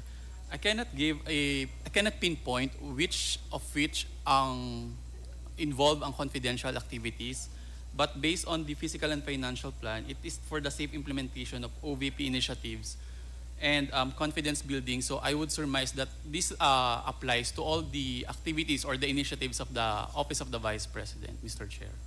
So, Mr. Chair, may we request Mr. Tenido kindly define confidence building? In my personal, or on how it was As used. Ma'am, iano lang po kami, isingit lang ako. Bago po ninyo sagutin yan, gusto ko lang pong malaman, tinanggap po ng DBM yung justification ninyo? Yes, sir. After we submit the physical and financial plan, there were no additional comments or additional details that they required for us to submit. Mr. Chair, just to add on to Yes, that, please. my understanding is that if an agency submits to DBM, may mga attachments po yun. The mere fact that it refers or pertains to confidential funds, it goes with it without saying that this should be compliant with the joint circular on the utilization of confidential and intel funds. Kaya po yung mga activities na nakasaad doon, yung implementation of OVP initiatives and confidence building should be aligned with the joint circular. Ibig sabihin, yung OVP initiatives nito, kagaya niyang active surveillance ng mga sakit para walang pandemic, or active surveillance ng mga drug pushers sa mga lugar na yon, then these are the activities that we are seeing. But it just confuses me, nalilibog ako, Mr. Chair, kasi malilito ka talaga dahil, ang problema kasi, malilito ka dahil hindi naiintindihan ng mga nagpapatakbo ng Office of the Vice President the difference between regular activities and activities in relation to national security threats. Let's say if we say confidence building, whose confidence are you building? I cannot interpret on how it was reflected in the physical and the financial plan. Because this But was... you submitted this to DBM, so alam nyo supposedly, or let's say, sabihin na natin, dun sa mga activities na ginawa nyo, or on a personal note, and maybe we can also ask Attorney Sanchez because you came from COA. So if it's about handling activities in the satellite office, although Mr. Chair, for the record, I do not have objections in the satellite office. The more government offices that we have that can cater to direct services to the people, the better. However, if we are going to use, let's say kung meron tayong social services, burial expenses, food aid, medical aid, kailangan naman talaga ng taong bayan yan. But the problem is that if we're going to use confidential funds for this, the fear of duplication is there. Kaya nga bumabalik tayo, saan ginamit yung pera? Kasi pag confidence building, Mr. Chair, kunyari, sasabihan mo ako, payat ka. Although alam ko namang mataba ako, ang feeling ko talagang totoong payat siguro ako. But will that have an impact on national security threats? Or is it confidence na sabihin natin, trinain mo yung mga tao para pag nag-gather sila ng information, alam nila na tama yung impormasyong nakukuha nila. But it leads us to another question. How can you gather information if these activities were confined in a satellite office or a mere office, or if it was in relation to distribution of food assistance? In other words, I cannot comprehend, ni hindi ko matuhog at maintindihan yung relationship ng purpose. Para saan ba ang perang ito? Ano ba ang pinagkagastusan? Aligned ba sila? Or is this a case of technical malversation? Yan lang po, Mr. Chair, ang gusto nating maliwanagan because this has to be corrected. So may we ask, I think Attorney Sanchez was raising her hand. Yes, Mr. Chair. May I Attorney be Sanchez, recognized? you're recognized. Thank you, Mr. Chair. Your Honors, my understanding of the term confidence building as used in the fiscal and financial plan is that the office intends to build the public trust in the government. So we need to make sure that the services of the OVP reach the public. That's why it is for the safe and successful implementation of OVP programs and services. So, Mr. Chair, pasensya na po, pero mas lalo akong nininervyos sa mga sagot ni Attorney Sanchez. What you are saying is correct in terms of performing the duties of the Vice President, and this can be given even augmentation funds. But what is its relation to confidential funds that is related to national security threats? Mr. Chair, my understanding is that the use of the actual fund should be limited with what are provided in the joint circular. And what are the So, items provided in the joint circular? that Please would- read the specific section, Yes, Mr. Chair, Attorney So, Sanchez. For under item 4.8, the confidential fund shall be used only for the following confidential expenses. Under 4.8.1, that would be purchase of information necessary for the formulation and implementation of program, activities, and projects relevant to the national security and peace and order. Under 4.8.2, rental of transport vehicle related to confidential activities. 4.8.3, rentals and the incidental expenses related to the maintenance of safe houses. 4.8.4, purchase or rental of supplies, materials, and equipment for confidential operations that can not be done through regular procedures without compromising the information gathering activity concerned. 4.8.5, payment of rewards to informers for non-employees of concerned government agencies, subject to the following conditions. The first one is approval by the head of agency in the case of LGUs and national government agencies. So in other words, Attorney Sanchez, yung binasa mo, yan ang purpose ng confidential funds. Tama? Yes, among How two can you others. relate that to confidence building and making the office of the Vice President effective? So under 4.8.1, Mr. Chair, it is allowed to purchase information to be able to formulate and implement programs, Okay. activities, Madam, and Mr. Chair, projects. dagdagan ko lang, okay lang po ba? Kapag merong confidence building, are you saying that this is synonymous to purchase of confidential information? Not necessarily, Mr. Chair. It's, I believe, Mr. Chair, it's answerable by yes or no. What do you mean by not necessarily? Because there are also other uses, Mr. Chair. Simplin lang po natin.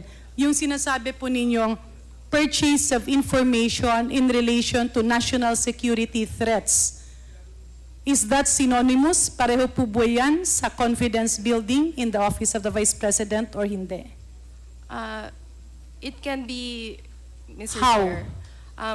If the information that was purchased will be used to So how develop do you programs- purchase information when you do confidence building activities, Mr. Chair? Mr. Chair, the information is purchased to be able to craft programs which would Mr. be... Chair, apologies, but I believe Attorney Sanchez is not answering my question. Napakasimple po ng tanong ko. Ang sinabi niyo po kanina, karamihan ng 500 million ay ginamit niyo sa confidence building. I do not have any objection to that. But my question is very specific. Yung confidence building na yun, paano yon naging payment of rewards, gathering of purchase of information, and safe houses? Ano po ang relasyon nung dalawa? Ibig natin sabihin, itong bote, nilagyan ng tubig. So itong tubig, paano siya may lalagay sa bote?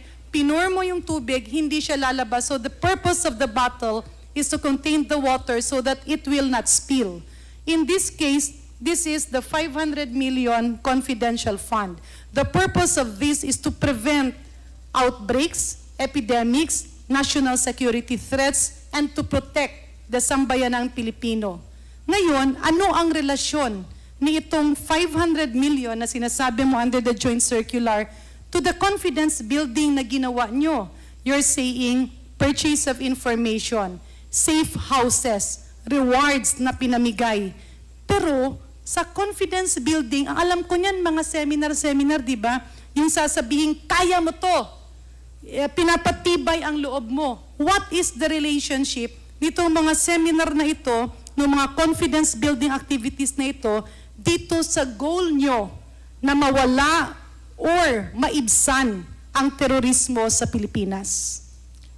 Your Honor, as planned, the confidence building would entail that the projects and programs of the OVP are safely and successfully implemented.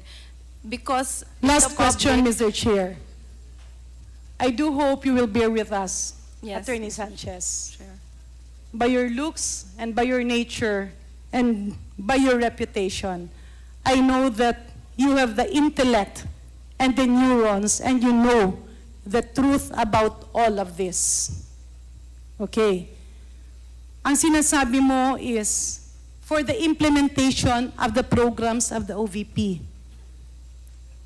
Are you not referring to the regular budget and not the confidential budget? No. And what differentiates that from each other? Mr. Chair, no, I am not referring to the regular budget. Anong diferensya nung, kasi di ba sinasabi mo, para ma-implement, gumamit tayo ng ibang opisina, gamitin natin yung Department of Social Welfare and Development. Ano ba ang mandato ng DSWD para maalagaan yung mga Pilipino sa panahon ng kalamidad? Para maibsan yung gutom, para maiyahon yung mga hirap at umangat sa buhay. Am I correct? Yes. But if they will be given confidential funds, will that be tantamount to accomplishing those programs or objectives? Or is it tantamount to saying, meron silang confidential fund kasi habang tinutulungan nila yung mga mahihirap, minamarapat rin nila na walang mga drugs na umiikot doon, walang mga sakit na pwedeng maging pandemic doon, or walang mga tao doon na rini-recruit na para sa mga illegal and terrorism activities. Tama po ba? Sorry, may I be clarified about the question, Your Honor? Napakasimple po nung sinabi ko. Ito ang DSW, let's say, ito yung DSWD. Ang mandato nila, mamigay ng tulong kapag may kalamidad. Tulungan yung mga mahihirap na merong pangkabuhayan. Iangat sila sa antas ng pamumuhay. That is their regular budget. Tama? Yes. Pag meron siyang confidential fund, dahil ang confidential fund is for the purpose of countering terrorism, preventing threats to national security like outbreaks, pandemics, and even drugs, gagamitin nila yan, siguro kung ando doon sila tinutulungan yung mga mahihirap, na magkaroon din ng information kung sino doon yung mga nagsusupply ng drugs. Or, iso-surveillance naman nila in terms of disease surveillance kasi baka dumarami yan at maging outbreak. Tama po ba? Yes. Now, kanina ko papaulit-ulit na naririnig sa inyo to perform the mandate of the Office of the Vice President, to be able to perform the initiatives and confidence building of the Office of the Vice President. What is the difference in that objective that is different from the utilization of the confidential fund? Your Honor, the objective may be the same, but the specific items intended to be spent on would be different, Your So Honor. sabihin na lang natin, can you categorically point to us what specific OVP mandate are you referring to or OVP initiative? Your Honor, as planned, it would pertain to all OVP. So lahat ng programs. OVP activities is related to counterterrorism? Your Honor, that can be related, Your Honor. Please be specific. Uh, Alin doon? Your Honor, again, the plan is very general, but in terms of the specific or actual Hindi, kaya nga, uses- give us one example. Pasensya na ha, kasi hindi ko rin talaga memorize. Can you explain, can you give us the mandate of the Office of the Vice President? The mandate, essentially, Your Honor, is to provide socioeconomic services to the people, Your Honor. So which in the actions in providing socioeconomic services can a national threat happen? Saan, kailan, at paano nagiging national threat sa taong bayan ang trabaho ng OVP? Your Honor, it can also be in the engagements of the Vice President, Your Honor. But for the specific projects, for example, Your Honor, when we conduct distributions for our projects and in some So when you areas- conduct distribution, kunyari may namatay, pag nagbigay ka ng abuloy, tinatanong mo rin yung namatay, o meron ba ditong drug pusher? Ganun po? I have no knowledge, Your Honor, on the specific or the actual use, Your Honor, but it can be, it can also be, Your Honor, part of it. So pag nagbibigay ka ng abuloy, sasabihin mo, oh, condolence po. So sino po dito sa palibot nyo ang nagsusupply ng drugs? Parang ganun po? Your Honor, with regard to the regular fund of the OVP, No, we're not talking about the regular fund. We're talking about the confidential fund. that is possible, Your Honor. Talaga namang, yeah. So, and then when you provide food aid and medical aid, so this is in the interior areas Your Honor, or in the offices. I am not aware of the actual utilization, Your Honor. And napansin ko na lang din, in all the quarterly utilization, it pertains to all the same items. Purchase of information, payment of reward. So every quarter, meron kayong binibigyan ng reward. I have no personal knowledge, Your Honor. Who can answer that in your team, among the resource persons here? I don't think there is anyone from us who can answer, Your Honor. What is the process? When you release funds, di ba before mo sundan yon ng, it's cash advance, tama po ba? So Yes. nagbigay ka ng cash advance, before mo isunod, sisiguraduhin mong na-liquidate or natapos na yung... So can you give a reward kung wala ka namang parameters by which a reward can be given? Based So on tanungin kita, kunyari ikaw yung head ng office, meron kang reward na ipamimigay, pero wala ka namang parameters. based on the joint circular, Your Honor. No, there not should based on be- the joint circular. I'm asking you directly, as a head of a certain office. Pag magbigay ka ng reward, ibig ba sabihin noon ay meron kang parameters? Let's say example, magbibigay ka ng reward sa mga estudyante. E titingnan mo ba doon, walang absence sa school, ito yung grade na na-attain, tama po ba? Yes, So in Your this case, meron kayong parameters kung paano magbigay ng reward, tama po ba? I am not aware, Your Honor. But then, how can you say that you are giving out rewards every now and then? Kasi yun ang naging justification nyo. Safe houses, how do you define safe houses, Your Honors? Your Honors, based on the actual utilization, Your Honor, I cannot... On your personal knowledge as a lawyer. Your Honor, safe houses are places wherein you could house your informants or people who would need protection, Your Honor.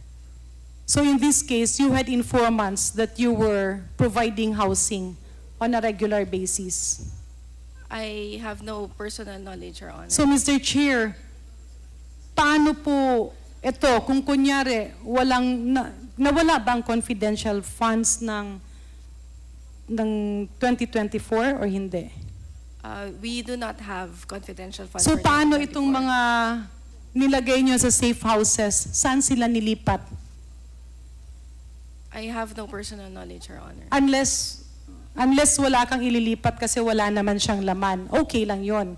Kunyari, may mga safe houses, nag-rent kayo ng maraming safe houses, pero walang laman. Kung nawala ang pondo, okay lang yon kasi wala namang laman, Mr. Chair. Pero kung merong laman, syempre, kailangan nyo silang ilipat, di po ba? That would be a fair assumption, Your Honor. Yeah, so Mr. Chair, pasensya na po, no, medyo humaba-haba lang because I'm really bothered by the fact that we have not ordinary employees, government officials who are supposed to be qualified, but there seems to be amnesia in recalling or defining the difference between a regular budget and confidential funds. And mas nakakabahala po, Mr. Chair, if pag-uusapan natin ang confidence building, if this is confidence building among our athletes or among our Miss Universe contestants, okay po yan. Pero hindi ko pa rin po talaga matuhog ang confidence building vis-a-vis spending 500 million pesos. So with that, Mr. Chair, I hope that as we move forward, the committee can recommend initiatives by which people in these offices will be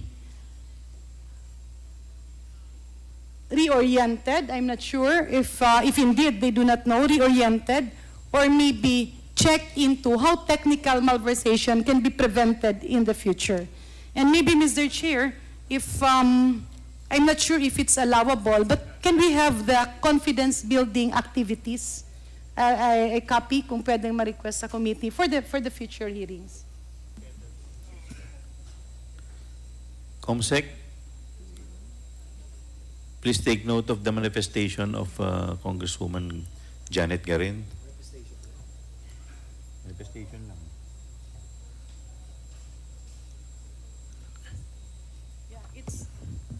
Mr. Chair, it's a request para lang po maliwanagan tayo kasi baka I'm requesting if it's possible what kind of confidence building activities led to the disbursement of the confidential funds kasi baka naman We will try to write the Office of the Vice President inquiring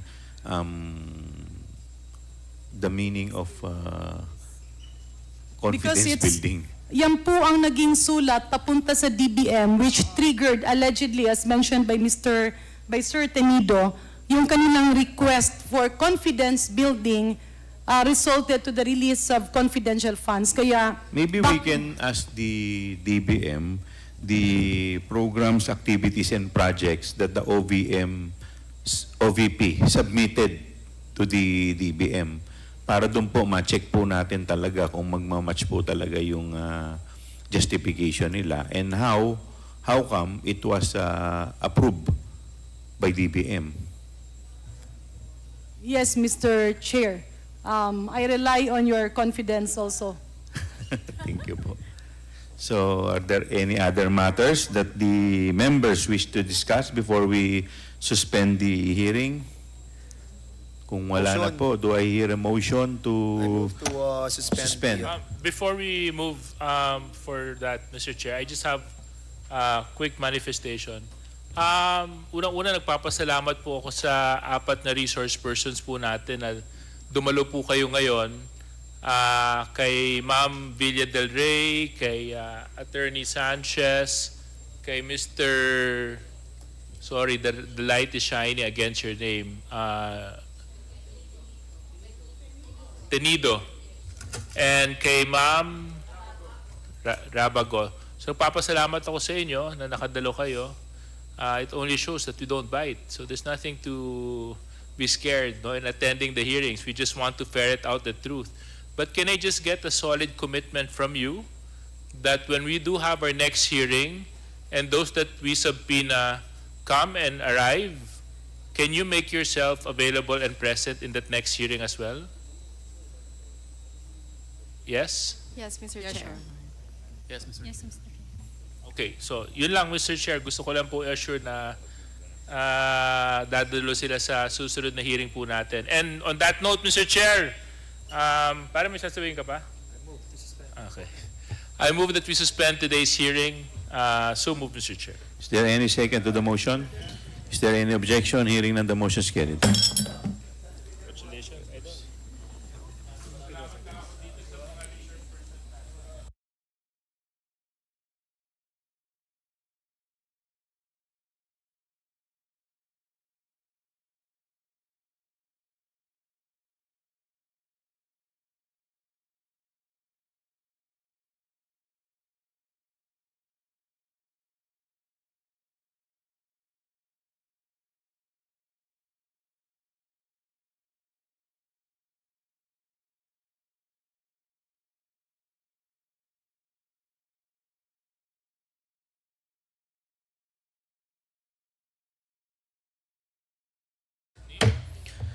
May I request the Honorable Jude Asidre for the